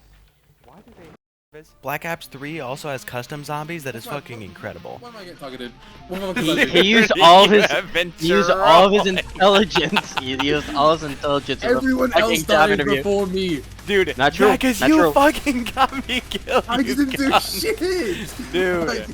Custom Zombies is the reason that Black Ops 3 is still consistently selling copies despite being almost 10 years old. And then he got like a 4090 Gigamax PC. Biz and Andrew spawned down. Dude, down on instantly. Down on loading screen. Down on those loading zombies. Down on loading screen. This shit came out in 2015 and is always the second best selling COD, right behind the current one, if not number one, just because Custom Zombies is so fun.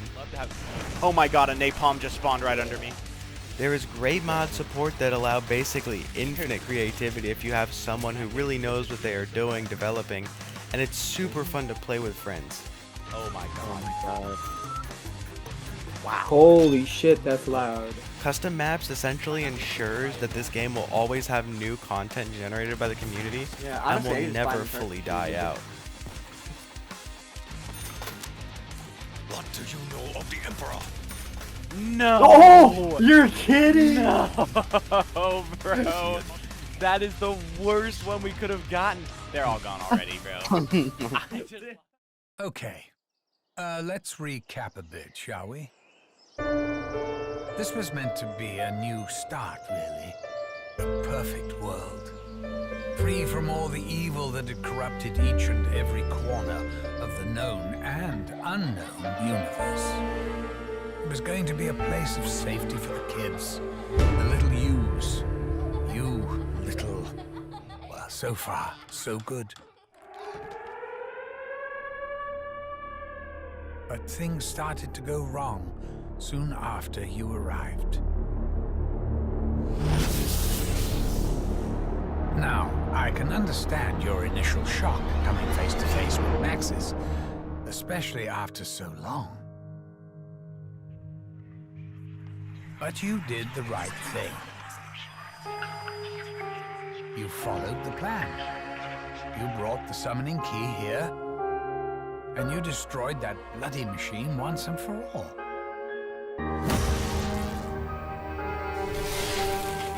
Thing is, Max's went and ballsed everything up. Please, you must help me. He heard voices, you see, calling to him. Only together can we prevent the destruction of your world. It wasn't really his fault. You know, he hasn't actually got his soul yet. All I got was a brain. Anyway, the key thing, as in the thing that is key, is that Max has fiddled around with the summoning thingamajig and accidentally released an even bigger bastard. Someone even I didn't know was in there. The Shadow Man. The one and only original Harbinger of Doom.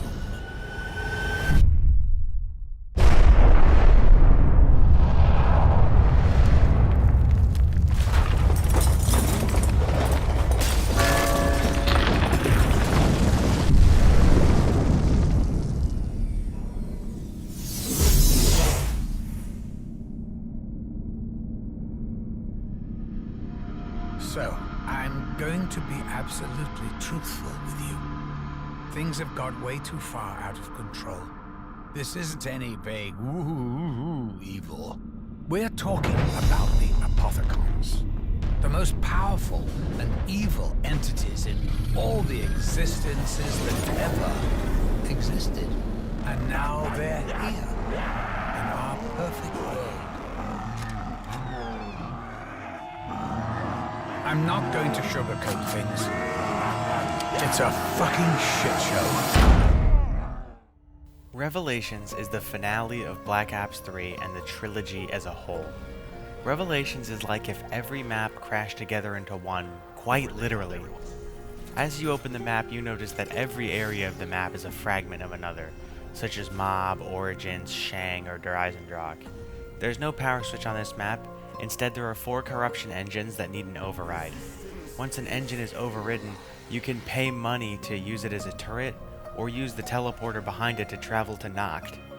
Noct serves as a sort of hub for the map that connects all the teleporters, which is great for map traversal quickly, and also contains Juggernog in the shield location. This map has the dragon shield from Gorod Krovi. And while I'm at it, I may as well mention that everything that returns on this map. It's kind of a reunion. The Apothecon Servant returns in the box alongside the Thundergun, Ragnaroks, Arnie's, but there's a few new weapons such as the Rift E9, the Banshee, and the Peacekeeper. It's all pretty cool, but some of them are pretty bad like the Banshee. Directly on him. It's also nice to run through the different areas and recognize everything, and you can even grab the Weasel's hat here, though it gives you no benefit. The Keeper Protector is a summonable after you build his altar for 5 grand, although everyone can pitch in to make it cheaper, so it's not 5k on one person. The Keeper Protector is really strong and is a great help and can even revive you. Once you turn on all 4 corruption engines, you can use the console in Noct to stun the Apothecon and keep it trapped, after which you can venture inside it to get to Pack-a-Punch. I think the layout to this map is cool, and all it does is return a bunch of cool stuff, but it's also left feeling slightly unoriginal. It's got a new layout and quite a bit of new stuff, but it doesn't have a unique wonder weapon or a unique specialist, which are both unfortunate. It does have new enemies though. The Panzer, Parasites, Margwa, and Corrupt Keepers all return alongside new kinds of Margwas that can use a fire and void attack, and the Furies that are unfortunately tanky, hit really fast, and have a dash, and they aren't affected by Widow's Wine. Thankfully, if you kill enough of them, you can get a helmet that really helps against them. There's a lot of helmets on this map, and they all give you a wide array of benefits. The Wolf Mask improves your mobility, the Fury Mask improves your health and fury damage, the Viking Hat gives you an extra hit, the Margwa Hat improves mobility, Margwa resistance, and Margwa damage. The Keeper Mask gives you an extra hit and better damage and resistance to Keepers, as well as making the Keeper Protector last much longer. The Templar Helmet will give you improved mobility as well as significant resistance to most, if not all, boss attacks, as well as no damage or stun from any of the boss ranged or explosive attacks, and increased damage to bosses. Lastly, there's the Shadow Man mask. This mask is significantly overpowered, but takes a long time to unlock, especially compared to other masks. The effects are amazing. You get 1 extra hit from all enemies, 33% damage reduction from all enemies, as well as 50% improved damage to all enemies, and improved mobility. Void Margwas and Panzer Shocks will also not stun you. This results in you taking a staggering 10 hits to down with Juggernog, and even more with Widow's Wine. You can also upgrade the Apothicon Servant on this map by shooting some flying tablets in the sky with it and then packing it. The Easter egg is really stupid. When this was being searched for, it literally took forever to find compared to every other egg. The first step is shoot these gravestones in the order I shoot them, 2, 3, 1, 4. Once you've done that, find a jump pad that has this little corner rock in the back, build in something to Keeper Protector and take it to the little rock. It will start doing a little ritual that will last a few minutes and you've got to protect them. Once it's done, grab the reel that spawns and go put it in the record player at Noct. After that, make sure you've got Arnie's from the box. Come to the Apothicon and throw the Arnie's into these little holes. There are 9 total, and every 3 thrown in will spawn 3 Margwas that need to be killed. Once you've thrown an Arnie into every single hole and all the Margwas are dead, the next reel will spawn on this bridge that can be taken to Kino. Then you gotta make sure you have the Apothicon Servant upgraded and take an upgraded bullet weapon to these locations. Shooting these 7 rocks will cause a bone to spawn that needs to be sucked up with the upgraded Servant. 1 in the church at spawn, 1 on the parkour outside Der Eisendrache, 1 behind Stamina at Shang, 1 outside the generator at Origins, 1 on this hill at Verrucht, 1 over the stairs on Noct, and once you've got them all, use the Apothicon Servant to suck up the pile of bones on Noct, and then again to pick up Sophia's body. She'll drop a reel that needs to be taken to the top of the mound on Origins. Use the Corruption Engine turrets to shoot these blue rocks which will ricochet the beams off and into Sophia, and once all are hitting her, you can hold F on her and Noct to materialize her, and then escort her to Kino. She'll power up the teleporter which you need to use, which will take you to Samantha's room so you can grab the Chronorium. Place the Chronorium on the podium of Kino once you're back, which will spawn the eggs. The eggs are these little yellow eggs that need to be collected. 1 will spawn in Verrucht, 1 will spawn in DE or Kino, 1 will spawn in Mob or Origins, and 1 will spawn in the spawn room or Shang. Only 1 of these will be spawned at a time. If you find one, take it to the Apothicon and put it into one of these little areas, then get 10 kills around it. It'll give you a gate worm which needs to be taken back to the area where you got the egg. So if you got it from spawn Shang, you'll need to go back to spawn Shang, for example. You need to listen for a sonar ping to find where to place the gate worm and get a symbol. Well, then I've definitely passed over it.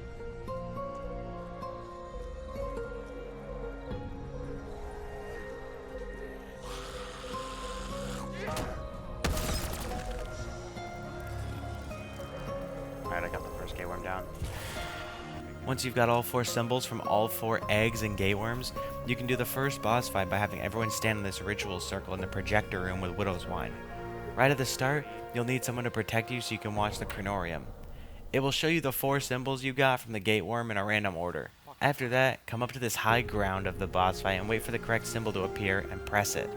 Press the symbols in the order the book showed you, but be careful for red herring symbols that don't actually exist, or pushing them out of order. Once you've got them in the right order, you'll need to survive and kill Margwas through multiple different phases involving different elements. Oh, I have Reagan. I have so we Reagan. have to kill,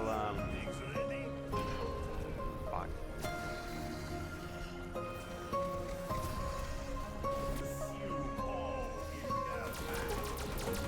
This one is definitely the hardest, by the way. But I think the Margwas are normal. Okay, got a Margwa. Dude, these walls are no joke. There should be one that has, like, almost no heads left. Nice. Both of them had no heads. Once you finish the fight, you'll be given the summoning key. Now you basically need to play uplink with the key and run around the map and throw the key at all of the following items. The poster on Mob of the Dead, the tombstone on Origins, the focusing stone on Shang, the chandelier radio on Kino, the clock under Eisendrache, the fountain on Verrucht, and the red barrel on Nacht. There's quite a few bugs that can happen with the summoning key. If you get bugged while running through a teleporter and holding it, you won't be able to interact with anything. You can either down yourself or pick up a death machine to set things back to normal. Or you could buy Mule Cake beforehand and not get a third gun just in case. After they're all hit with the summoning key, you can do the second boss fight by heading back to the Kino teleporter. You need to put the summoning key into one of these podiums and charge it with souls. Once it's charged, you can throw it to Sophia, who will break the Shadow Man's defenses. Shoot him until he reaches the back of the Apothecon's mouth and then hold interact on the Chronorium. Is ammo. A real quick recap before we go further. Black Ops 3 does have a campaign that's weaker than the other two, despite not being bad, but it gets bonus points for coming with the extra nightmares and free run modes. The multiplayer is very fun and easily the best out of any of the enhanced movement Call of Duties and has a lot of replay value, although it does have a slight problem with cheaters. The Zombies is the best Zombies that has ever been released by far. And on top of that, it has major bonus points for Zombies Chronicles and Custom Zombies, which essentially ensure the game will never really die out if you're a fan of zombies. This is the best of the series, in my opinion. And we have the Fury mask on, so you can imagine. We'll slide on in, your magic little wicked queen. Take a spin. The evil cannot get us. Who do you do? Places are red. We're hitting the deck. They don't have a prayer.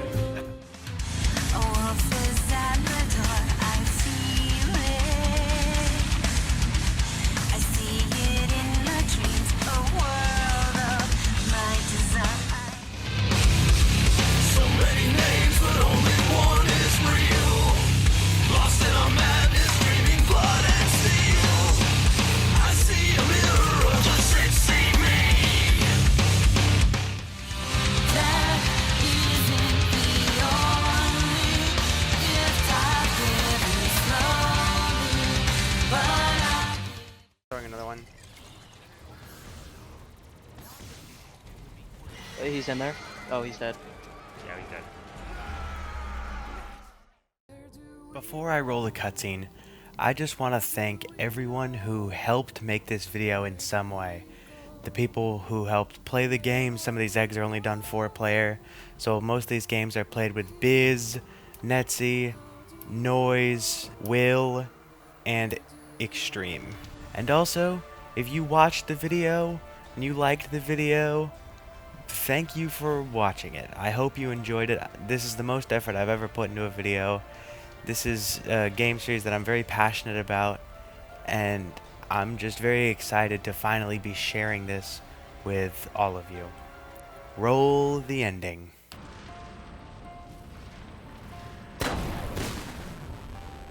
Sophia, Maxis. you know what we must do, my dear. Yes, my love. We will do it together. As one we are, now and forever.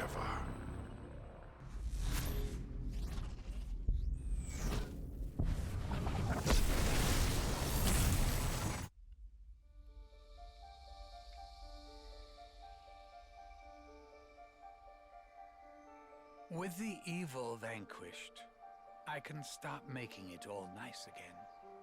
No undead, no apothecons, no shadow man. All of it gone. Forever. But here's the funny thing. You snowflakes shouldn't even still be here. You should be fading out of existence by now. Those blood vials.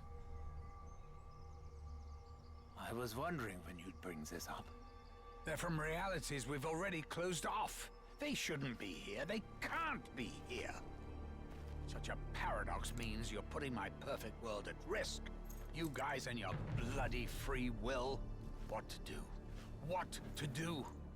Well, you certainly can't stay here. You could send us somewhere else. Somewhere we've never been. I suppose I could make a little corner somewhere in history. A place where I can dump some of the other shit that I've left over. Or I just wipe you from existence. Oh, hang on. Actually, that all works out perfectly.